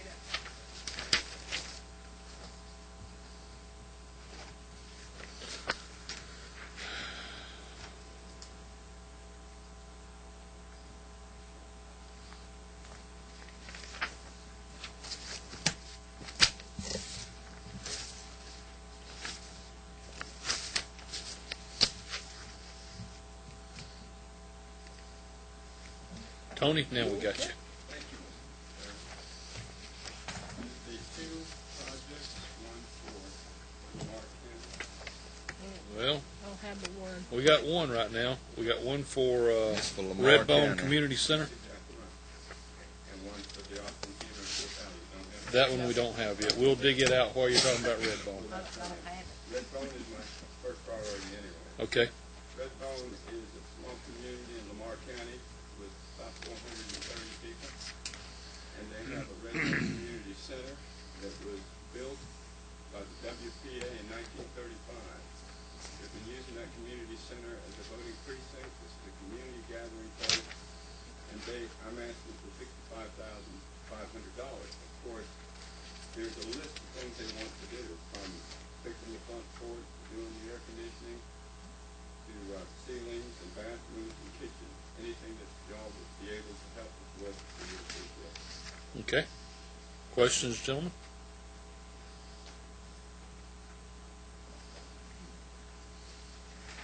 Questions? Once, twice? I do not believe this community has ever gotten anything from the state. They may just have a heart attack when this. I have a question, Mr. Chairman. Yes, Do sir. they plan on having this completely done this year? No, sir. This is a project they have started. They've been maintaining it and painting it and fixing it as a community over the years.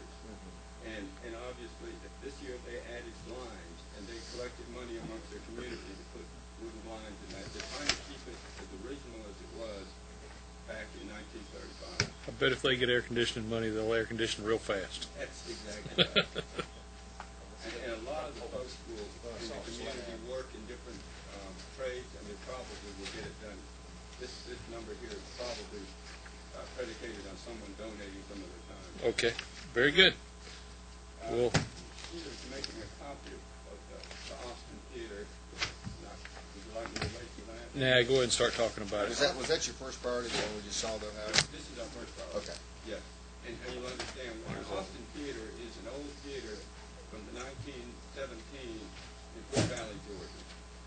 This Fort Valley does not have a community center, if you will, and that was our first courthouse. When each county became a county, our courthouse was in the Austin Theater.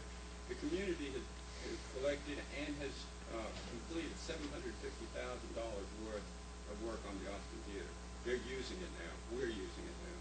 And what they're asking for is $100,000 to put audiovisual stuff in there. So if we give them nothing, they're still going to be using that community gathering place.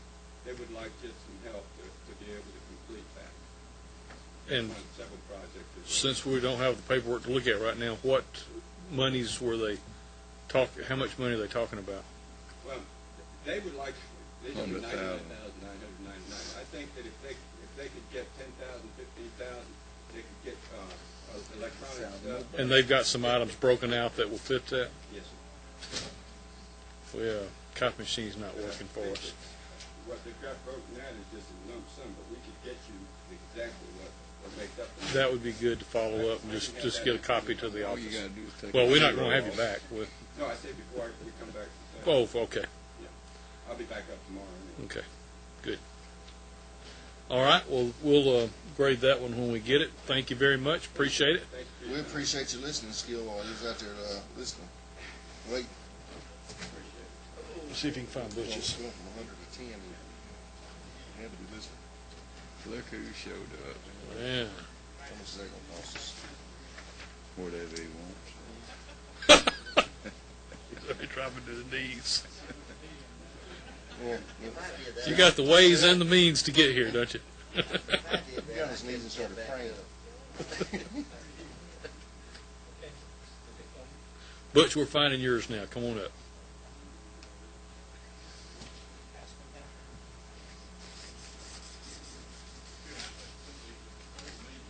Well, the chairman we're bringing on earlier, so because you've got other things you've got to get accomplished. Is every one of these a packet? No, sir. Oh, take one and pass it down. Did you get one? No. I thought it was. That's the rules of order. So you're not breaking in line. We're. I've got several small requests, and I'll just highlight y'all got the paperwork. We're getting it. Just one request? Several, he said. We We've got the 3 here now. So how many are several? Well, I've got we got. I've got 3. How many are there total? Here's a $10,000, and you have that. I've got 5 now. Does that sound about right? I got 4. Johnson County. Now I got 5. I've got 3.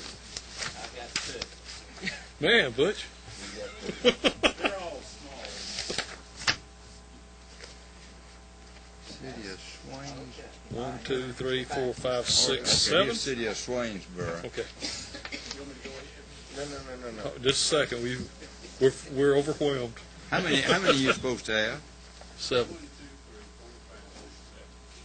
How many I've got 7. I've got 6. No, I got 7. Excuse me. Butch, what we want you No, to I do got is, 6. as you present them in your priority of how you would like to see monies come. Unless you want it all evenly distributed amongst them, and then we can do that too.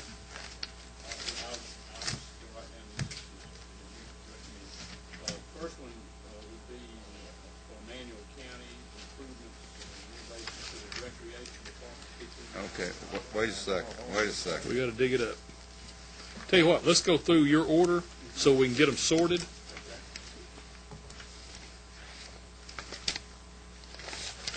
The first one is Emmanuel County. Okay, I don't have that. I don't have that. I don't have it either. I don't have that one. Oh, man. Yeah, it is. Emmanuel Arts Center. I don't have that one. That was on top. They all stop there. City of Swainsboro for Emmanuel Arts Center. I was looking for Emmanuel County. All right, so City of Swainsboro. Emmanuel Okay. Arts Center, right? That's number 1. Right.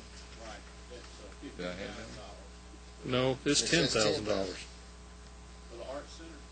Yep. This is for the recreation. Here's a Emmanuel County Recreation Department, $15,000. Looks like that right there. The City of Swainsboro. So Okay. hold on. Is the arts or the recreation number 1? Recreation. That's number 1. Okay, what's number 2? The City Hall, $15,000, ADA improvements. Who is that for? City of Swainsboro. $15,000 again. City of Swainsboro. Yep, it's got ADA over on the right side. Third one is $10,000. Wait a second. That's the one we tried to hit on a while ago. Wait a second. Which is the second one? ADA That one right there, inside. one ADA way over there on the side. Okay, that's the one I'm missing. Well, we've got plenty of. Just hand me one of them. See which one. Anyone in particular for more? See which What's the 4th one? Oh, the ADA. Kennewick County, City of Oh, Meadow. the ADA I'll one. find you that. Renovation improvement to Historical Society, $15,000. City of Meadow is the 4th one. All right. I'll get you that. I still didn't get the other one. I'll get it for What was the second one? you. ADA. Okay, what's the third one? City of Johnson County. I got two copies of that. Well, I got 2 Johnson County. Here's your ADA. That's number 2. I think I got 2 copies of the same thing, okay? Jackson County.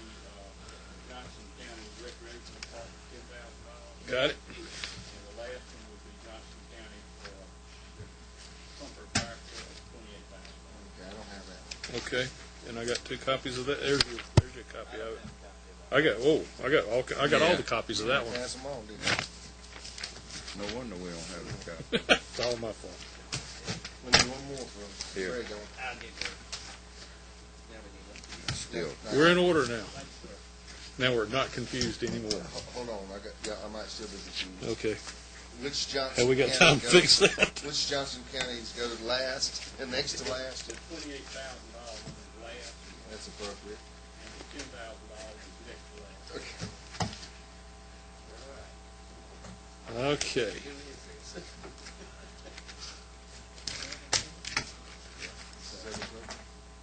All right, Mr. Chairman, crank it. Well, you're going to present them, aren't you? Well, we've just sorted them. You just getting started. Now you got to present them. Okay. Yes.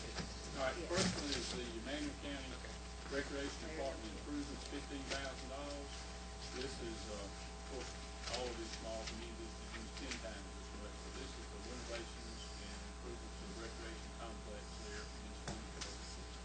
Used by hundreds and hundreds and hundreds of, very close to the older. What's it actually buying?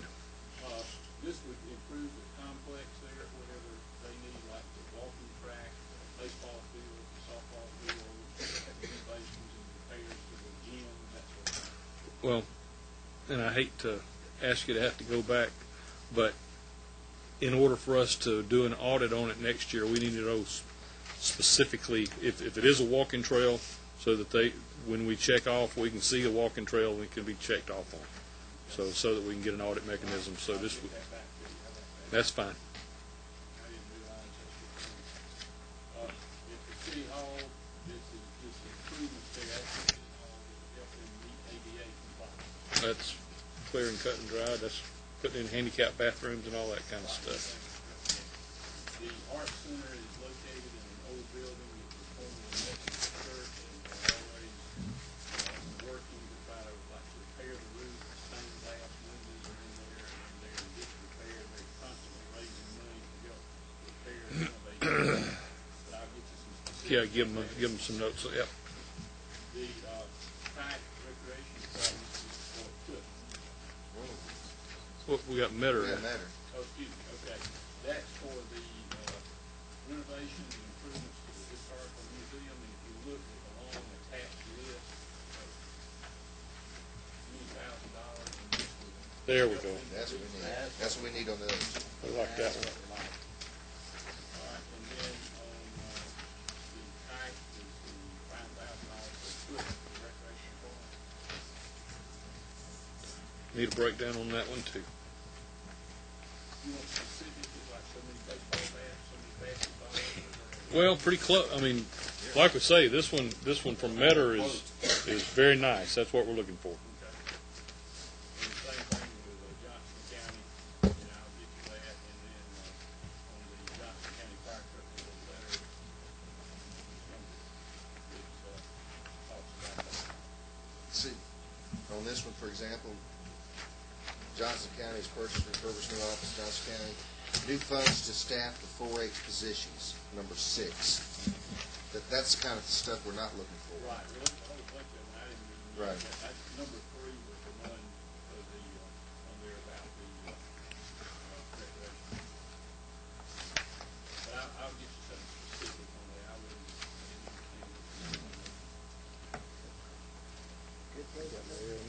Sorry. Got another one, don't you? That's it. Thank you, Butch. Thank you. What about the comfort tank? The fire truck? Did he present that one? There's a letter with that. He spoke briefly on it. Okay, thank you. Jump from 4-H to... All good projects. All we need is money. Chairman O'Neill, we're ready for you. Chairman O'Neill. He's not ready for us. Long distance.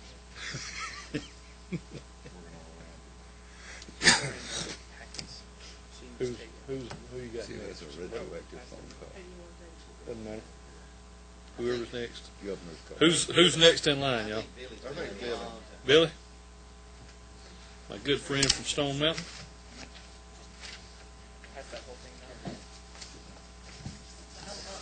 Oh, All of that goes.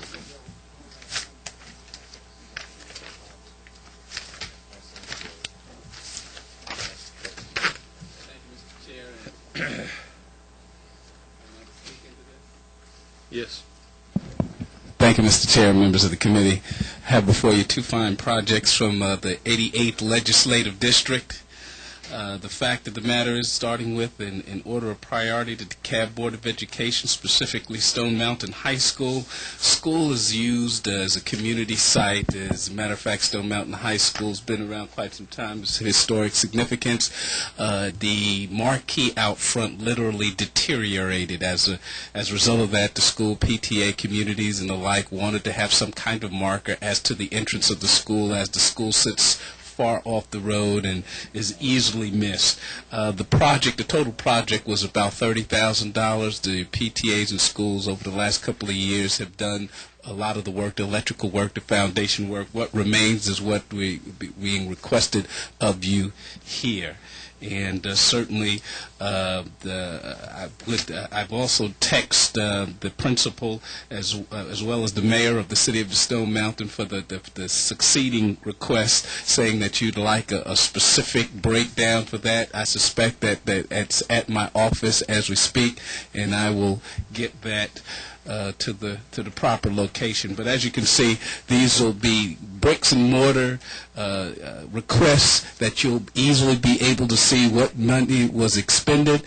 Certainly, there's a great community benefit, even economic development, as it spurs interest in that particular area of the community. Any ongoing cost will be absorbed by the school system, and as I said, there was a local cost sharing, and certainly the civic and personal pride and responsibility that will endure as a result of this project is immense.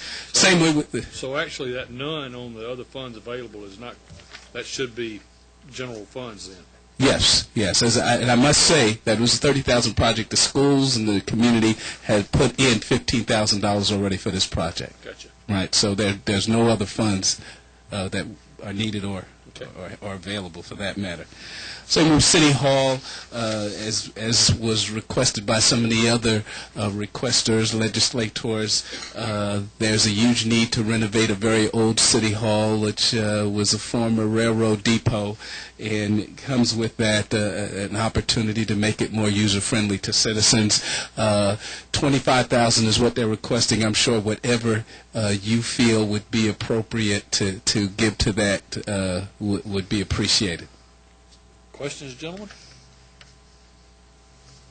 Thank you. There's one more grant request. The Billy Mitchell Foundation does great work. $1 million. We can fund that one, but it might get you in jail. You want to join Diane Harvey, John? We don't do, I don't know if we do for-profits. Thank you so very much. Thank you, Billy. Diane used to get that kind of money. Whatever amount we feel appropriate. What we do, just run O'Neill off. He was on the phone. He got a phone call. Pat Carter, you want to do her name? No, we need to do chairman. Oh, I didn't see him walk in. I'm sorry.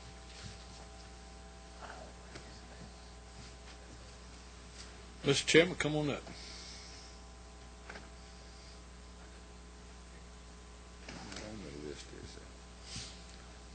Mr. Chairman, members of the committee, Bear with us while we get your forms All right. distributed. At least you came on up. O'Neill's left us. He got later data. do I get his allocation? Allotment.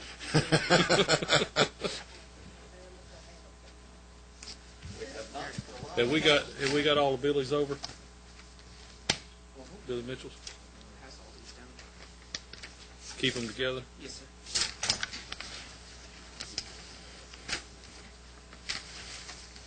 Yeah.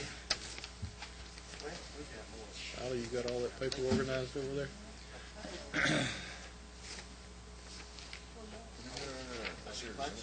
That's it, that's yours. Close. All right. As you might not have heard, if you will, present in the order of priority that you would like to see us fund them in. All right. Mr. Chairman, thank you very much. I had two requests. One, in order of priority, Fannin County School District, $60,000 lighting for middle school athletic field. Currently, there is no lighting for a baseball facility on any of the regulation-size fields in that county. They're hoping that with this they can derive a little economic development benefit from hosting some area and regional events, and they, at this point, don't have any other funds with which to do that, and so I would ask your consideration of that request. If we can only partially fund that, can they make do with? I'm sure that as long as it's a fairly good portion, they could make do. Yes, sir. Okay. Mr. Chairman, is this out close to me? I will be sure that they turn the lights in your direction, Representative Royal. It's at the middle school, if you're familiar with where that is. That's on the part of Blue Ridge next to you. Any other questions? Other questions, gentlemen? All right. Thank you, Mr. Chairman. The other one is from the Gilmer County Board of Commissioners, $50,000 for actually what will be a temporary but part of a permanent animal control facility. This has become a huge issue for that county as it experiences rapid growth in the last few years. They have appropriated $60,000 in local funds, and they have a SPLOST that is going to be raising the cost of the actual permanent facility.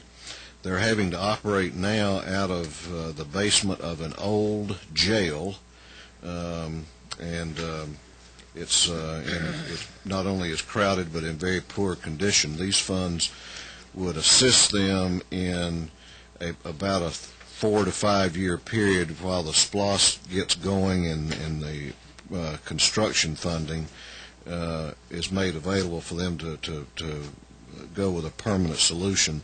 And they, as I said, they have already contributed $60,000 of local funds toward that. Questions?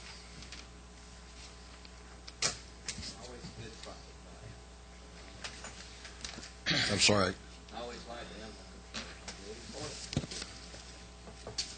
Especially the people in North Georgia. Thank you. We have special long-term visitors, too, and guests. Thank you, David. Thank you. Thank you, members of the committee. Thank you, Mr. Chairman.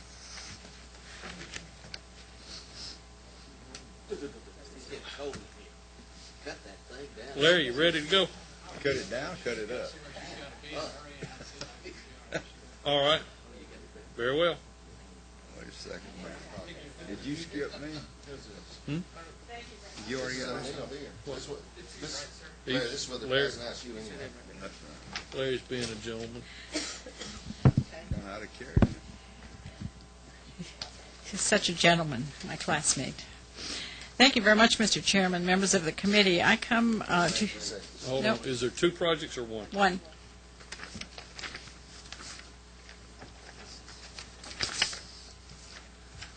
Hold on. Let's get Ralston's. We're about to get confused here. We passed Ralston. Have we already passed Ralston's over? You got Ralston's there?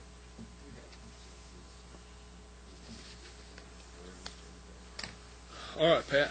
Thank you very much, Mr. Chairman. I come to you with a grant for kind of a crisis for Project Interconnections. Project Interconnections is a partnership in the city of Atlanta and DeKalb County, which develops housing for people who with mental illness who otherwise would be homeless. And one of the things that's happened with supportive living, Project Interconnections has 4 projects, 2 in the city of Atlanta and 2 in DeKalb County. And the one particular project called Phoenix House was built around an old Victorian house in East Point, just out of my district. And it provides permanent housing for people with mental illness. About, I think there are 79 people there now who are in various kinds of housing arrangements. The problem that's occurred with these supportive living projects in recent years is that the service dollars come from their Social Security checks. They pay rent. But the mental health services that are required to keep these people stabilized, the state has cut back on the funding. So Project Interconnections has had to take some of its capital expenditure set-aside money and put it into providing supportive services while we work through with the Department of Human Resources about how to get funding for those supportive services back.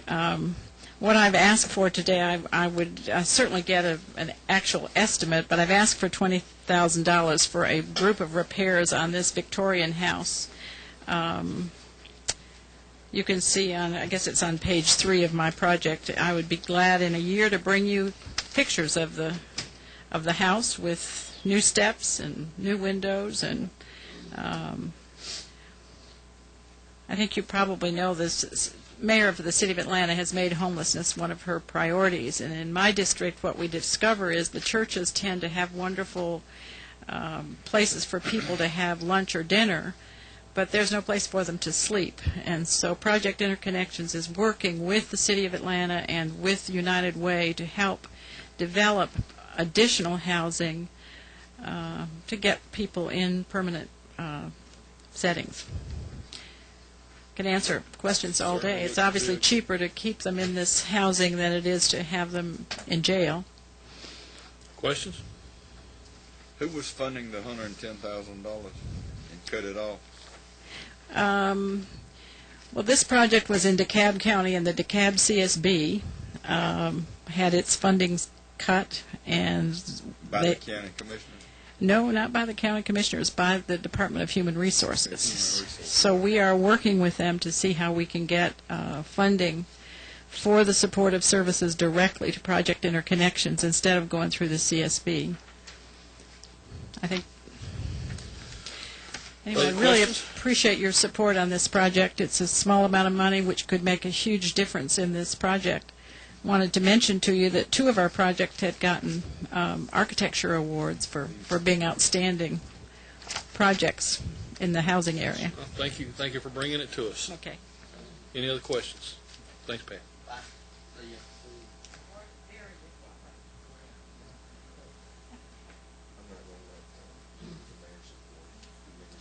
What time are we going to eat today? 6 o'clock. That was my point.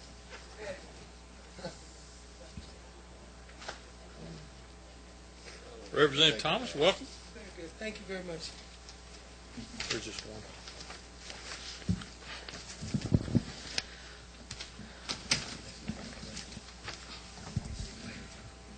Appreciate you bringing this before us. We've been here since 10 o'clock this morning, so if we're punchy, bear with us. All right. Well, I'd like to say thank you very much for the opportunity to present before this distinguished committee. I think that since things are winding down, I think we probably saved the best for last. And the project that I have to bring for you is a project of the Salvation Army Boys and Girls Club, and this particular project is in my district. The Boys and Girls Club in my district represents the following communities. It serves English Avenue, Vine City, Herndon Homes, Maddox Park, and Bankhead area.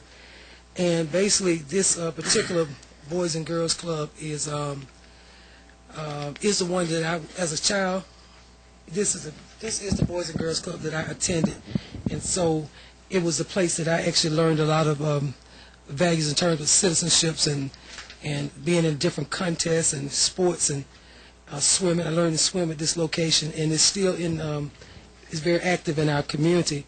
Today it serves about 410 youth. In the old days, it used to be absolutely free to go to. Now I think it's just still about only $10 for kids, $12 a year for kids to go to the program. education is important in that particular area of my district. We have some issues around test scores, and the kids' reading levels are sort of below the standards in the city of Atlanta. And so the idea was to put in place a learning center in this particular location. And what the request is requesting 15 computers with support equipment, which would be what it needs to network to put this system together. We think that it would have a huge impact on the kids so that they can actually have learning from another perspective rather than just some of the after-school work that's being done at that particular area. And so my request is for a $25,000, and this is the only request that I have, and we think that it'll go a long ways in terms of making impact more in at least 4 different communities in my particular district. Members, got questions? Great project. If we could have a little more breakdown as to what you would be spending, the $25,000 for, would give us a little breakdown. And Rebecca can take that from you. You don't have to come back for it. Okay. But basically, what I want to just put on the record, though, what it is basically just buying computers with the printers, and then when you have a network in place, more than so many computers, you have to put some support technical, I guess, wiring in place just to connect those. Give us a quote estimate. Okay. Something for us to track next year when we do an audit. Okay. Very good. Okay. Thank you very much. Thank you very much.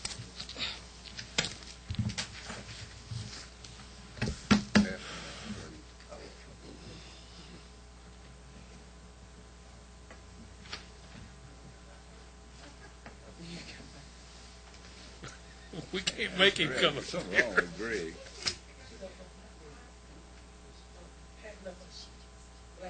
Somebody left it.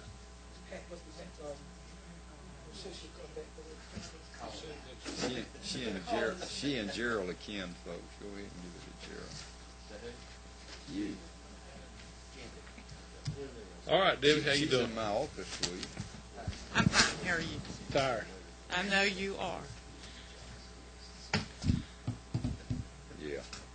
You got one for Debbie, brother?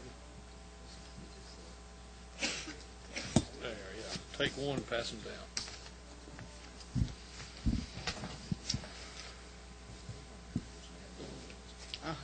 No. All right, talk to us. Okay. The Strasslevert Community Building was built in 1855 as a finishing school for girls, and over the course of the years, it's now the community building.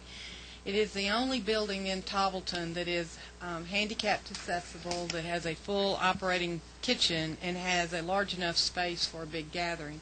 Our development authority would like to use it for their annual meetings, for meetings when and if we have any companies come in that want to locate in the area to have luncheons, and they would like for it to be fixed up where it's a little more presentable. The community, we have, like I said, made it handicap accessible. We built the ramps, we have put in new bathrooms, we've done some painting on the inside, and then we sprung a leak in the kitchen, and we've got the money that was set aside to do some painting, we've got to do the roof with now. And the building is very, very tall, and the painting estimate's rather high because it's so tall. Old Greek revival style temple, very tall. So anyway, the cost of the painting and the total amount is like $27,500, but they have raised $10,000, so they're asking for the remaining $17,500, and would be happy with anything that you could do to help, and we'll work hard to raise the rest of the money.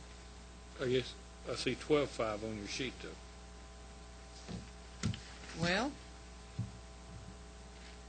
that's what they asked for. I don't know where I got $17,500 from. I'm sorry. Well, I see $17,500 on the cover letter. On their sheet, yeah. On the yeah, it's got to be. Yeah. What do you want? 12 or 17? Debbie, I'd like to give you 17. Okay, I'll take it. Thank you. That's not usually a hard answer for me. Take more, if I could get it. Any questions? Thank you. Thank you, Debbie. Oh, Debbie, Senator Hooks is not going to answer me on his side. Not unless it's for relief from what can't go Thursday night. And he's already... He's good with this, as Landmore James, who represents the areas as well. But still project. Chairman O'Neill. Mr. Chairman, members of the committee, what a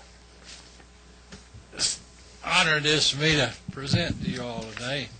I have 681 very good projects here, all worthy, and have ordered some dinner. We're working on that. I've got them in order. And the first one is I'm asking for. Yeah, you do. The first one is they're paper clipped together. Yeah, they probably are right now. Okay, we passed matter of good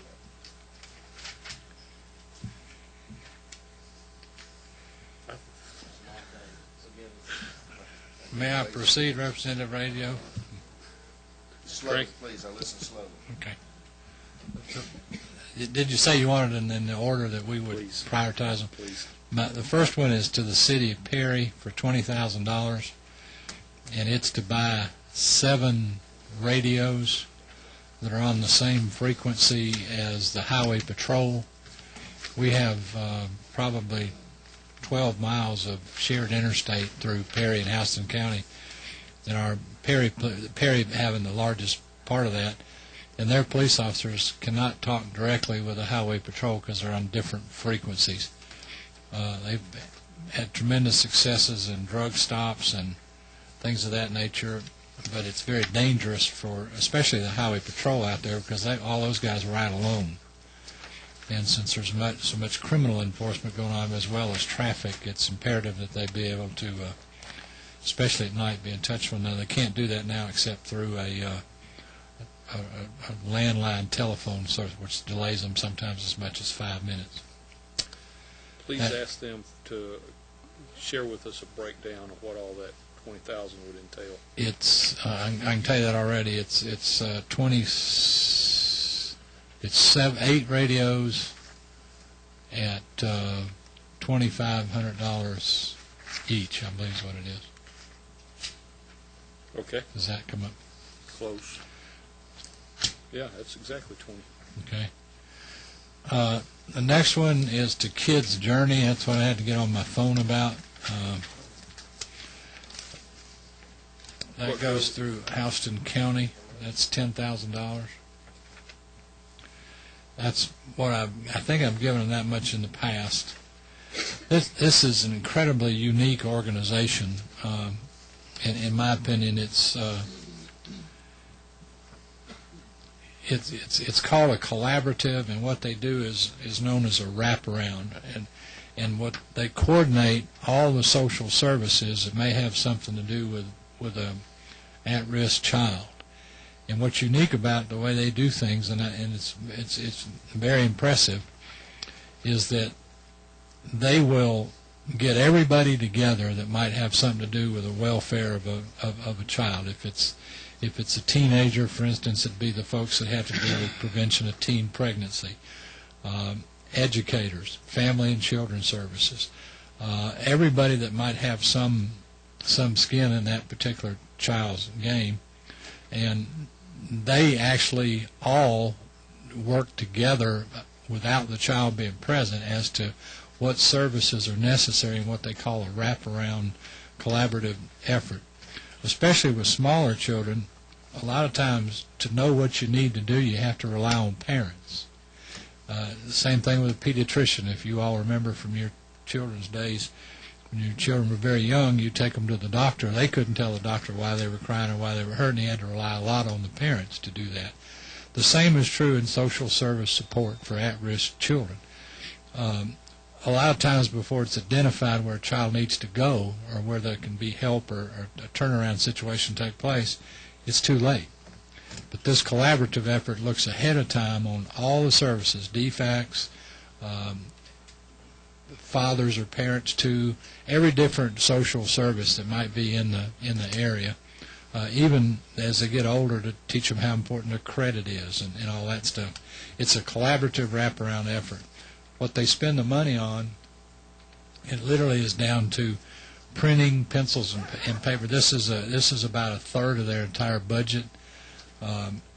It's the brochures about teen pregnancy, preventative brochures, I might add.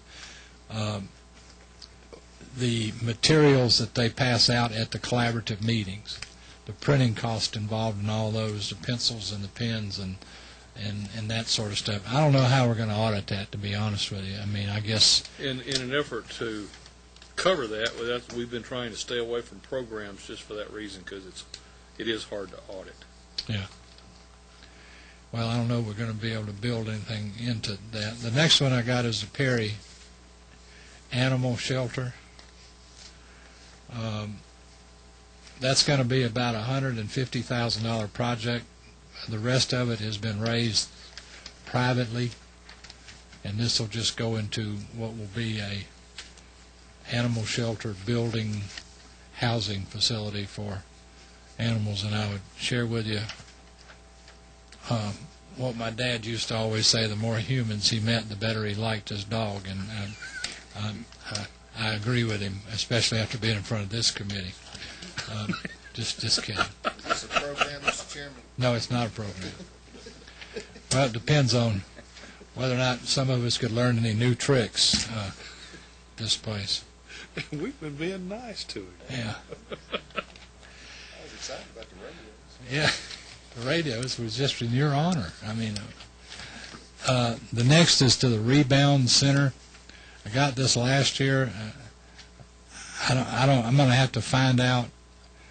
Again, this is a program that deals with re-injecting convicts back into society, and those are operational funds. It's at a very, very low level, and probably is not going to be possible to do much of an audit on that. That's the Rebound Center? The Rebound Center, and last in my order is library books. I have 3 libraries alone in Houston County. That's actually one we can audit and track. Well, those will all be spent on books. $5,000 there. If you would, tell them we do need on the space animals thing, that $10,000, just give us a breakdown on what that is. Leash? No, it'll be in a building. Yeah, It'll be part of the construction cost. Yeah, just a breakdown of what it goes for, so that we'll all get a one-time thing, not right. Operations. Right. I understand that. All right. Thank y'all very much. Y'all got any other questions for the? Did a great job. Oh, yeah. Man of extraordinary. Believes in animal control. Would have been here sooner, but I'm too busy with my committee getting all y'all's legislation through. Some of it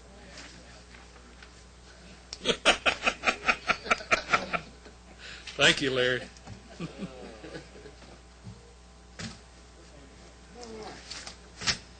Chairman, I move we adjourn. Well, I'd like to myself.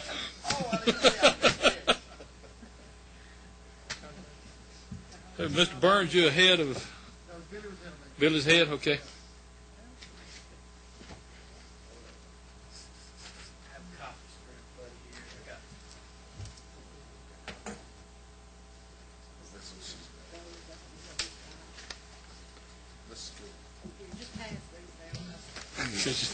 I think he threw this one to you. I've got copies.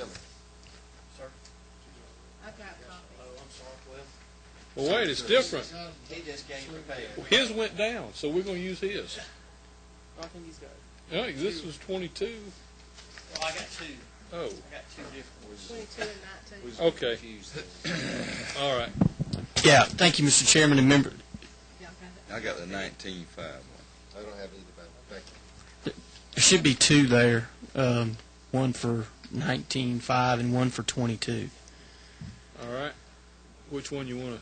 Which one's your most favorite? Mr. Chairman, I have two requests. They're both very simple, and they both happen to be the same thing for two different places, so I would address them both at the same time, if that's okay with you.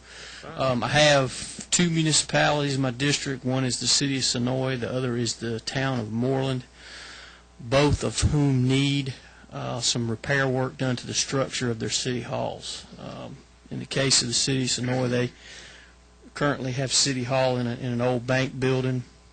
Don't recall off the top of my head how old it is, but it is rather old. As you can see from the correspondence they sent me, there's significant rot in the roof structure of that building. They have requested, or the estimated cost of their project is $22,000. They have already put forth $13,000 of that towards the project, and would like to have $9,000 to complete the project. The second...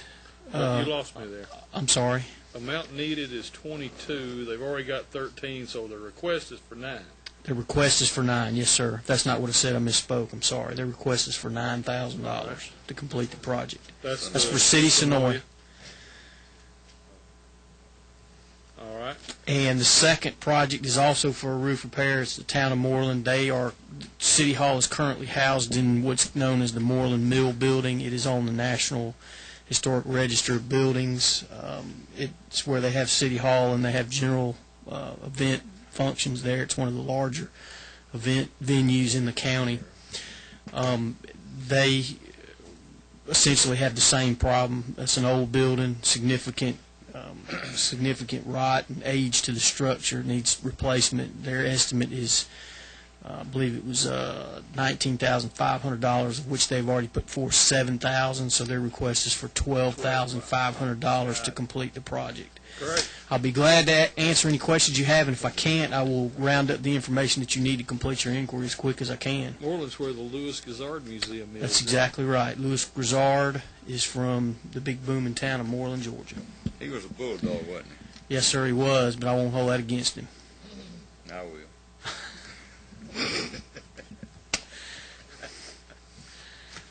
Any questions? All right. Mr. Chairman, thank you. Good job. Thank you. Good job, very reasonable. All right, Mr. Burns. Mr. Chairman, I won't talk as fast as I did last year. Mr. Chairman, this is a two-bird kill here. What? It is. Say again? We're going to kill two birds with one individual. Oh, okay. I have the dubious honor of representing Chairman Lane on a couple of his bills, if I may be granted that privilege, Mr. Chair. Lane, huh? Mr. Lane. You mean can we do that? Get somebody to be our proxy? Our pinch hitter, so to speak. All Proxy, right. is that a good word? I guess y'all have those for Bryan County and Bullitt County? Here's. You don't have those? I've got a Jenkins County. I've got a Jenkins Would County. y'all prefer for me to do those first, I want Rebecca? you to do them the order that you want us to consider them. I was going in alphabetical order. No, don't do that. Well, if you want to do them in order, I want you to consider them. I'll do mine first and not do his till second. I understand. Makes sense. What I do. I'll start with, do y'all have Effingham County? What do you have in front of you? I'll start with And that. how much? Give us an amount. This is a request for $50,000. Historic preservation. That's it. All right. It's on top Effingham. of the file. Effingham. This is one that will come from Senator Jack Hill and myself. We've gone through it, waded through a lot of those as y'all, and didn't saved y'all the agony of considering a stack about an inch thick. This is the only one we're bringing from Effingham County that I know of, unless he has something else. Is Senator Hill going to be making a request himself on this? He will. So how much are you requesting, and how much is he requesting? I think we were both requesting the same thing, same amount. $50,000 each for a total of $100? No. So you're requesting $25,000. Yes, sir. Okay. So let's make the note on there, $25,000. I think that's a gracious plenty. If we could get part of that, we'll be doing well. All right. That is a good project. As y'all know, Effingham County is a historic county down the coast, home of the first governor of Georgia, John Adam Troutland. And they have done a fantastic job They were given the old county jail a few years ago. They used that for their base, and they've come back in and had several buildings donated to them, and they've really done an outstanding job of renovating those buildings, bringing in Hart Pine as they've torn down additional structures to come back and keep them in their original look. Been there several times and was there last year for a dinner during the summer, and like I say, it's good. They've done a good job. They've done a really good job of two things that I like. They've done a good job of raising their own money, and they've done a good job of spending the money when somebody gave them something, when somebody granted them some money, whether it be the counties or whatever. I don't know about y'all, but I really have a lot of heartburn, and I'm going to give you one in a minute from one of my counties where folks don't spend it. Looking at this photograph here, we had a project up in Gwinnett County where we did historic preservation on an old 1800 sharecropper house, and we expended a lot of extra money so that it could be renovated in a historic form where they used old barn. I mean, they were just over the edge on me. So how does that handicap ramp play into that? Now you have to help me with that, Mr. Chairman. Front I see it right there. Yeah. How do they justify having a handicap ramp? Because I bet it wasn't there when it was. I kind of believe you're probably right. One of my neighbors who died the other day said, when you see a handicap ramp going up to a house, you know somebody's fixing to die in that house if you go that far. But I'm not sure, but they've done a good job of blending it in. They have a guy down there that's volunteered and does all of their carpentry work as a carpenter, and obviously as a carpenter. And I've been really amazed at the quality work he's done. And I was at the historic banquet a couple of weeks ago, and he's got a young Mexican gentleman that's working with him that's really, and he's almost adopted that kid as far as the work they've done. They've done a lot of work there. They've the city and the county bought in. The historic society is really, they raise a lot of money and they spend it wisely, and they've had a lot of donations from historic homes. They just moved a 1700s barn onto the site. And they're getting ready to fence the property, which you see in there. The county's giving them some money to fence the property. Y'all got any questions on this project? John, you ever been to Agorama? No, I haven't, but I would bet it's a lot like it. And you said about the house they moved. They've come back in on the inside. I didn't pick up on the ramp, but it looks like the original time. They've got it cordoned off where you can look in the rooms like they do museums, and it's all dated to the era. They've done a good job with. This is the first time they ever asked for any money that I know of from the state. All right, what's next? What do y'all have? Jenkins County? I can do either one of them. What's next on y'all's? Whichever one you want. Jenkins County?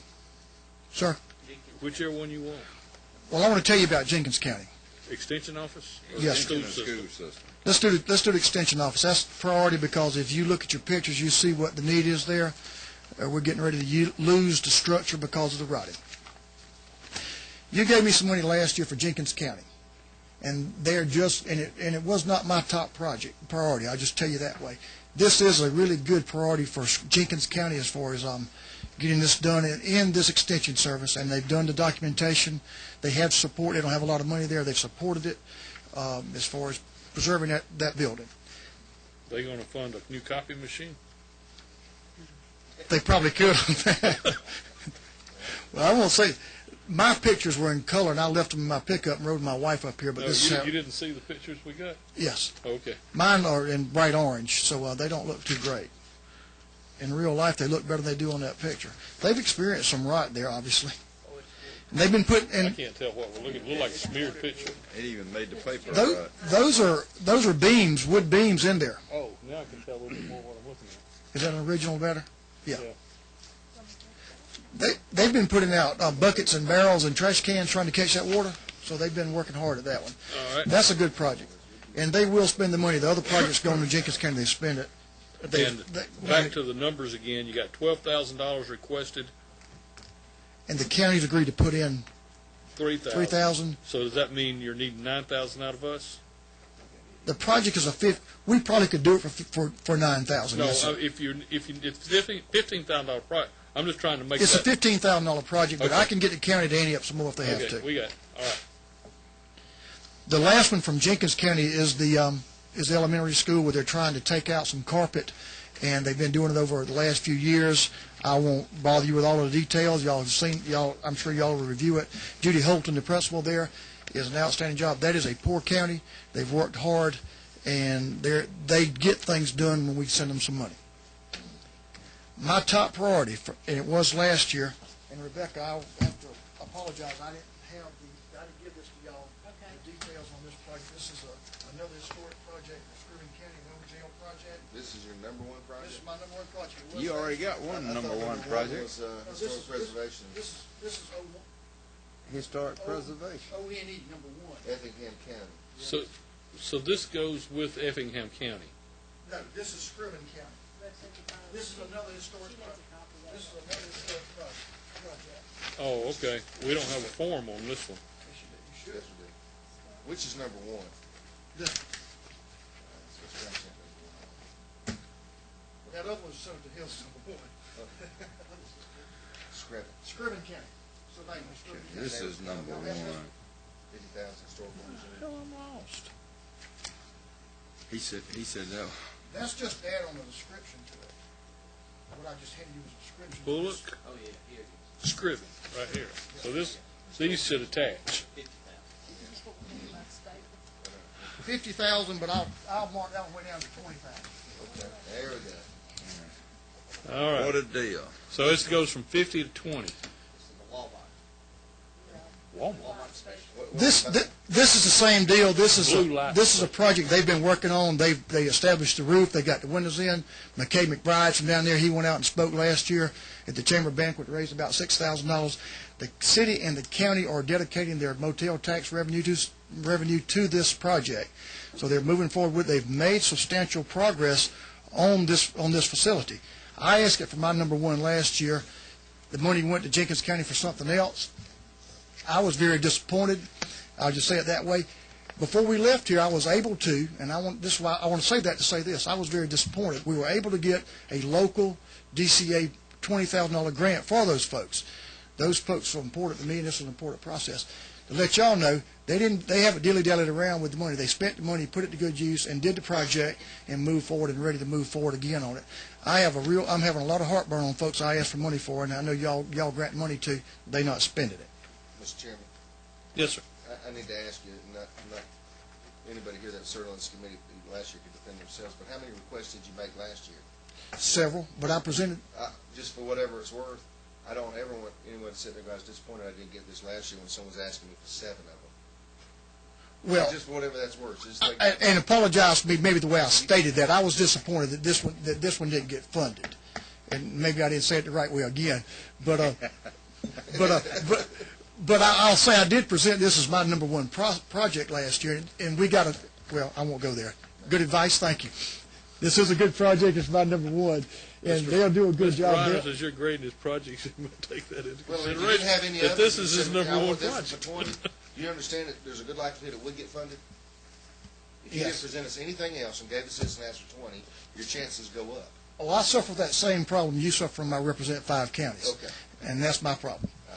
I understand. And so that's the ditch I fall into. We're reading between the lines. I understand. Y'all all know what it's about. Now you're helping out. Oh, no, we got one more Burns here. That's it. Maintain and build duck. That's the bottom of the list, but I'm going to present that one. That's in Bullock County. That's along with Bob's. Okay. Yeah, let's do Bob's. Let's do Bob's. But Thank you for your consideration on those in District 157 that are in Effingham and Scriven and Jenkins. How many projects you got total? Yours, Burns? 3? 4. He's fixing it. No, you're going to get some more. Where did the Jenkins County School Board? I mean, That's the last one of mine. Oh, that's my one. fourth one. I have one for Effingham, one for Scriven, and two in Jenkins. Have you got 4 of All Bob's right. projects? Yes. Okay, Bob has 4 projects? 4 more, yes. Okay. All right, That's great. And I did tell Bob Lane that John would cover for him, so And I'll be blame it brief. on me. Told me that he was, he had asked, you and I go to the applicant to it, and you even agreed to that? I'm sure it'd be much more effective if you did it. No, I doubt it, son. Not at this late stage.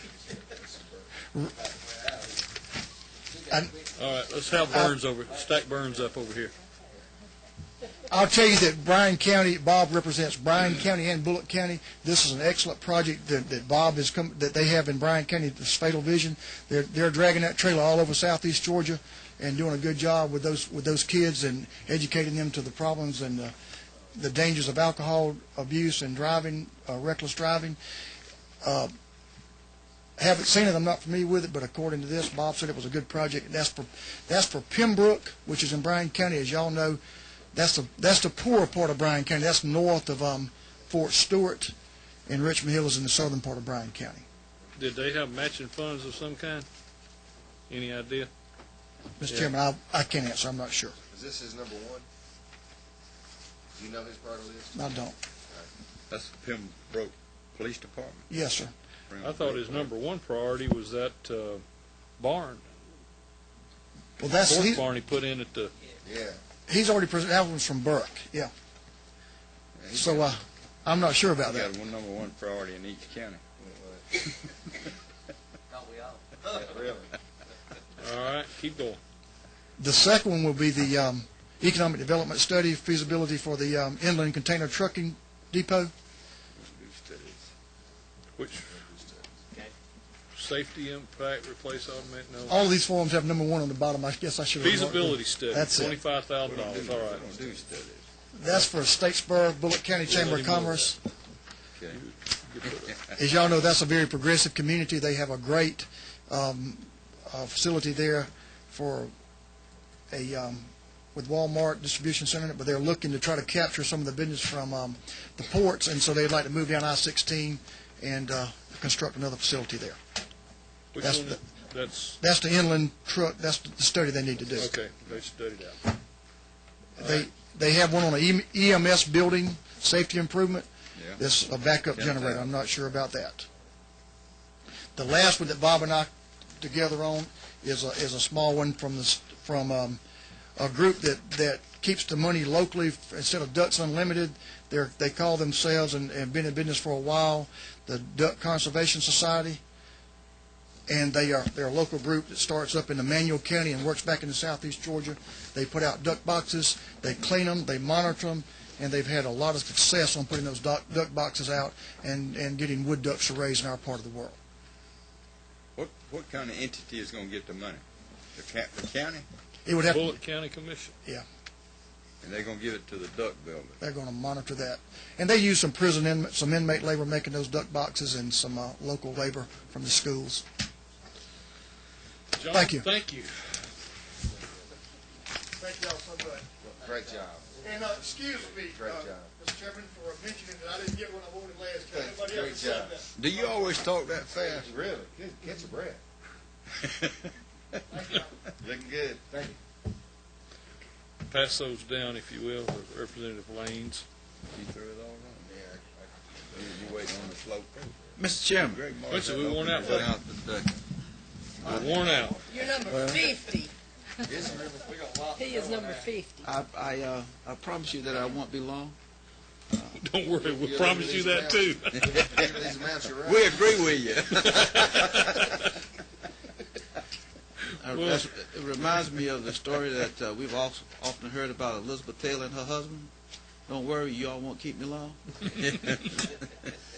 Mr. Chairman and gentlemen of the committee, I've tried to prioritize the application that I have, and in doing so, I found that the first three, beginning with the lowest amount for the neighborhood enhancement department, the CSRA Community Outreach Initiative, and the East Augusta Community Development Corporation. These programs are designed to help at-risk kids. Mm-hmm. We have a significant number of kids with some issues as it relates to doing the appropriate work in school.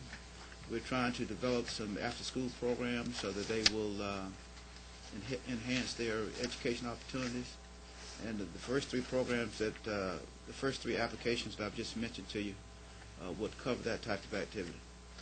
Representative Murphy, I want to share with you initial thoughts, and we have made it across-the-board rule that we don't fund programs. However, with your first request, $4,061, I look back to the back, and I see backup showing an itemized breakdown of what specifics this program is covering.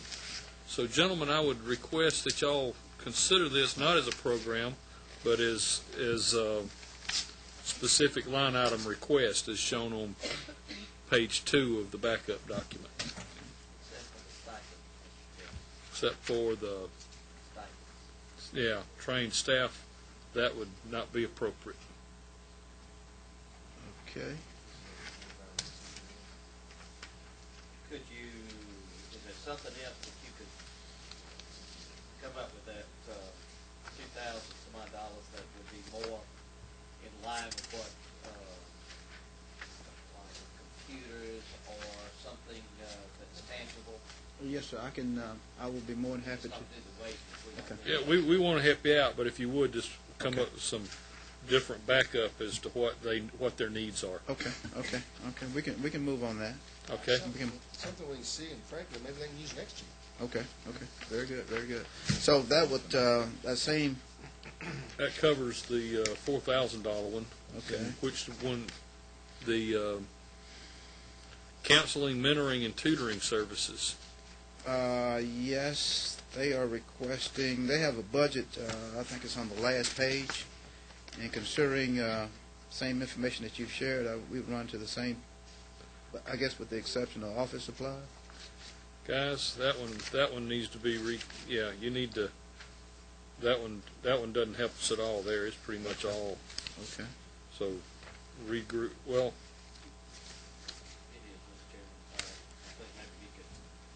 Rework that one. Let's just hold off on grading that one. Okay. The third one, the East Augusta Community Development Corporation. $50,000. Yes, sir, but taking in consideration what you just shared with me about the stipends and the other items, there's a breakout of their requests on the last page of this as well, page 5. Mm-hmm. The copier, and basically, I guess that would be the only, in the office supplies, those are the only 2 items that you would even consider. That's right. Okay. Honorariums, absolutely not. Okay. I always get a little nervous too, Mr. Chairman, on just the general use of supplies, because everybody has to have that. It's hard to say receipts for and things of this nature. I mean, some bigger ticket items like a copier. I mean, how many copies are they making for $2,000, especially on lease? You can purchase a nice one for that matter. That one needs to be regulated. Representative Murphy, I tell you what. I hate to do this to you. We've got the one that we've got graded here. Pass that one down to me, and we're going to have you come back in on these others. How about that? That'll work. Mr. Chairman, is it too late for me to provide you with one last request? We'll consider anything at this point in time. Okay. $325,000. Huh? You think it'll work? Is that what he's talking about? Is that the one you're handing us? Yes, sir. Oh, and this is $38,000. Yeah, that's simply for we have a mosquito problem in Richmond County. These are tabled. Good. Hand me, if y'all would, these are the ones we just graded. Pass down the ones we just tabled. Hold on, that's the one he just handed you. No. That's the one Representative Reinders just handed. All right. Those are in the storage. Now we've got the one that you just handed us for $38,000. Yes, sir. That's simply to purchase a new truck and the associated equipment for mosquito control in Richmond County. Now that's a good project. A truck. And the supporting equipment. The price tag on the truck is $19,500, and total package for the trailer is $18,500. So,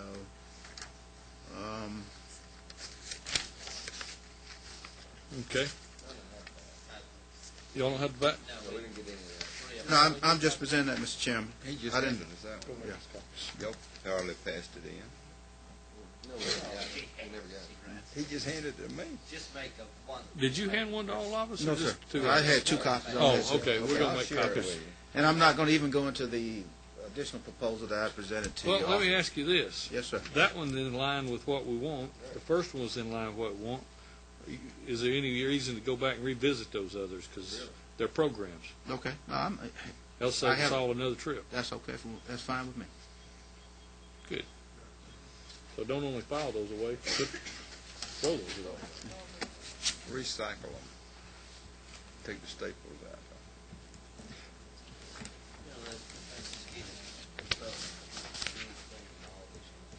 Well, it's a big health issue. The only trouble is, you go out there and spray, and the good wind comes in from outside the county, and it's all thrown away. But then you don't get that spraying out there, you can't. No, that's what I'm saying. Mosquitoes are blown in outside the county into the city. You just, what do? We just... You get bit. We just get bit. We are immune to it.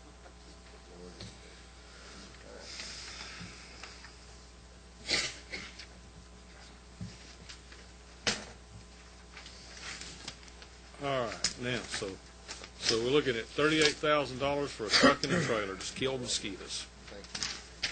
Yes, sir.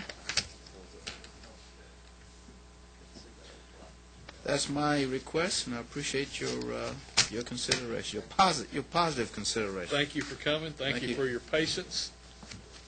Thank you. And after 50, I think we're calling this meeting adjourned. Oh, yeah. Oh. Ed, go ahead. 51. I'm on there, too. All right. Well, okay. Oh, yeah. Yeah, I do want to do that one. Just accept them and be done with it. That's the best way to do it. Here's, y'all pass that one Is there down. a simple request in the amount of $246,000, Mr. Chairman? If y'all would, bear with me on this one. This is a, Creative Enterprises is a group in Lawrenceville, which is my town. Representative Shelton did not have a request.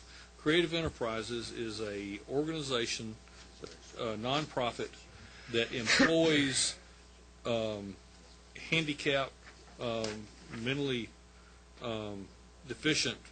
What is this? It's a nonprofit private entity. That it takes people that would be under state care and puts them to work and pays them a salary to do it. Is this one really yours? And it's low project. It's mine. I like it too. Thank you. I've just been waiting on that one.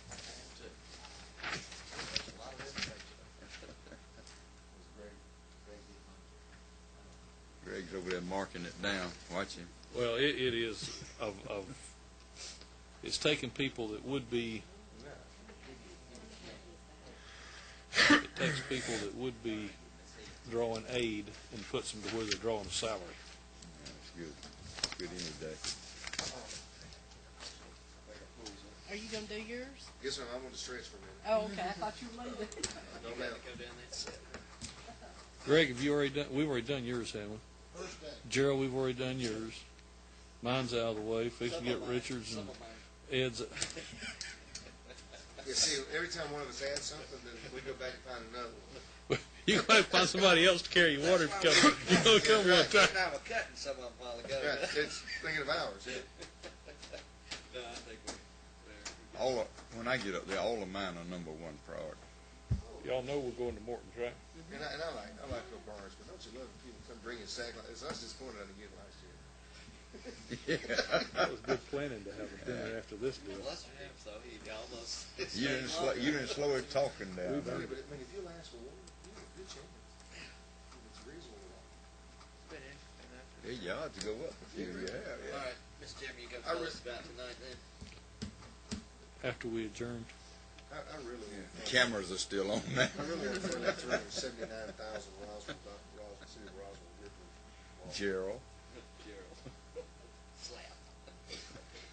I was wondering if we were going to meet again tonight. Yeah.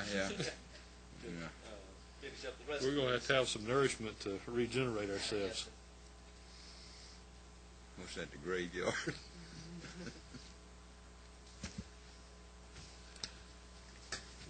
Move due fast. Harry Geisinger's group. Yeah, I'm gonna do mine. Harry Geisinger's group left us with some CDs. The Star House. Now, which property that? Oh, all right. Mr. Chairman, how many have we completed now? I mean, kind of gone through now. Not just today, but about 100. We did. We had about 60 before, I think, and then we've done 50 today, so it's 110. So you're thinking maybe next week we'll do some more? I'm hoping next week we wrap it up. Please do not do it on Tuesday. Ms. Rebecca, Yes, sir. this doesn't have the one that you were just about to hand out. The big one. Oh, Elizabeth. You could consider on Wednesday maybe that would. Well, after we've heard them all, we're going to have to. Eileen's going to give us a spreadsheet on tallying them all up, and then we got to go through and figure out. I can't see. Yeah. I got 5. No, before we all started, maybe I missed it. I've got 5. But you're saying we'll actually go through the whole process of everyone, the interviews. No, it's under my bottom one. I'm sorry, Ms. Rebecca. But we might have a meeting this evening to discuss methods of Madness. tabulating. Yeah. Scoring. Yes. Further scoring. Yeah. Evaluation. Yes. Mr. Chairman. Grading. Great. All right, Mr. Chairman. Mr. Reiners, take it away. Thank you so much. All of my communities are very important. I'll be as quick as I possibly can.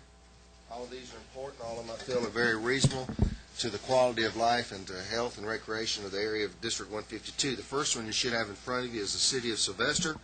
This is turnout gear for 11 firefighters at the cost of $13,200. The City of Sylvester made other numerous requests, but I felt like in the interest of public safety, this was certainly the most reasonable. Next, the City of Leesburg, the Lee County Library. They're looking to add a program. I told them we don't do programs. Part of that program, however, was computers that they're going to have there, and that's in the amount of $10,000 for the library there. The City of Smithville, this is a very small city in the northern part of Lee County. They want 5 computers, 1 fax machine, 3 phone lines. That adds up to $5,800, and they would be certainly very appreciative. Representative Hanner is in support of this project as well in the amount of $5,800. The City of Poland are making park improvements to the area there. This is an area that's kind of cash-strapped over. I always thought that was Pooland. It's Poland.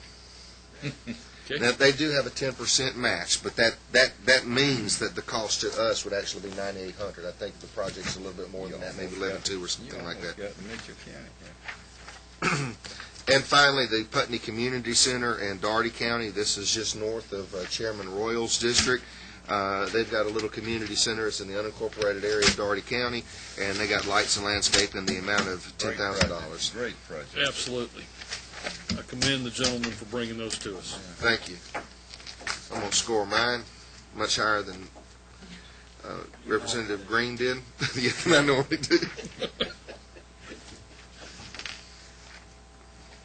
And I don't know, but I want to say, y'all, it comes out to probably 48, something like that, total. Yeah.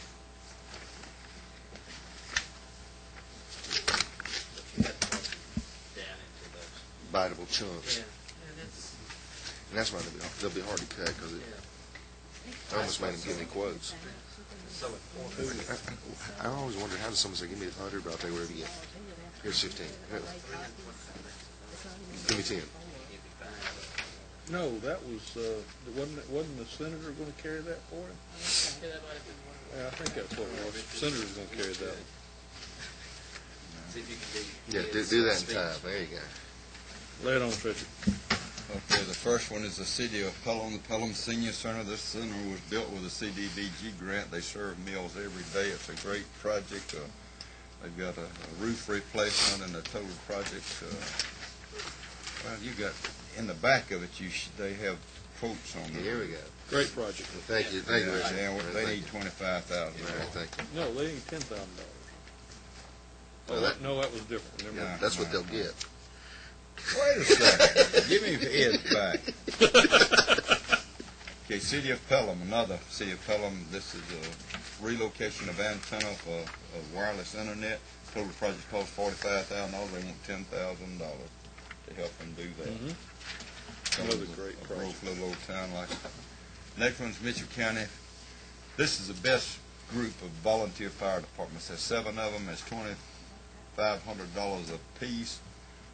They saved me $400 on my insurance bill this year by lowering my Is this the ISO jaws of rating. life and breathing kits? It's all kind of equipment. Every one of them needed. And Mitchell County did a splost here 2 years ago and bought them all a $100,000 fire truck. They do a great job. All right. They bought them different. We will, eventually there'll be a breakdown other than Oh, yeah, just yeah, buy I can equipment. get Yeah. that. But don't slow down. Okay, City of Camilla, they're doing a wayside park. They're going to spend $55,000. They've requested $25,000. This is on Georgia 300, and they want to sort of do a little welcome center there. Colquitt County Board of Education, the Hamilton Elementary School, they have a big outdoor program every year where they honor the veterans, and they want $3,000 to help go with their $5,000 to build an outdoor shelter for that on inclement days. The last one's the Bay Volunteer Fire Department. They're building an additional building for housing the fire trucks. They spent $7,000, which they borrowed. They want $8,000 to go with the $7,000. They'll still owe the $7,000 to complete that housing unit. All right. Excellent presentation. Thank you for bringing them to us. Does the committee have any other business to cover today? This meeting is adjourned.